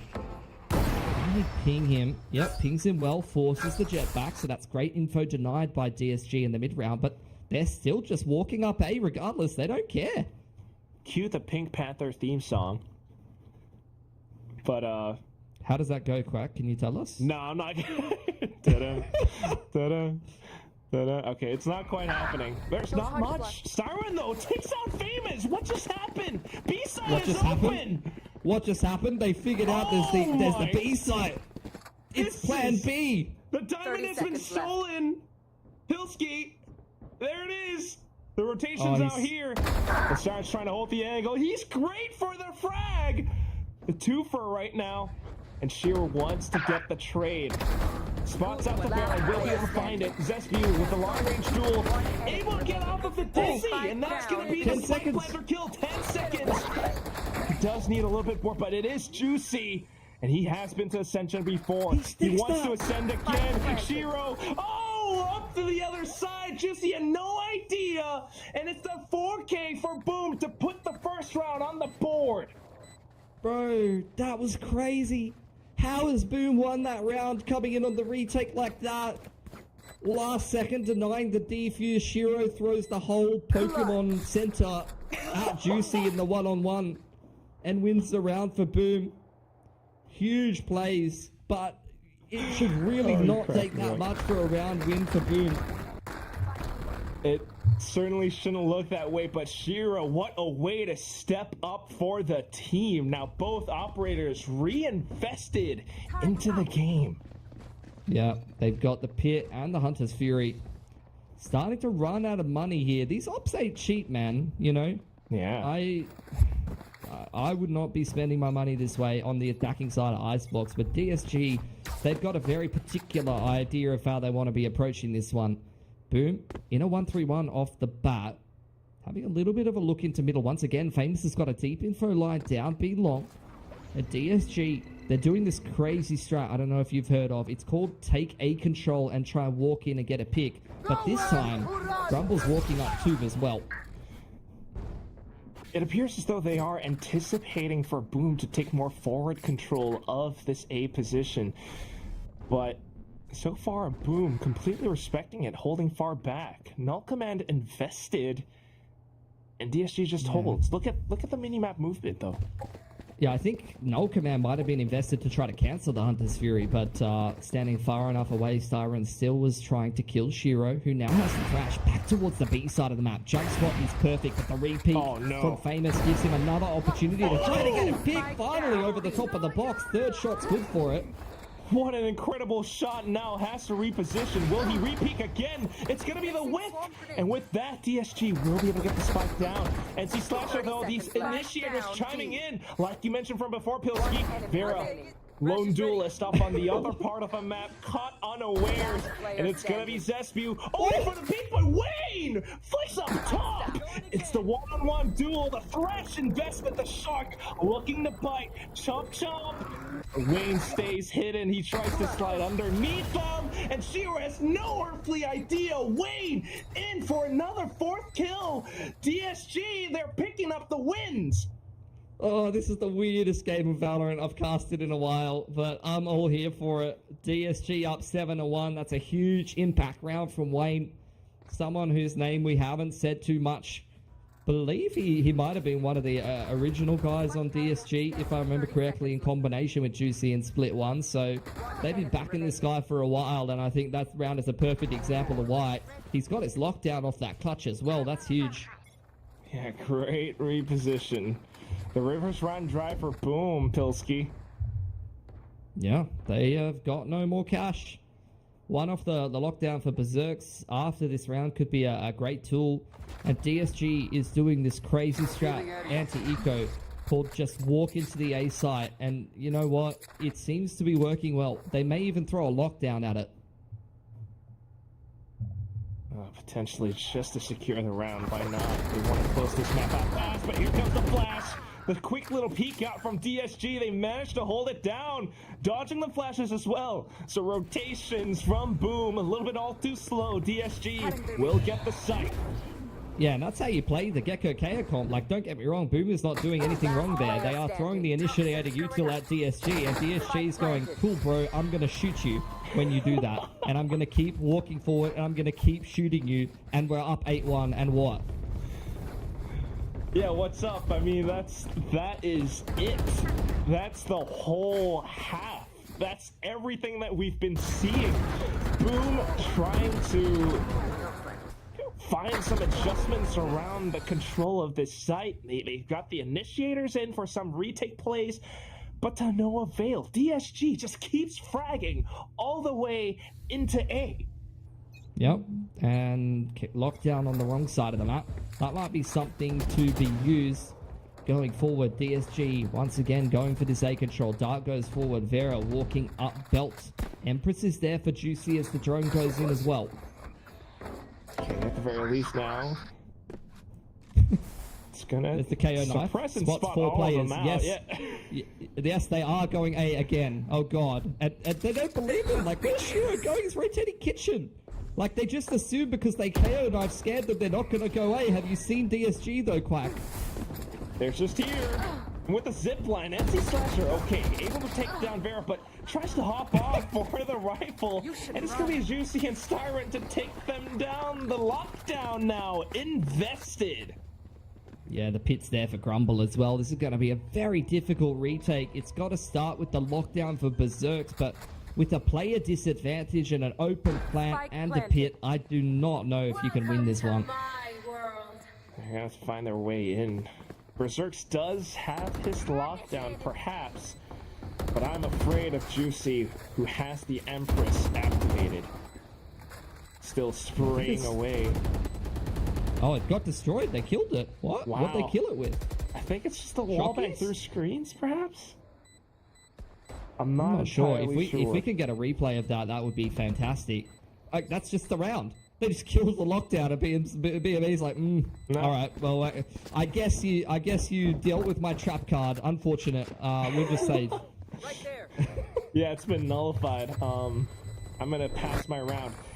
It is actually not a bad strategy, though, I mean, Boom has to save, of course, but DSG continuously running down A this way, it works out for them. I mean, if you play rock, paper, scissors, your opponent's at some point gonna keep thinking, but if I change, then they're gonna go the other side. That's the perfect analogy. You've just done the perfect analogy, because Boom has scanned 4 players with a KO knife, and Shiro's seen that, and he said, I'm going to rotate kitchen, because any team that plays normally is going to rotate off of A when we know there's 4 there, because they're anticipating us to stack it. DSG just doesn't care, though. They just go A. That's all they know. They can do that because they got this many rounds, Pilsky. Boom, desperately trying to switch up positions. Look at Famous. Yeah, up on top of Nest. Oh, he's trying to get the open up. He hears Juicy at the very least. Will they anticipate and spot him out? Not quite. The Dizzy supports him. Blade Storm will be popped. But here comes Vera. Looking for a head. Still famous. Oh, he hopped up, hovered, and got shut down. Vera with the wall length shot onto NC Slasher. This time, though, Shiro has to come up huge. His teammates with slow rotations over. Wayne takes him down. Berserk's needing to stay alive long enough for Zespew to find some action. Doesn't have the utility. Turret on the other side. The flank at least good for now. Isolating the angle, he takes down Grumble in front of 2-2. Zespew threading the needle, takes down Styron. Wayne has to do it all. He's got quite a bit of time, but the spike not on him. And he wants to pick up it and go in to retrieve it. Berserks will spot his back, the bullet in through. Boom picks up the second win in round 11. Yeah, those are the first 2 kills of the game for Berserks to win the round there for Boom. Finally getting involved in the action. So that's good stuff from him. Like I said before, the Gecko KO, that's how you want to fight for A main. You want the Jet forward. He takes the first duel, and as soon as he takes contact, you get that supportive util. That time it was the Dizzy up over the top to help him get out and potentially create more opportunities off the back of the KO flash. So nicely worked for Boom. Wow. Last round and a half now, and DSG once again 4 stacked towards A. Styron being spotted over towards Garage. Just really trying to get that information, or at least some kind of a pick. I mean, this is intentional for DSG. This is them. They're recognizing the comp that they're playing. This is the slowest you're ever going to see double duelists play attack. Just buying and holding angles, because they know that Gecko KO, this is what you do. You see Shiro doing it. He's trying to gather info with the Dizzy. You get the KO flashes on the timing. It's crazy as well that Styron's hard lurking on the Sova, trying to put pressure on B while DSG creeps up. Like, this is a very weird game style, but it's working perfectly. Could happen, though. Still the slow approach. Shiro with the Dizzy, trying to catch him off guard. He's able to find at least one, spots another up by the top. Berserk's catching on to another as well. Wingman now sent in just to keep them at bay. Juicy creeping up on the line. Shiro takes a lot of damage over on Jen's side, trying to keep himself alive. Deals with the nano beautifully, so he's still alive and kicking, and Boom are right behind him. Yeah, everyone's here for the party. Juicy's got all the utility, though. He just goes in for the dry peek, takes down Shiro. Zespew spots out Wayne, able to get the shot. Berserks now back to a 2-on-1. Juicy needs to land every hit to and he does! The triple and the round, and that's gonna be DSG! Switching sides. That is just ice cold from Juicy. Spike dropped after his teammate dies. Boom recognizes that, and they walk towards right side, expecting him to pick up the spike and tap it so that they can double peek. What does Juicy do, Quack? He doesn't go for the spike. He says, I'm gonna go kill these fools, and just lines up an easy double. That is crazy. Absolute Giga Chad. Brings this first half to a 10-2 scoreline. If DSG picks up this pistol win, this could be over. Yeah, 100%. Like, after the last map as well, I think that's what DSG need. Like, honestly, Quack, DSG sometimes just needs to kick up the ass. Like, they just need to lose their map pick in OT, get them frustrated, get them mad, get them focused, and then come into the next map full force. I can't believe that half. That's one of the weirdest halves of Valorant. That is, that I've watched in a long time. That is DSG just... They had a one game plan, and they stuck to it for the whole half, and then they 10-2, boom. They just went and hit the same site the entire half, and they won 10-2. Like that, I just don't have words for that. I don't know. That's going to feel so weird to play against this Boom. It's peak mind games, Pilsky. You don't get it. It is. It's peak mind games. No, I don't, and I respect it. I respect it so heavily. They are living rent-free in Boom's minds. I feel like that's what it is right now. And with this little half-time, they got They're doing the opposite of what Boom expects ever. Like, even Juicy with that clutch. You think he's going to go pick up the spike. He's like, no, I'm running at you. I'm walking at you and taking the 1-on-2. Like, they could just never get the right read on DSG right now. I mean, it's still just on to this next half. perhaps Boom will be the ones to get flip the table on them. It is going to be such a long journey ahead of them, though, Pilski. It is, but they figured out already what the most viable strat is on this map, which is going A. Siren's there. You can see DSG there expecting the low percentage strat right now. They've got the double duelist set up over on B long. That was a nice little shock. Almost copped a handful of damage. Dizzy goes up over the top. That's a little bit of an info cue. But Siren quite happy to play retake and let Boom take the site. We'll see if he can get any damage done before they get there. He's had some nicely placed shocks, but just not quite the right timings. Yeah, tough to read on those. But Boom will execute off of it into the site. Tailwinds through. They've got it completely surrounded now. Trying to hold for some of the positions. They're playing nice and deep. Look at this massive setup towards screen. Berserk spots out the flank though, Quack. Oh, but he's going to be careful. Can't quite go in for these aim duels too eagerly. You don't want to give your opponents the numbers too quickly. Not to the other side, just waiting for the timing of the push. Shiro able to start things off, but off to the flank watch. Unfortunately, Berserk with the Sheriff falls. It's all down to Zesbu. He hears the tailwind. Knows they are right around the corner. His teammates kind of falling off apart. It's all down to Famous now. He's done his job, taking down the initial players on the site. Juicy run out of time, trying to look for the final frag, and he will be able to claim it for the Empress, but still, Pistol gets picked up by Boom. Yeah, just had too much time off the clock at the end of the day there. DSG took too long to get active on B long. They expected a long kind of drawn out affair from Boom. Didn't respect the fact that the Dizzy had come through A main. The flank took too long to get involved and they couldn't quite come through screens on the right timing, unfortunately, for DSG. You can see as well, really nice cycling of the wall there from Zesbu. That's something that doesn't get talked about enough. As soon as DSG puts up their Viper wall, you could see the front site setup that they were playing on site. As soon as the Viper wall goes up for DSG, Zesbu puts his own wall up and they fight in front of it. Yeah. That makes it really hard to attempt that retake. Credit to Zesbu for being able to hold the door. The back door now just not letting DSG for that retake, but now a lot of forward pressure from DSG. Maybe finally spotted out by the turret. The Berserks will be able to hold it down. They're in with the classic shot. Now both angles being held up. T-Slash are trying to flick back and forth. Able to get down at least two. Styron, though, able to pick up the rifle. Onto the 2-on-3. Yeah, Grumble's got a Sheriff as well. This could get messy. Boom is wrapped all the way backside of Kitchen and they're planting for Snowman.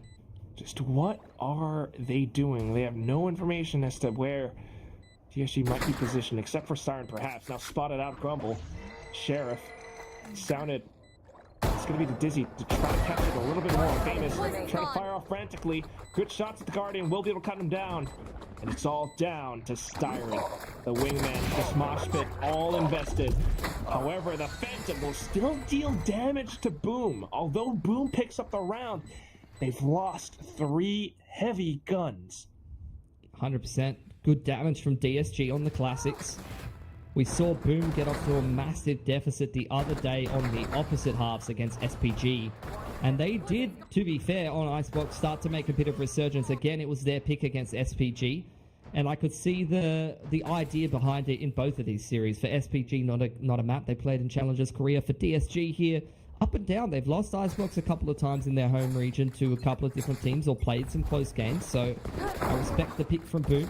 They're going to have to deal with this fast mid to B though. And you can see Wayne wasn't quite ready for that timing. Still able to come out unscathed. It's down to this operator again from Varen. He's holding down the line. Ready to punch in that time card. Here's the Dizzy. And there the shot fired off. Pink missed. And immediately tailwinds away. It's just perfect positioning against the Gecko. Just avoiding the Dizzy, and he's going in for more, I think. Maybe just going to play from yellow. No KO knife to push him off the line or verify whether he's playing from there. So Boom have to bide their time. Really fantastic angles. And now this little high-low setup, it's a little bit risky because the right-placed shot could be a collateral. And Vera's looking in for it again. Always the weird angles with this one. And he will be able to catch on to Zesbu. Look at Famous on the other side of the map, though. He's all the way up screens here. They were kind of ready for it, but he still finds Styron. Good, a little bit snappy. But he still has so many players right up around him. I think Juicy spotted him out. 30 Ping on the seconds map. Wayne, he hears the footsteps. Caught by Famous. And Famous comes back in. Cloudburst, but Juicy takes him down. Boom, trying to get on the A site now, trying to scramble up through main. KO knife dealt with by Juicy, so they don't know if the site is clear, and they're losing players getting onto it. That's huge from Juicy. Big 3K just to right the ship, just to be able to deal with Famous, who's starting to come alive in that round, to give Boom a hope, and he's catching multiple players on the cross. That's just perfect positioning on the Reyna. 21-6, Quack. What a huge performance. You know, we talk about this man being a player who's already won Ascension, trying to go back-to-back here, facing elimination point. He's coming up with the goods. He really is the beacon for DSG right now. The positioning of it, like you mentioned, and just providing the information to his team. Still, it's going to be the snipers being invested in from DSG. Outlaw from Styron. Juicy trying to spot for information as well. Yeah, it's a half buy for Boom. See them tentatively working their way in through A main here. You always got to be wary when you're playing against double duelists that you're going to lose a pick making your way through the map. Just being trying to be careful about it, though. Boom. They're in a bit of a precarious position. And this is a lot of information for DSG as well, hearing the Dizzy being picked up. Yeah, you can hear the footsteps away from Shiro, making his way back towards B. That's going to be the wall going up. It's some Gecko utility on the B side of the map, which is pulling the rotation back from Styron. And similar to Lotus as well, I mean, it's Vera with this operator locking down the extremity of the map. Boom has no solution, at least not yet.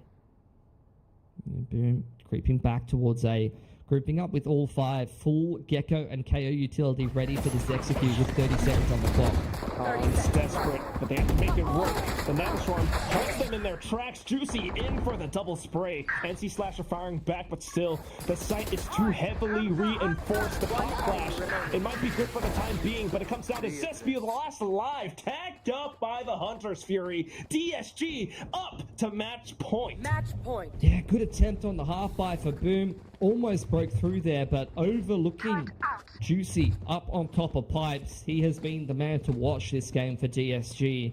It is the ultimate one-head statement, but if you're going to pick Reyna on Icebox, you better frag, and he's definitely fragging. The timeout at the 11th hour. Juicy fragging off of his mind. The team controlling the map and providing the support with the ultimates, with the utility as well. This could be it. This could close out the map. Yeah, push us through to 3. Be a very tense state of affairs for the last team to secure their spot to play in the arena in Jakarta. Boom, despite a really hard-fought win on map 1, feeling like they're letting this opportunity slip away from them a little bit. They're going to take a time out. You know, it's a round where they have a bunch of ultimates coming into it. They've got the Thrash to create some opportunities for them, but this is a game that's not been going particularly well for them, so they need to make sure they screw their heads on straight, because it's going to be a lot of rounds needed in a row to come back into this one, and they're already showing some worrying signs. Overlooking Juicy on top of pipes is a perfect example of it. All it's going to take is one more slip up like that, and this game's over. Certainly. And for the team that is representing, I mean, the Indonesian region, the event being held in Jakarta, they can't afford slip-ups like that. Not right now. So maybe a good time up for them just to catch their breath a little. They have some ultimates to work with. Let's see what they've got. Look at this setup on B-Long. It's a bait setup. Vera fighting the line with an operator, and Juicy playing from B-Long. You've got to make sure you check this Reyna in the corner. Can they make it happen, though? The toxic screen. The Dizzy that pushes Vera back at the very least, but still Zespio takes damage. And it's going to be Berserks and NC Slasher able to push forward with the onslaught. Wayne from long range trying to fire back. Famous gets taken down. Berserks with the operator, though. He whiffs. And that's painful. A 2-on-2. The Thrash Thinking about investing it, but it's long range. Long range is being held by DSG, Pilski. It's, yeah, zoning the back. They've got 3 flashes to work with and a massive detain onto Wayne at Snowman. It's just Grumble to come in for this 1-on-2 retake now. Oh. It's just buying time too, Grumble. He will be able to sneak up front. Good little flash too as well. NC Slasher has more utility. The Dizzy in as well. A little position spotted out. Good headshot from Chiro. And he's in for the next, but Wayne shuts him down. Still looking for the timing of things. It's going to be NC Slasher playing for the spike. He will be able to get it. The spike goes boom. Boom up to 5-round wins. Yeah, beautiful post plant there. They cracked through the double duelist setup on B-Long really nicely. You got to give credit where credit's due. I was getting very concerned that Vera got that first kill, but they hard check Juicy with the Thrash, making sure to clear all those angles. You never want to be seeing, you know, the drone, the dog, the Thrash, you're scaling past a duelist, not checking the extra corner, and then lose multiple players as a result of it. Those can be very tilting rounds, but Boom keeping their heads screwed on straight. Really, really nice round on B. A beautiful after plan in the 2-on-2 as well. Down to the next round, looking to capitalize on this momentum. Quick on the draw, Famous. In with the Outlaw, he's looking for a shot. Do they spot out? Juicy up around Nest. Oh, he manages to get away scot-free. Good little shot from Famous, will do it. And that's it. Still 3 sheriffs from DSG. Zerks, though, with the angle, able to take down Wayne after hearing the initial shots. Vera now thinking about the flank, but having to abandon that plan. The spike will continue to tick. Yeah, very difficult post plant for him. Want to see Berserks get this kill if possible, get the lockdown online into the next round, or maybe Shiro for the Thrash. Either one. All ultimates almost online for these remaining Boom players. Zespia will spot it out now. He's 1 away from his Viper's pit. Yeah, they got 3 off a bunch of different ult timings, so orb control going to be something in the back of the mind of DSG in this next coming round. They've got the Empress and the lockdown as well as knives. Op comes out on Vera. They're very close to their own pit as well. And Boom doing similar things to what DSG was doing. Anti-Eco just slowly creeping up on that A side of the map and clearing things out. Using utility to minimize risk, making sure that they're clearing all the angles patiently and maintaining that good spacing. And again, for Boom, they're choosing to go towards this B side of the map off the bat and continuing to try and challenge that operator of Vera. Gotta do it methodically. He has been quite the thorn in the sides of Boom. If they can take him out, that's a lot more space, a lot more freedom. And there it is, Famous, the opening shot. Yeah, beautiful wingman there from Shiro. Just completely throwing Vera off. He thought he had dodged it. Out goes the lockdown and the fake dash. DSG holding the cross here, but they're going to have to forfeit control as the wall goes up. With that, a potential spike plant, but Grumble trying to deny it with a snake bite now. Dizzy tossed up into the air. Wayne has a lockdown of his own. This could be the round for DSG to end it all. And they will look to collect more frags. Juicy up by Kitchen shuts down the flank. And that's going to be Wayne onto another, all down to Famous. Can he put his name up in lights? Can he find the shots with nothing but an operator? Potential Blade Storm as well. The lockdown now invested. The jump peek, he whiffs. Wayne takes the shot, and boom! These guys are toast. Yeah, huge win there on Icebox there to turn the series back around. It's a repeat from yesterday against Revenant from DSG. Losing their map pick and OT in frustrating fashion, and then just collapsing the other team on their own map pick to try to swing the series back to try to complete that reverse sweep. Big stuff from DSG. Wayne in particular, massive game from him on the Killjoy. And there were just so many obstacles for Boom. I mean, especially with how the first half started. Yeah, we're talking about the Killjoy. Wayne, it's a name we haven't seen too much, but he did have some great little moments on this map. But more importantly, I think it's the operators that we have to highlight, Pilski. Yeah, 100%. Great stuff on the ops. In this map, I think Juicy as well as Wayne having really good multi-frag rounds, good clutch rounds on the rifles as well, which kind of tells you just how much depth in this team you have from DSG. They've, assembled a super team of types coming into Stage 2 and coming into Ascension here, and you can see the depth from this series alone. You've had Grumble playing really, really well, as Vera on Lotus, and then here on Icebox, Juicy and Wayne are popping off. Star's just playing that info with Nitroll and try to keep the calls on straight, which when you have a 10-2 attacking half, you can't complain too much about the RGL, can you? And it's definitely one of these things where, you know, Boom is starting to feel the heat. They're starting to feel that pressure mounting on their shoulders. They need to go in for that reset because it's going to be a full-on 3 map for Pilski. Oh boy, it's a map, the next one, Bind, where operators can sing as well. So a lot to think about. Yeah, 100%. I'm keen to see what happens. You saw DSG spank Revenant on this map yesterday, so I think they're feeling confident on it, but Boom definitely don't want to lose that spot in their home arena. Oh, no way. For now, though, it's going to be back to Vic and Ewok to tell us. I mean, DSG doing so much. Yep, they are double duelisting and doing it really well. Vera back on the op, and Vera on the op is a very scary thing if you do not know how to counter that.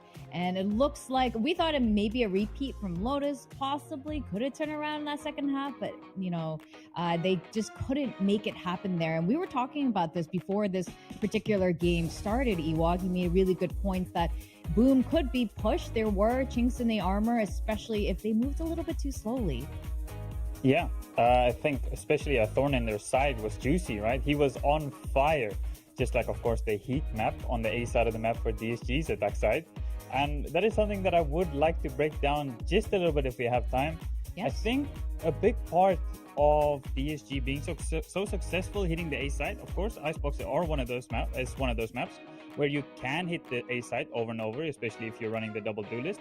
But I do think the way how they take the A main is really nicely coordinated. They're throwing the jet smoke to pipes. They're shooting the Sova Recon in combo with that. And then Juicy's always ready with the Reyna Lear to counter it. Sometimes we also have the operator ready to counter some aggression. And Boom didn't really have an answer for it. I think a big part of it is that Sheldon or NC Slasher, he really needs to be ready with that KO knife, and sometimes he needs to hold on to it a little bit longer and hold it once the execute is going to come in, not necessarily for info, because you saw DSG didn't care if they get hit by the knife. They're just going to hit A anyway. No, that's exactly right. And at some point, you could start seeing it near the end of that second half. They started hesitating. They started dying to really angles they shouldn't have been dying to, as they got worried going further into the rounds. And we talk about this all the time because it matters so much when it comes to VCT, when it comes to competitive Valorant. Getting that mental on and keeping things chill in check when things are getting heated is so important. Otherwise, it just slips out of your fingers and it's really hard to come back after that. Now, we are going to go on a really quick break. When we come back, we're going to go to the last and final map of this particular series, and then after that we're going to find out who the fourth team is for the playoffs. So guys, don't go away.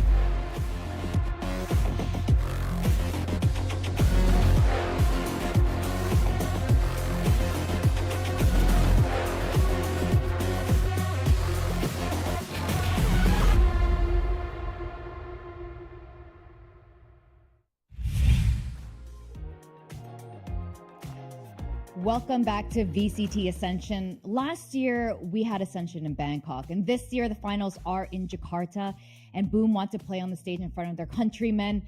But DSG put their double duelist comp to its full potential, rocking Boom's faith on Icebox. I mean, the question is on the very last map of today, can Boom bring it back on Bind, Ewok? So I tend to be a little bit worried for Boom right now on Bind. They did first face Bennett versus SBG, and I'm not sure because of that how confident they're feeling on the Bind, versus on the other side you have DSG that just had such a dominant display yesterday, winning 13-5 versus Revenant. Right, we saw DSG do this yesterday. They lose an OT on Lotus. Is this script going to repeat? Win the next two maps back to back. Are we going to see that again, Vic? I don't know what we're going to see, but I know right now, how confident are you with your predictions at this moment? Because right now, most of us did predict for Boom to win this. All of us except Dax, apparently, had predicted this. So how are you feeling now? To be honest, our predictions might be completely in shambles. I will stand with Boom, though, to be fair, and I will support these guys, but I have to give the credit. DSG is looking mighty strong, and all the momentum's on their side for this Bind map. Definitely. They're looking really good, really comfortable right now going into this final map. DSG, this is going to be a huge win for them if they end up this far in Ascension. Boom sticking to the good old Asian comp, the old reliable. Both of these teams, though, aren't too shabby on Bind. Yeah, for sure, right? I do think there's a little bit more momentum for DSG on Bind. I think they might be a little bit more confident on the map, because you can see that double duelist comp, especially with the Yoru, it just feels like he's everywhere on the map having TPs. The map has its own TPs. It just feels like there's so much pressure all over you. And I am a little bit tentative to see what is going to happen to Boom's playstyle if there's so much pressure being put on them by DSG. Yeah, that's right. You pointed that out during before map 2 started, and if that same issue comes up again, this could be a disguised win. That said, I'm with you. It would be really nice to see Boom play on home soil for the finals weekend, but let's see how this goes, because you know what? I do like Singapore teams as well. All right, let's go over to our casters. We got Quack and Pilsky to take us through the very last map of today. Thank you very much, Vic and Ewok. Yes, we do like our Singapore teams, but we also do want to see the possibility of Boom representing the home crowd in the home arena. It all comes down to this map. Pressure has been the theme throughout this entire series. Pressure is also how diamonds can be formed. Pilsky, take it away. I mean, you're already going to get a swing over in bathrooms, and that is going to be both the Boom players hitting the deck right off the bat. So that is a rough start to the pistol. One way's up there for DSG.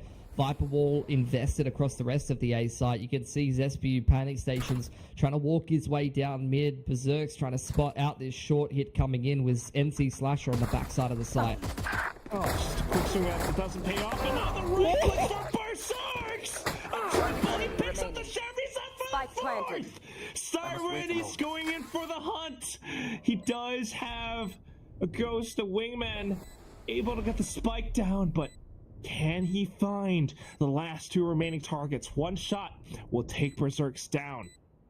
He's got a dizzy. Very winnable from triple here. Still trying to stay tucked away. Sparks out Zespu. Manages to take down Berserks. And like you mentioned, it's doable. He needs the headshot though. He's getting wall banged. Oh! Zespu going in for the stick.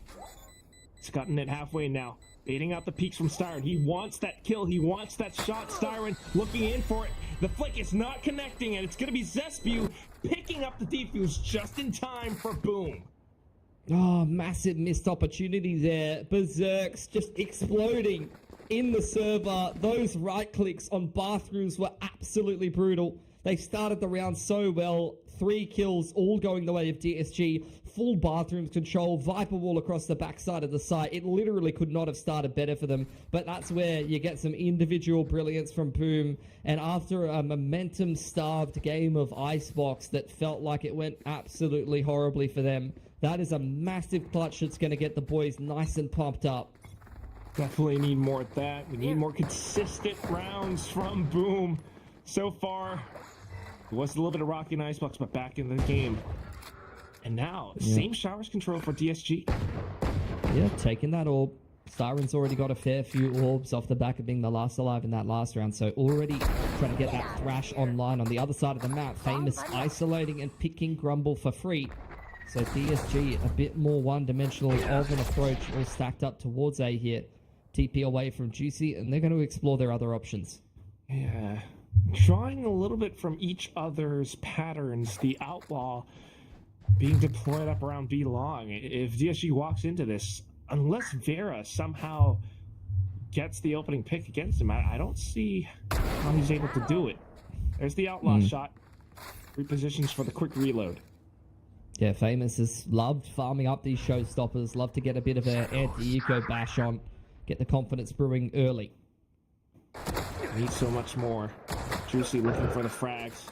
Sheriff shot's not quite landing perfectly, 30 though. seconds left. Zespy will get the recovery from his teammates. Smoke's blocking it off as well. Again, just trying to creep up on the line with a Marshall. This time, Wayne punishing Famous, finally taking that Outlaw out of his hands.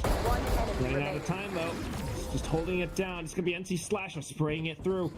And with that, Boom will end it. They did not lose all too much this round. Yeah, just a Spectre and a couple sets of armor. Not a big deal for Boom. Getting themselves close to some pretty big impact ultimates as well, farming up anti-eco.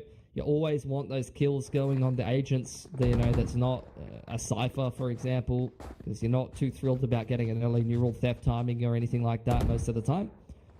DSG, first gun round for them. They are playing the Omen Viper, so a little bit of a different approach. And again, they've got this deep wall across A rather than the standard one. Yeah, not the one where you would use the toxic screen to walk and creep up into the lands. So, very interesting, but still. Starts off with the opening pick up against Famous, the Outlaw. Once again gone. Zespio, though, outside of Hookah, takes a shot up against Wayne. It's just ice cold from Zespio, just walking through the middle of the map after losing that first pick. Evening up the numbers, had a great read there. Anticipating that the active side of the map was A, and that meant that maybe there was a pick to find on the lurker in mid, which was a bit of a misread on this round, honestly. DSG just defaulting across the map and looking for picks, but now starting to consolidate things and group up towards short A to close this round out. Still, though, good little positioning from Boom. I'm not sure if they're aware of this play right now, but it would be a great off angle to hold. You've got Zespy right behind side as well. Yeah, this is a really good setup for Boom. They've got full bathrooms control here. Wow. Coming in. Paint shells. Keeping them at bay for a little second, but still able to spray away into 30 sight. seconds left. Now looking for a little bit more. Each on the other half. DSG looking to hold it back, but unfortunately overextending a little bit. Vera will get taken down. They're looking to buy time away from the spike defuse, but Boom are able to take the shots in. Spike planted in. And that's going to be DSG trying to hang back. Neural Theft will reveal their positions, and DSG looking to keep themselves away from fire. Siren's one off the Thrash here. Can potentially throw that out, but this is going nightmare stations for DSG. A triple swing here. He's got the Thrash. Desperately pulling in for it, and he doesn't quite get them detained. They will be able to hang back. Still good little bit of damage, but one shot is all it takes, Siren. This is near impossible. Good little wall bang, and he takes the first one down, buying time against it. NC Slasher wants to bait out the peak, but Siren playing the spike to perfection. NC Slasher gets the shot, but does he have time for the defuse? Just in the nick of time, he gets it. Boom, converts the bonus. That was just a positionally perfect clutch from Siren. Crazy. Just the pre-fire, the presence of mind, the movement was absolutely perfect from him. Could not have played it better, but just pulling the trigger on the swing a second too soon. Oh my God, really could not separate those two teams in that round, but Boom finally gets it across the line. And as a result, they'll break the money of DSG and get off to an early lead on the defensive side of Bind here. Huge lead, Pilsky. Wayne, though, in with the Bulldog. DSG looking to pick off some of these players from Boom. Yeah, deep line over towards B long previously. This time Famous posting up on bathrooms, and they've mixed 3 players over towards B. Full control of Hookah for DSG right now with Juicy on the lurk. Juicy needs to land it, but still it's going to be Famous, the outlaw. Way too powerful. This is feeling similar to what we saw on Lotus, isn't it, Quack, where they've got like a 4-1 and DSG are running all the way to the other side of the map and burning a lot of time off the clock, seeming a little indecisive, I should say, on attack. Yeah, not much information, or even then, how do you deal with this outlaw? Famous has been so accurate with it, but Grumple, off of a bit of an odd angle, just able to get a crosshair placed shot on towards him. Now it's going to be Shiro onto site, trying to fend off any oncoming attackers. Still, though, he takes damage, and that's going to be DSG able to fire back. Now, Styron, low HP, same situation as before. He uses Wingman to get the spike down, but little lines of sight. Zespew will be able to capitalize and boom up to 4. It's crazy how close DSG pushes that, though, in that situation. Coming late into the site, attacking the Sentinel side of the map with only Sheriffs running through smokes. They take so many guns away from Boom and put Styron into a winnable situation that he really had no business being in. So fantastic for DSG to bring this down into a 1v1 clutch. It'll take a massive toll on the economy of Boom, and I love this tactical timeout from DSG for multiple reasons. Like I just said, economy quite weak for Boom. There's definitely a window back into this game for DSG. Second, I'd say a little indecisive in that round. We don't want to see them fall back into the patterns on Lotus where they're running back and forth in spawn trying to decide which side to hit. And also, you know, just to be able to stop this momentum for Boom and get them on the right track on attack. Very much so needed. And that's one of these things, we do not want to see past mistakes repeating themselves, but at the same time, you know, what's the solution? They've heard that outlaw. Currently, the economy for Boom, not the greatest, right? Like you mentioned. So it's a great time to really come back in the game this early on. They've got the Yoru, they've got Ver coming in as well. How do they string all of that together? We'll see. I mean, they did dominate yesterday, don't get me wrong, against Revenant, but that was against a very different comp. You know, that was playing the classic kind of double init, fade, double init, double controller, the fade gecko comp that you see with the Rays. This time they're playing against this Gen G comp, and the Cypher definitely changes up the dynamic of how you approach attacking this map for DSG. So they need to make sure they're not, you know, falling into the same patterns that maybe would have worked against a no Senti comp against Revenant. And DSG, early on here, you see both teams very close to a lot of ulti timings, as you often get once you get to about this point in the game. It's the Dizzy and the Guiding Light exchanged on B long, and this is going to be a very tense, drawn-out round. Boom, you see the deep trip in bathrooms and the Sky Smoke to secure control of bathrooms, as well as this hard crossfire across B long. They really want to fight to the extremities here. That's where the teleporter is in place. A lot of control over one little spot. DSG back on the off as well, Quack. Oh, unfortunately, though, it's not going to sound off just yet. Good little flash support coming in from NC Slasher. Or NC Flasher, I should say. But that is going to be a frag now in for Boom. Hate you for that, but the Seekers are coming out, so I can't go in on you too hard. There are other things to talk about.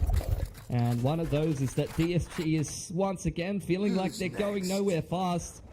Juicy's sending it out bathrooms with the Yoru ultimate, trying to sell a bit of a fake, but I don't know how good of a salesman he's being. I'm not sure what he can really do with this as well. To set up the fake out, but I think he just goes through, so it's a little bit too clear. At the very least, just keeps Boom at A for now. Zesty alongside NC Slasher. They will need to come up huge, but Famous, he goes in a little bit preempted. Showstopper connects, but not the kill. NC Slasher goes in for the angle, though, and picks up the 3K. Flawless for Boom. Oh, this is nightmare stations for DSG, Quack. It's Lotus. I am feeling very worried about them. Full timeout taken into the off on attack. They went straight into the setup, lost the first pick, and from that point in the round looked completely lost. Like there was no real plan of what to do here on attack. The calling is once again falling apart. It's really inconsistent. You know, from Lotus, the attacking side calling was a bit worrying. From Icebox, they went 10-2 attack. Now, again, it looks like their attack is really falling apart, and Juicy's got picked on bathrooms yet again. Oh, no. And that's just the weirdest thing. This is not the performance that Disguised had against Revenant just yesterday on the same map. Different comp, though. Attacking into a completely different comp. Yeah, that's right. Oh, just walking blindly through the Sky Smoke as well. I mean, granted, it is a round where the economy does not favor them, but DSG, surely you want more. Boom, just farming these orbs off of them. Alt points off of them. We're in the footsteps now. It's going to be the wingman trying to stick to plant, but easy pickings for ZSBU as well as NC Slasher. Yeah, I honestly, you know, this game is going swimmingly for Boom, but I feel like, you know, I was hearing what Ewok was throwing down on the desk. I was nodding my head along. I was thinking, I'm very worried about Boom as well. I have to say, like, at tournaments like this, you cannot underestimate the power of a massive play early on in the game, especially in the third map elimination game like this. I really feel like the massive clutch there from Berserks has really fired them up and put them in winning ways, and they're just continuing to run through with that momentum. It really feels that way. I mean, they are confident with some of these plays and trying to retrieve information off of the flashes. Boom is doing such a good job. Pit from ZSBU could be huge here. That goes. Yeah, you see DSG contesting this B side of the map now. It's going to get a little tougher. This is where the dimensional drift from Juicy could have been good, but here comes going to be the Slash instead. Catches ZSBU, just tries to beam hop away into safety. NC Slasher here to provide support. Shoots off the Dizzy though, but now has to flick onto even more. Rumble and Wayne are going to be able to fight back, but Famous up on top of Hookah, fires back, and here comes the Boombot. Wingman will even get the spike down, but still, Boom, they've got some prime positions. It's going to be Shiro going in through elbow. Thrash isn't done with you. Flank from Berserks could be huge, but misses the timing onto Juicy, who will now be able to wrap back in through Hookah as Thrash clears the site. All right, Styron. Trying to hold it back. He wants to stay alive. He needs to stay alive in order for Juicy to spring his trap. Tries to even sell out a bit of a fake, making them think that there are two players up around B long. And there it is. The trap card has been activated. It's all down to Berserk now, and he's running out of time. Juicy! Up top of Hookah. He's going to pick up the first win for DSG. Give credit where credit's due for DSG. I think that that's the approach they need to adopt. You know, they just a bit more of a straight up approach. Stop trying to work the map so much. Stop trying to, you know, ping pong between bathrooms and back to B. They just took a straightforward approach where they trade the ults. They see the pit comes down, they invest the Thrash, they go in with the dimensional drift. Just keep things simple and go in together, and it seems to work a lot better for them. Similar to the success that they found on Icebox, I'm hoping that they're going to crack in with a few more rounds, because that's sometimes all you need on the attacking side of Bind. Oh my god, the showstopper is there. This is a mess. Oh my goodness, and it definitely doesn't pay off somehow. Famous as well as NC Slasher popped up top. They've evaded everything completely. Jizzy up from behind, spotted by Berserks now, and it's going to be down to Wayne. He's been spotted by the Boombot too, and the dog wants a chunk out of him. What he does not know is that ZSBU is right up from behind. Finally hears it at the end, but the judge will be the executioner. And Boom straight back into winning ways there, Quack. Really, really nice reaction. I mean, a very scrappy fight over short A there. Exchange of ultimates, and look, I thought that was going to be the go for DSG, but look at this setup from Boom. They were ready for it. They anticipated right from the get-go, had multiple players stacked up, ready to fight for everything at short A, and they come out a little bit ahead, a little bit on top of that one. And once again, reset DSG's money, and that is the trouble of scraping these rounds together on attack sometimes. You're just kind of living paycheck to paycheck when it comes down to these clutch rounds. Yeah, it's not quite paying off, but what is this? An overly aggressive peek out from Famous, thinking that they were potentially flash or something. It's not going to pay off. It's a free outlaw picked up by Styron. Who's At next? the very least, Shiro does have the orbital strike available, but Juicy going in to retrieve information. Pressure on towards NC Slash. Great little 180 flanks Espew with the frags as well. Shiro picking the last one up. Boom! Are unstoppable. It's continuing to streak away with this game. DSG feels like the wind has been completely taken from their sails. You know, it's felt that way since the start of this game. It's felt like it's hard to be getting into some of these rounds with the double duelist, and you know, it feels like a lot of these rounds they're trying to run through a brick wall to breach into these sites. Boom is well set up to defend. Beautiful flash timings from NC Slasher. SVU, it's just perfect multi-fragging and positioning from him on the Viper. And when your Initiator and Viper anchor on that B site are playing so well in tandem, it's just so hard to get into B. Yeah, near impossible. I mean, Juicy was throwing everything at him, but it still didn't work. And this time, just taking control over Hookah, is it going to be enough? It's been blocked off by the toxic screen. Yeah, but if you commit to this B side of the map, I mean, it's all 5. Boom are just hard committing. 5 stacking with the cam up on short A, seeing nothing. They feel like they've over-rotated a little bit. They don't see anything on B long, so you see the movement back through spawn side, but this is where DSG are starting to make inroads. Surely that rotation's going to come back across, and that's where that reactive orbital strike from Shiro could be huge if he's in position at U-Haul. Currently, Pit still headed towards the B site. Zespew will be able to figure everything out. The snake bite just to try to stall. NC Splasher good for the first frag. Orbital strike, there it is. Definitely buys time and fends him off. Zespew in for the third frag. NC Slasher will be able to close it off. I mean, Boom still picking up rounds like nobody's business. You just can't get it to B right now. Like, NC Slasher and Zespew are dominating the defense on that side of the map. And I feel like every single round I've ever seen on Bind, for the most part, where a team tries to go B against an orbital, just being up in general, it's so hard. Like, a whole portion of the site, if you're jumping out Hookah or you're coming out Garden or anything like that, it's just going to get bombarded by that orbital, and it makes breaching into that site almost impossible, because you got the Viper wall already cutting things up. Orbital's going to, you know, cut off one arm at the push through Hookah or Garden and cut your attacking team in half. And then you're getting the rotation coming in from arrays satcheling out, you know, whether it's the Gecko or Fade init util, in this case the Guiding Light, making everybody else's life difficult. Like, it's just absolutely disgusting to try to attack into that. And, you know, you see the result of that for DSG there. They just get absolutely ripped apart. Yeah, just not quite able to find it. So now it's going to be the timeout called again. Spending it all, trying to figure out what it is that they need to do. Meanwhile, I mean, Boom have done such a good job cycling ultimates, controlling the map. You gotta wonder, how is DSG gonna find their way back into the game, considering that there are only 2 rounds left in this first half? I don't really know, Quack. I mean, I just don't really feel like this. I'm vibing with this attacking side. It just does not feel like they understand how they want to be attacking into this comp. Yes, they had great success against Revenant the other day, but even in MYSG, this has been a map that's been very closely contested, even against their regional competition.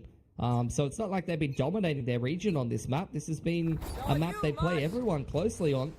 Whereas Boom, they haven't really... I mean, they've had to cut their teeth on, you know, Alter Ego, who, when this is a raise-centric map for them, I'm sure that they're super comfortable. That might be one of their better ones. Yeah, having the experience as a team as well. So, definitely a wise choice picking up this map against DSG. Now, on to the next round. It's going to be Famous. He wants to be set up ready with that showstopper. Yeah, from top truck, you got the trip and the sky smoke trying to disrupt this. Meanwhile, DSG taking some Hookah control, committing a smoke onto B and trying to pressure that B site, but they haven't pushed NC Slasher off this B info line, so there's no need for a rotation off of A right now from Boom. Whatever that timeout was for, I mean, it just doesn't seem to push Boom out of position. Famous still waiting for it, the Dizzy going off. But Wayne, propped up on top of the boxes, will be able to take down Famous. That's a great pick. Now, in towards it, it's going to be Styron and Juicy as well. They've gotten the sight. Breached the site with some sharp shots on the Guardian. That's all that was needed, apparently. And now Zespew and NC Slash are wondering where the rest of the team just went. No earthly idea. They can't quite find it. They see those tracer rounds, so good little frag on towards Juicy, but then got 3 more on the other side of Truck. NC Slasher goes in for it. Fortunately, the pit will kind of block him off, and he has to get out of dodge. Zespew needing the support, but unfortunately falling flat. All down to NC Slasher now, the duo who have been holding B for the longest time. Can they make it come up on towards A? They've got to back off now, running out of time. NC Slasher still looking for a frag or two, but he's not going to be able to find the Seekers. It's going to be DSG picking up that second win after a timeout. Yeah, they finally break into B. Last round break into in that the A half. site, rather, just by shooting their way out of a bad situation, really. Sharp shot from Wayne, taking the head off Famous top truck and avoiding the near miss that would have been that showstopper. And then Styron, who's been a bit of a standout in these post plants, coming up huge, inside, outside the pit, winning a couple of duels with the Guardian. So let's see if DSG with a Thrash online and from the shadows getting close to a showstopper can potentially grab this third round and try to give themselves a chance to come back on defense. Looking for it. A little bit more pressure on both sides, but ooh, a little teleport play from Boom. A little bit, I'm not sure if it's a mistake though. Look at the minimap, Pilski.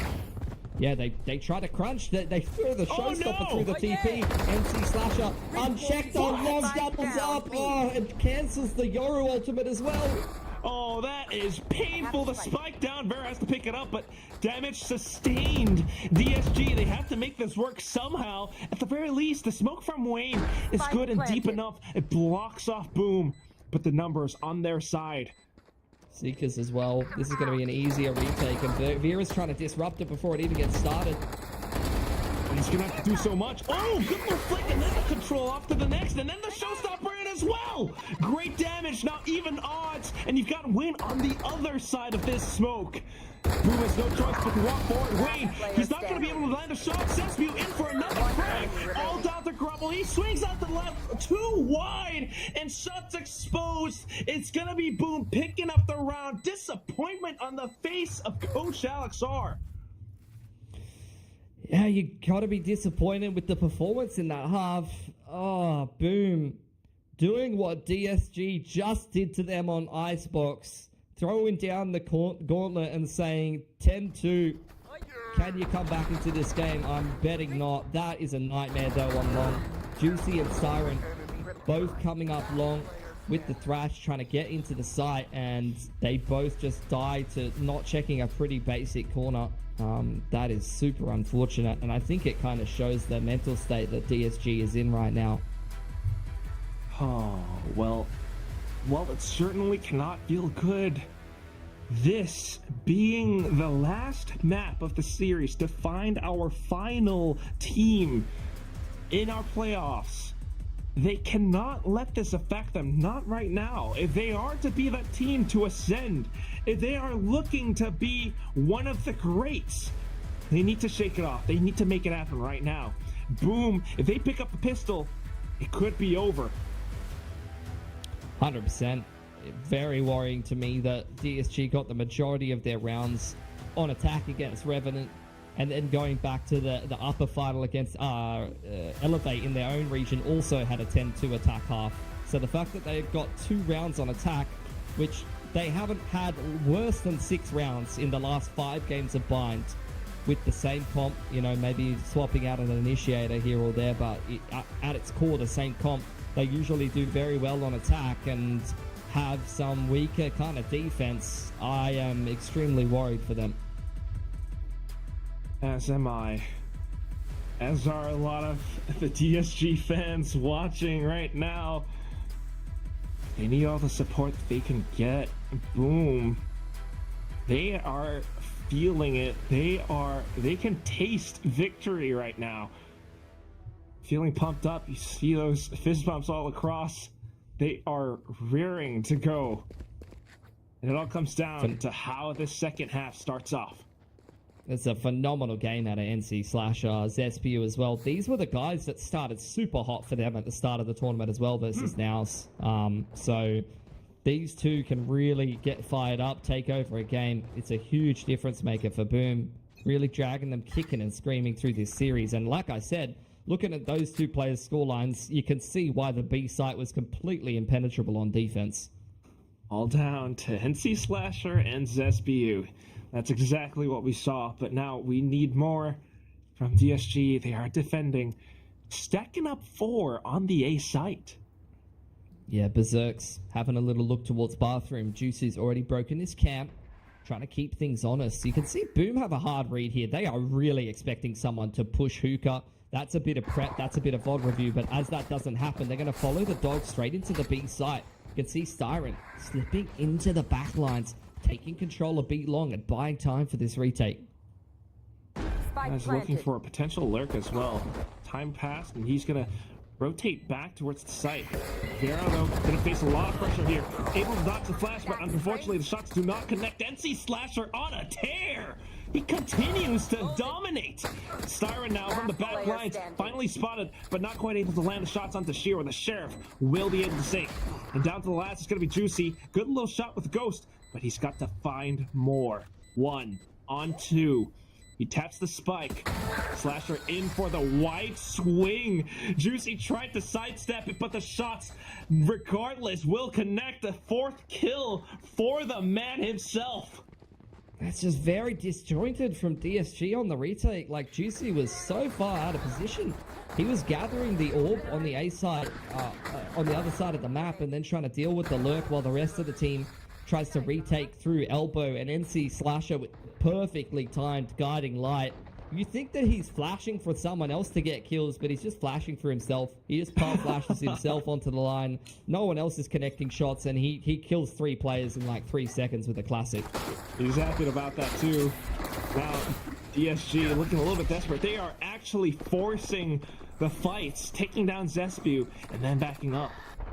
Yeah, Boom in the meanwhile just dogs their way straight up short A, trying to bust into this side if they can. Wayne has still got U-Haul control. Grumble trying to fight on, goes 1 for 1 in bathrooms. Yeah, it was great early information, but now it's all down to the fights. Grumble, he might have fallen, but his brothers are still pretty much alive. Boom. Trying to hang back to play for the spike. Oh! Shot from the Marshall, just whizzing past, and then it connects square onto the helmet of NC Slasher, and then onto Berserk's. Juicy, what is this? All down to Famous now, and he's been blocked off by the dark cover. Tries to reposition right around to the side. Unfortunately, he's gonna have to make it happen all, and it doesn't quite go through. It's gonna be Styron with the CQB duel on the Stinger, picking up the round, saving DSG for one more round. They had to make some big plays. They had to cut some huge corners to try to get back into this game. A force in round 2, just aggressing down B long right off the rip, and some crazy shots being hit on the Marshall from Juicy. It gives a small lifeline for DSG. It is a long road back into this game, but the first step of many is definitely taking a force buy win there. And like I said, they're going to have to come back into this game on their less favored side on the double duelist of Bind on defense, which means they're going to have to stay active. They can't, they have to play to win from a massive deficit. They can't just sit back and let the game come to them. At least for this round, that's the strategy that they will employ. They do not want to lose their weapons. So Wayne just playing target practice for the time being. Picks up on a good little 3K. Then on to the next. Berserk's looking to repeat those pistol antics. Not going to happen. NC Slasher revealed not able to get the spike down. DSG up to 4. Yeah, Vera, see if he's going to upgrade this Bucky into a rifle. You've got no room for error. Like, you have to go for every round here. So, if you get economically reset, the game's over anyway. So I'm keen to see if he keeps the Bucky or not. Good defense, though. Good stuff from Wayne. Top truck. Couple little off angles you can play with the Omen, the Shrouded Step being a decent tool on Bind that's a bit underrated. But there you go. I like that. Vera getting the op out nice and early. He's been massive on it this tournament, despite what agent he's playing, and he can be a massive tool for DSG to try to get back into this game. And already he's posted on a nice deep info line towards bathrooms. A Bucky to an operator is a huge leap, Pilski. I like it. You got to make big leaps. You got to spend dollars to get results, all right? And that might not be, what you want to be hearing if you're a DSG fan, the way that this series is going, but at least they haven't lost the first pick to Famous inside Hookah. Yeah, fair enough. And there it is. Info line and also fragging line picked up. Yeah. Getting the alert dealt with on the other side of the map. Smoke goes over to Hookah. You can see the pressure coming in towards the big site here for DSG, rotating a third player over here as well. I've got your trail. Boom, though. With the line around B long, they go in for the teleport play. But is it fast enough? Vera might be feeling a bit of pressure, but he's still good to just fall back by one bound and then to hold that angle up around Showers. Support from Wayne as well. Zespew has fallen. Wayne, good for yet another. Looking for a bit of a 180, but it's not quite happening. But his teammate's still just good enough to hold down the site. DSG will be able to defend. Perfection from Vera there. Positionally perfect, him and Wayne on that A site. Punishing the lurk right off the rip, but you can even see him dealing with the Seekers, using the paint shells to zone Boom back after they TP, keeping them at arm's length, and then in combination with the orb, Wayne has got short control. He uses the paranoia to continue to keep them back at bathrooms. Boom could just not find a good angle of approach because the util and the positioning was way too good for DSG. Now they can keep this up, certainly closing in the gap. Boom, though. Half buys up. Looking to explode off of the poison cloud. Definitely a lot of pressure to Vera. He goes through the teleporter. Now waiting for even more. Off to the next is Starren and Juicy. Pressure inside of Hookah, and Starren will be able to cap off. Now Juicy onto the next plane inside of Tube. He sprays it down. Onto the next kills. It's going to be Grumble. DSG still picking up round after round. These rounds are looking way too easy. It's starting to give you hope. Make no mistake, Quack. They are still a long ways away from completing this comeback. Got to be, 7 in a row in regulation. That's right, guys. I just did maths on stream. Pretty amazing. I'm looking at this Yoru ultimate, though. That could be huge to complete one of these retakes. That was only the half bar for Boom. So nothing to get too excited about just yet. But Boom are going to take a tack timeout. You're one off the Seekers. You're one off the showstopper for Boom. I'm looking at that as DSG. I'm keeping in the back of my mind that orb control could be definitely the name of the game for Boom, and something that I might want to play around. I might want to have a little trap on one side of the map with the Yoru or the Gecko. And over on the other side, I might post up Vera on an info line, B long or bathroom, something like that. So we'll see what they come up with. All they need are 2 more rounds, Pilski. 2 more rounds for Boom. But that's not happening just yet. I mean, they've got to think about how they want to deal with Vera, who could also reposition after this timeout.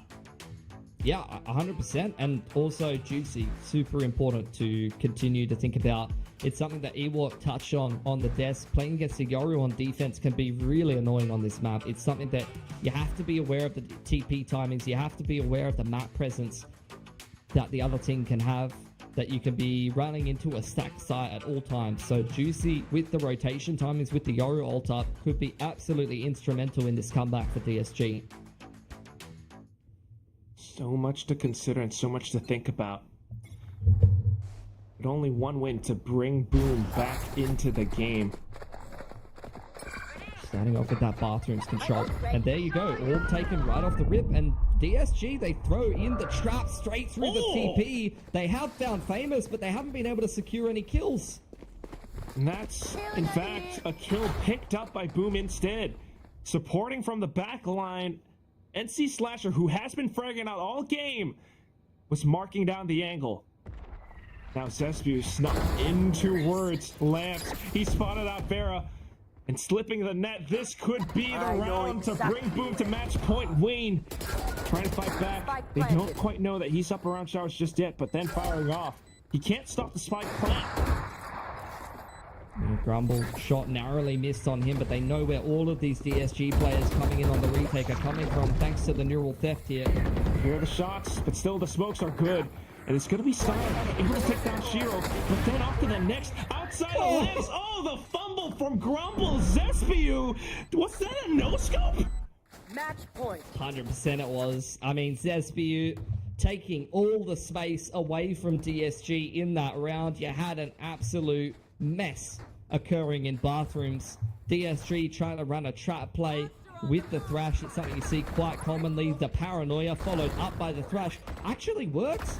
Actually captures two players for DSG, but it's NC Slasher again and Zespiu to not only deny the potential of DSG to capitalize on those ults, but then Zespiu takes all the space in U-Haul after all of that aggro is over at bathrooms.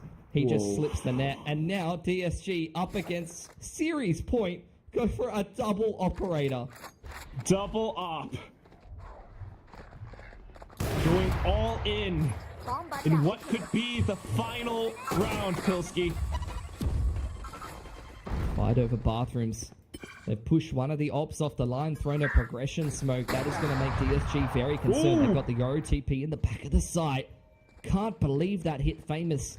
He's going to get patched up by NC Slasher, but over on the other side of the map, look how much space Boom have taken. This is a perfect round of bind attack from Boom right now. They've denied the info to DSG. They've pushed them off the info lines at A, and they've taken all of this space in hookah.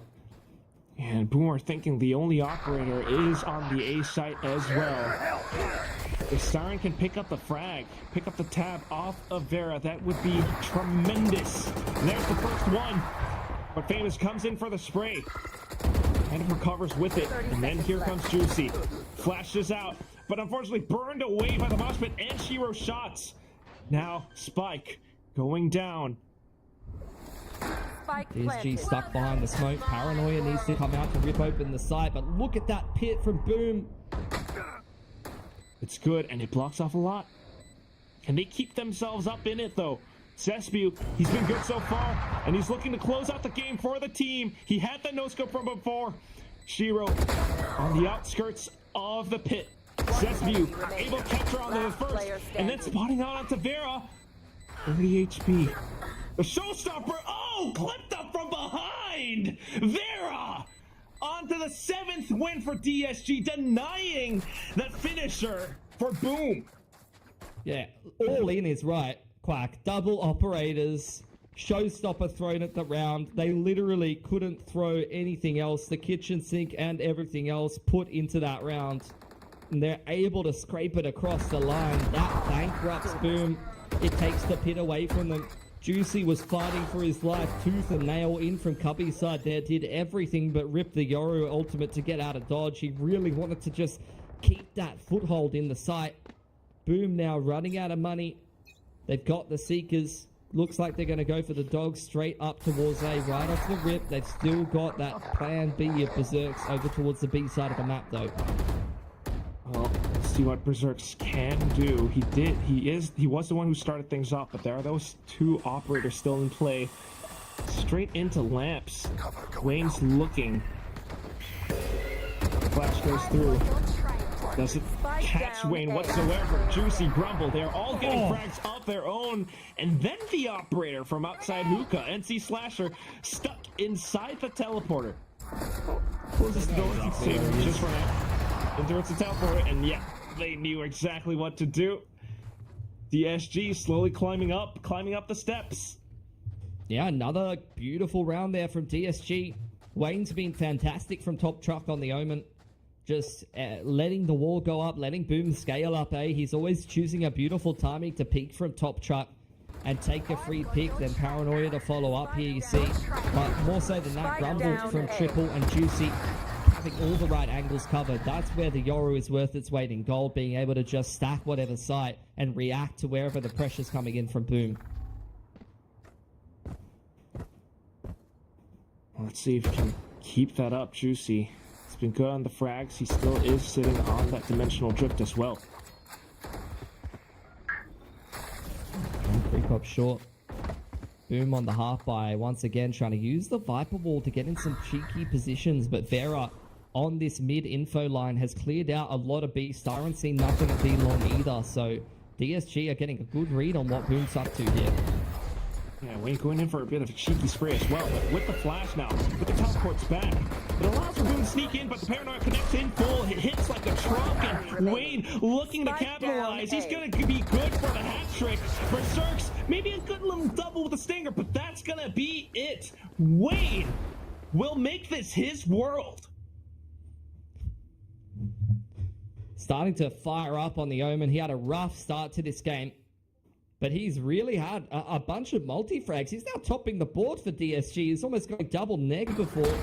Now starting to really fire up in combination with Grumble and lock down this A-Star. Is giving a lot of pressure, a lot of props over to NC Slasher, over to Zesbiu for locking down the B site. Wayne's been phenomenal on A on the Omen. Not really an agent that you see pick too much on this map. Short A going to be fortified by the Viper's Pit. Siren clearing that Tasmanian Tiger and pushed off the line towards B. Juicy going to TP over to B after this pressure for Boom, but they're far from decided where they want to end this round yet. Not happening yet. Berserk's on the far end. Boom looking for any sign of weakness, but DSG, they are not letting up that easy. Yeah, Juicy's out of TPs now, though. He's got to choose which site to play. TP's back over to the A site. Both of the ops are on B right now. If you get any overpeak at all on the B side of the map, BME will lose the first pick. Watch them run. And that all comes down to Famous. Someone who understands. Ooh. He saw the raise on B long. That's going to prompt the rotation from Juicy. But is this a bit of a misread? Boom. I'm not really sure what they're going for here. This is a late rotation back to B. They're really slow on it, but perhaps trying to go off the signal off that from the Shadows play. That signals to them that the heavy reinforcements are on the A site, so looking to pressure these two operators. But Juicy in with the one tap. They're going back. Oh my goodness, 10 seconds. Is that enough time? Grumble is still on site, and Wayne with the preemptive paranoia. It does connect. He's got it. And C Slasher looking to keep it down. He manages to stick the plant. Berserks with the frags now. But unfortunately, he's the only one left. Vera with the operator at point blank range keeps DSG in for the potential overtime. It's so tense. It's so tense, Quack. This game is crazy. I was criticizing DSG for making last-minute decisions on their attack. Boom! They're falling apart here. Running back towards B with 30 seconds on the clock. They get shut down with the counter utility. They don't run through the Viper wall. And then they TP and run back to A. It's panic rotations on attack. And they're going to take a timeout. They're back down on the half buy. And that means they've got one half buy and one gun round to stop a massive 2-10 deficit comeback from DSG. I don't think I've seen anything like this. This is fantastic stuff. Thoroughly impressive from DSG. They did not quiver. They did not falter. In fact, they are coming back. Boom, on the other hand, all they need is one more round. And this could go either way still. 10 seconds left in the timeout. Coach Meow, I think he said his piece. This is it. This is the game for that final playoff spot. Well, it starts with this half bite. They're giving themselves a decent chance at trying to break through with a round like this, but this isn't the end-all or be-all for Boom. They're really looking towards round 24 as the round where they're going to crack through, so you've got to reserve your expectations here. If they pull off a thrifty win, that's the series. But DSG, they just need to get through this easier round. This is where, in a tight series like this with so much on the line, you need to look at the min-maxing of the ults. You're very close for Styron and Famous and Shiro, some orb farming, some orb control, or getting a kill or two, and even dying in a round like this could be the difference between having a massive impact ult in that last round where just when you need a breakthrough. Comes back to this B-long area again. I mean, he was thinking about the alt orb, but pressure in from Boom, and they are looking to go in a little bit faster. Yeah, who they're going to give the alt orb to? Could be the Sky, Brim. They're all there, so I'm looking to see who's actually going to take it. I like this B-long And worth mentioning, there's multiple ops in play here, which could be dangerous against the half buy. If you get the pistols or the stingers up in your face, look at this deep info line Vera's got. They know it's not A here. Yeah, not yet. I mean, Boom, they've got that toxic screen. They have to play around it, but still just trying to make it work around the initiators. NC Slasher preparing. So tentative. Boom goes in though, busting up into the site. A lot of pressure on Styron, and he's going to fall away, but Juicy goes down in Hookah, and that's a rifle hitting the deck. Still, good shot from Styron to reply in kind, though. He picks up the Vandal, comes back to join in to find and pray, and that's going to be Famous down. 2 players left. NC Slasher is trying to push up front. Unfortunately, it's going to be the shot from Grumble that shuts his life. And then on towards Berserks, no hope. It's gonna be DSG 1 round away from overtime, guys. They passed the test again. They're so close here. You can see just the nerves coming in from Boom. A little bit stunned that they've let it come back so close after being up 10-2 at the half. This attacking half has been a nightmare. Pushing into double orcs. You're just never ready for these kind of approaches. DSG are throwing something a little bit wacky, a little bit different at them with the Omen, the double duelist. It's a weird comp. They're buying up ops. Oh. The Thrash is there. Seekers is there. And so is the Orbital. This round is a round that you don't need to overcomplicate for Boom. This round can play itself. You could just rip the Seekers and the Orbital and get into a site or get into a strong post plant. Just trust the ults that you have. Certainly looking to full send with these ults into the B site, but look at Juicy's positioning and angle. That's a great gate crash over onto A as well. Gonna get pushed off the line.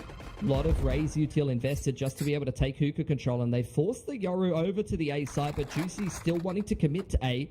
And actually, this is a big rotation back across from A here from DSG. They are really committed to holding B. Oh, Nick just pushing in for it. The orbital strike goes off, doesn't quite land onto anything, but still a frag from Grumble. Berserks into the site. Juicy trying to fire blindly. Siren still on the operator, and here comes the Thrash. It's looking and it's hunting, but will it smell blood? It's gonna be Wayne with the off angle from elbow, though. One little frag, and Berserks answers back.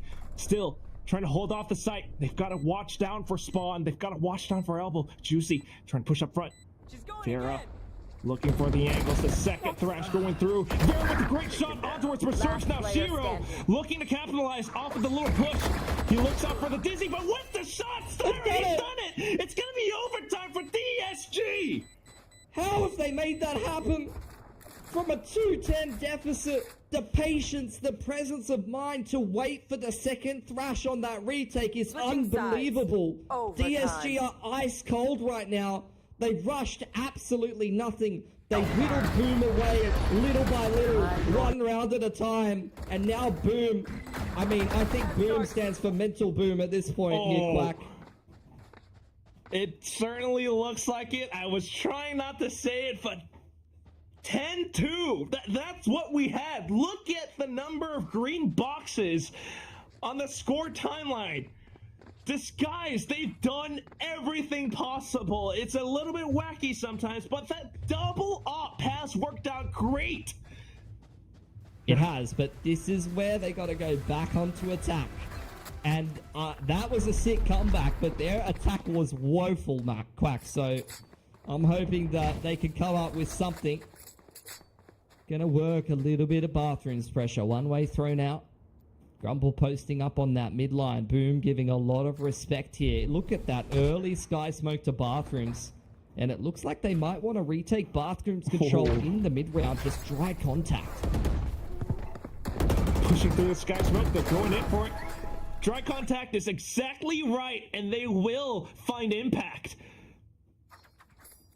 It's SBU falling off the line here. The steps can be heard from DSG, just sitting right behind that trip. Up goes the wall, though.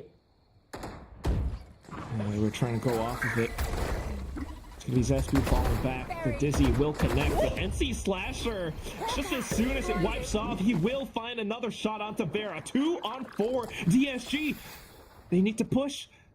And they're looking for some of these lines. SBU, though, will have his sights trained into Guardhead. Back onto Hookah. Additional support. NC Slasher up by elbow. Surprise, surprise. Unfortunately, the attack not successful. Switching sides. It was a beautiful Match round from point. Boom. Trailblazer in through bathrooms from Long B, and they crunch in with it and just destroyed that bathrooms control from DSG. And from that point in the round, Quack, DSG forgot Rule 1 on Bind. It's been so long, it's been such a massive comeback on the defensive half that they forgot you do not touch that site when Zespiu and NC Slasher are playing there. Those are the two players that have brought them that 10-2 scoreline. But off to the next now, swapping sides, DSG. They had that impenetrable defense. No ops this time, though. Yeah, Boom. I mean, they can't. You can't go double glass cannon off in OT. It's not going to work. The high-low straight up against the Trailblazer. Looks like Boom are going to run into it. It's a 1-for-1 though, Quack. Good initial shot from Vera, but now it's going to be up to Wayne. Great pop flash off of Shiro as well. Now the spike looking to get planted. Positioning. It's going to be DSG. Just one up from Heaven, one up from Spawn. And then the long rotation's over from Siren. They've got to bide their time a little bit because of this. Cages going off and Zespiu marking the angle up around lamps. But little crouch peeks from Grumble. He manages to get Zespiu down. Off to the next. Pop flash from Juicy. That's going to be NC Slasher away. Shiro with the orbital strike, and he's trying to wait to play it close plant. Berserk's good in for the frags. Staren off of the trade. And here comes Shiro. Waiting for the opportune time. He can play for time with the spike off of this. Sends it in. And then tries to reposition. They might not hear his footsteps. He spots out the first, goes in for the spray. Juicy with the headshot. We go into a second overtime. But no, they got it. run out of They got time. it. That's gonna be it. Boom Esports are your final team to make it to playoffs. Oh, that's heartbreaking. So many hard yards put in by DSG there. They tried their hearts out on defense, put everything into that. They spent so much money on the operators investing in this lineup as well and trying to buff up the MYSG region, give PRX a little brother to cheer for, but it'll be Boom. He will be playing on home soil in the Britama Arena. And that's the team a lot of fans are clamoring for, but at the same time for DSG, what a journey it has been, Pilski. The comeback, it was starting to happen, it was almost there.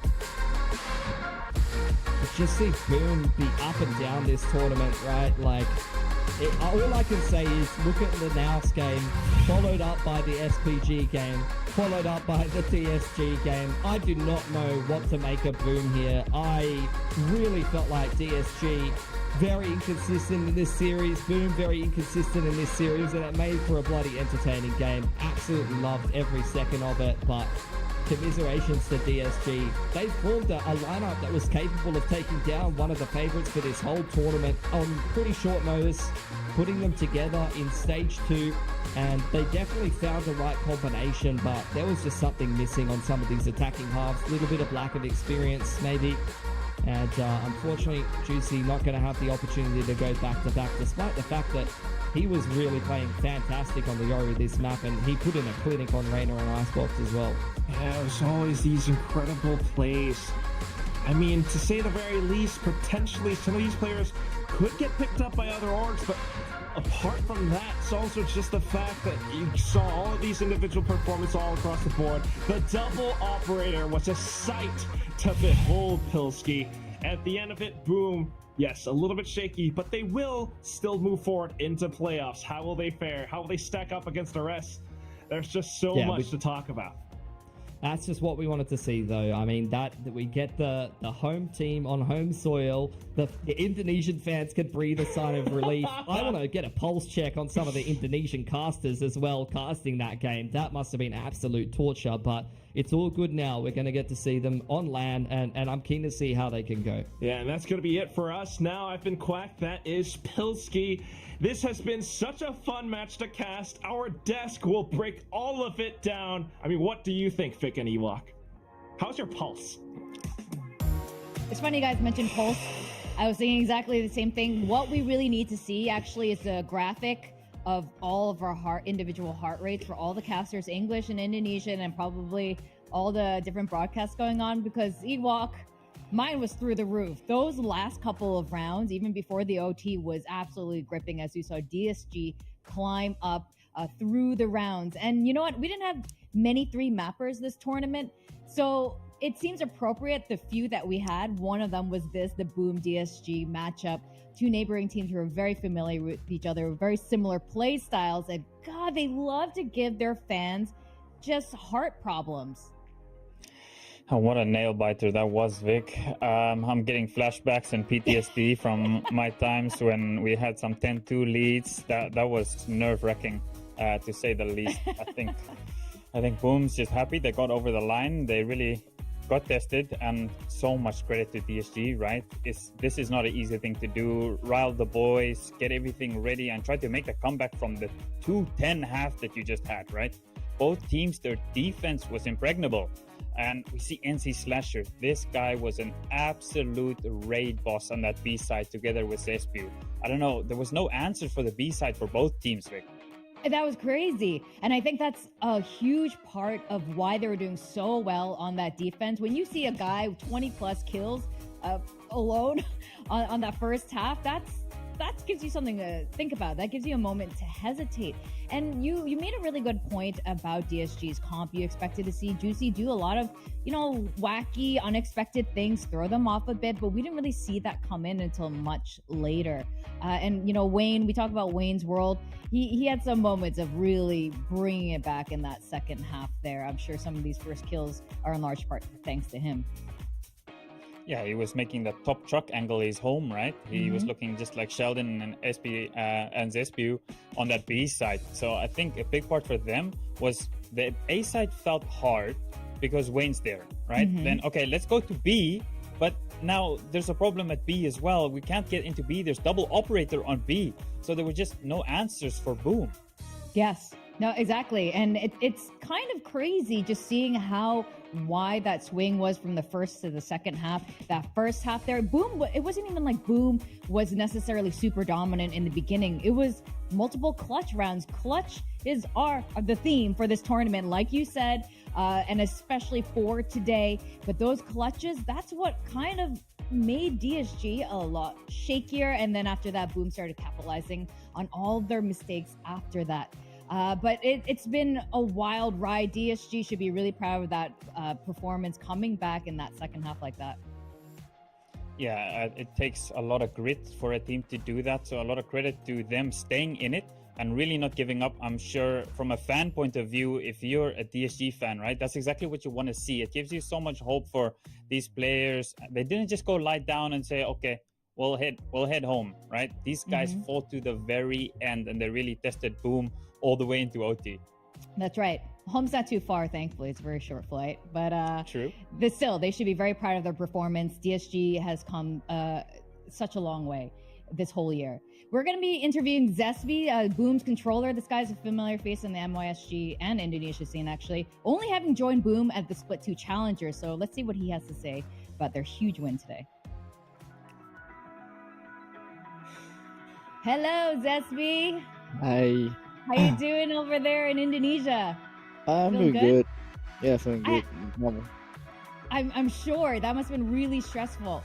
All right, you are the sole Singaporean on this Indonesian squad. Can you tell us how it's been going so far, and how does it feel to permanently knock out your own countrymen out of the 2024 Ascension tournament? There are like people that I know I've been playing against with. From the SGMY scene, right? When I was in Team SNG back then. But the thing is, I think it's sad, but at the same time, I guess I'm also proud that I'm the only one in Ascension representing Singapore as well. But I just feel very, very happy. Yeah. I'm glad you do. You just wanted the one Singapore spot for yourself, I guess. But go ahead, Kojima.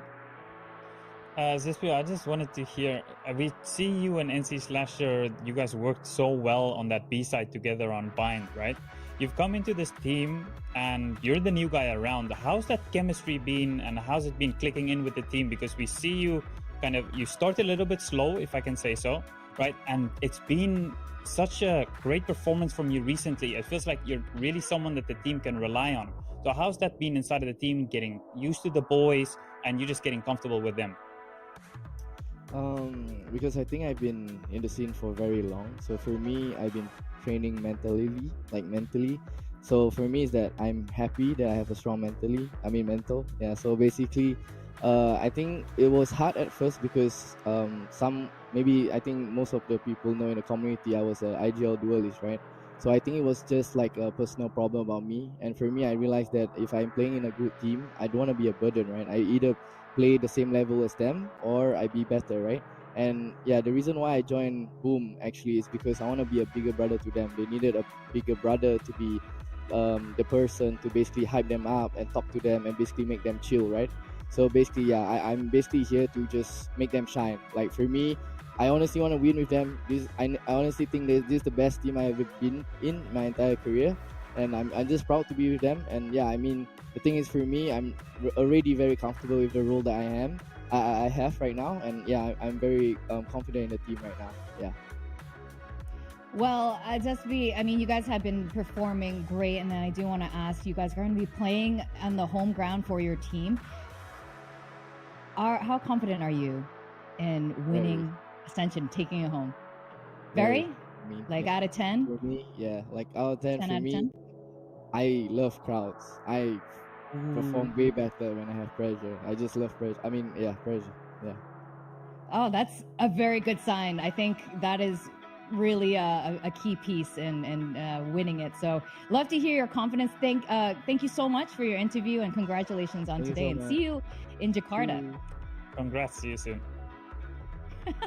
Look at him do a pose there. You got that little pose at the end. I like that. I like the confidence as well. He's so ready. He's so ready for the big stage. That's probably why he was fragging out of his mind. It's like, guys, I need to go on that stage because I love this stage. It's been incredible, though. What a crazy way to close this out before we go to the final stadium, Ewok. Yeah, I think I'm still recovering a little bit from that last map. And as Zespi just said, right, he loves the crowd, and I think the crowd will love him as well. He likes putting up the big performances when it matters. So having Boom ready for the Britama Arena, I'm sure the Indonesian fans are over the moon.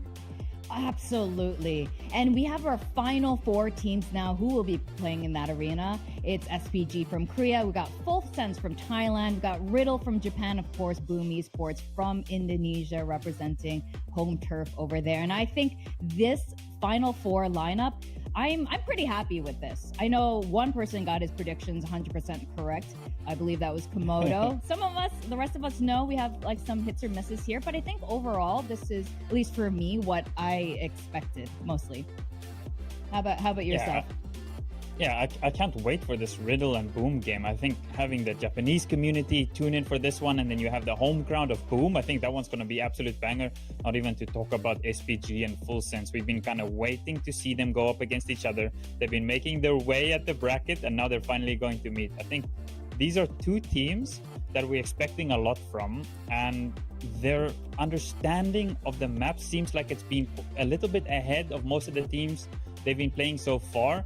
And now these 2 Galads are going to go up against each other. So I can't wait to watch this one in person. Oh, I'm so glad this is the game we are watching in person. It's not even going to be the grand finals yet, but I think this Final Four has been really good. Riddle and Boom seem to have found their footing much later, especially today. I think it was kind of shaky at the starts of this tournament, but they seem like they've warmed up quite a bit. So hopefully they can fix any of the gaps in their gameplay and, put their 100% out for the audience over in Jakarta next week.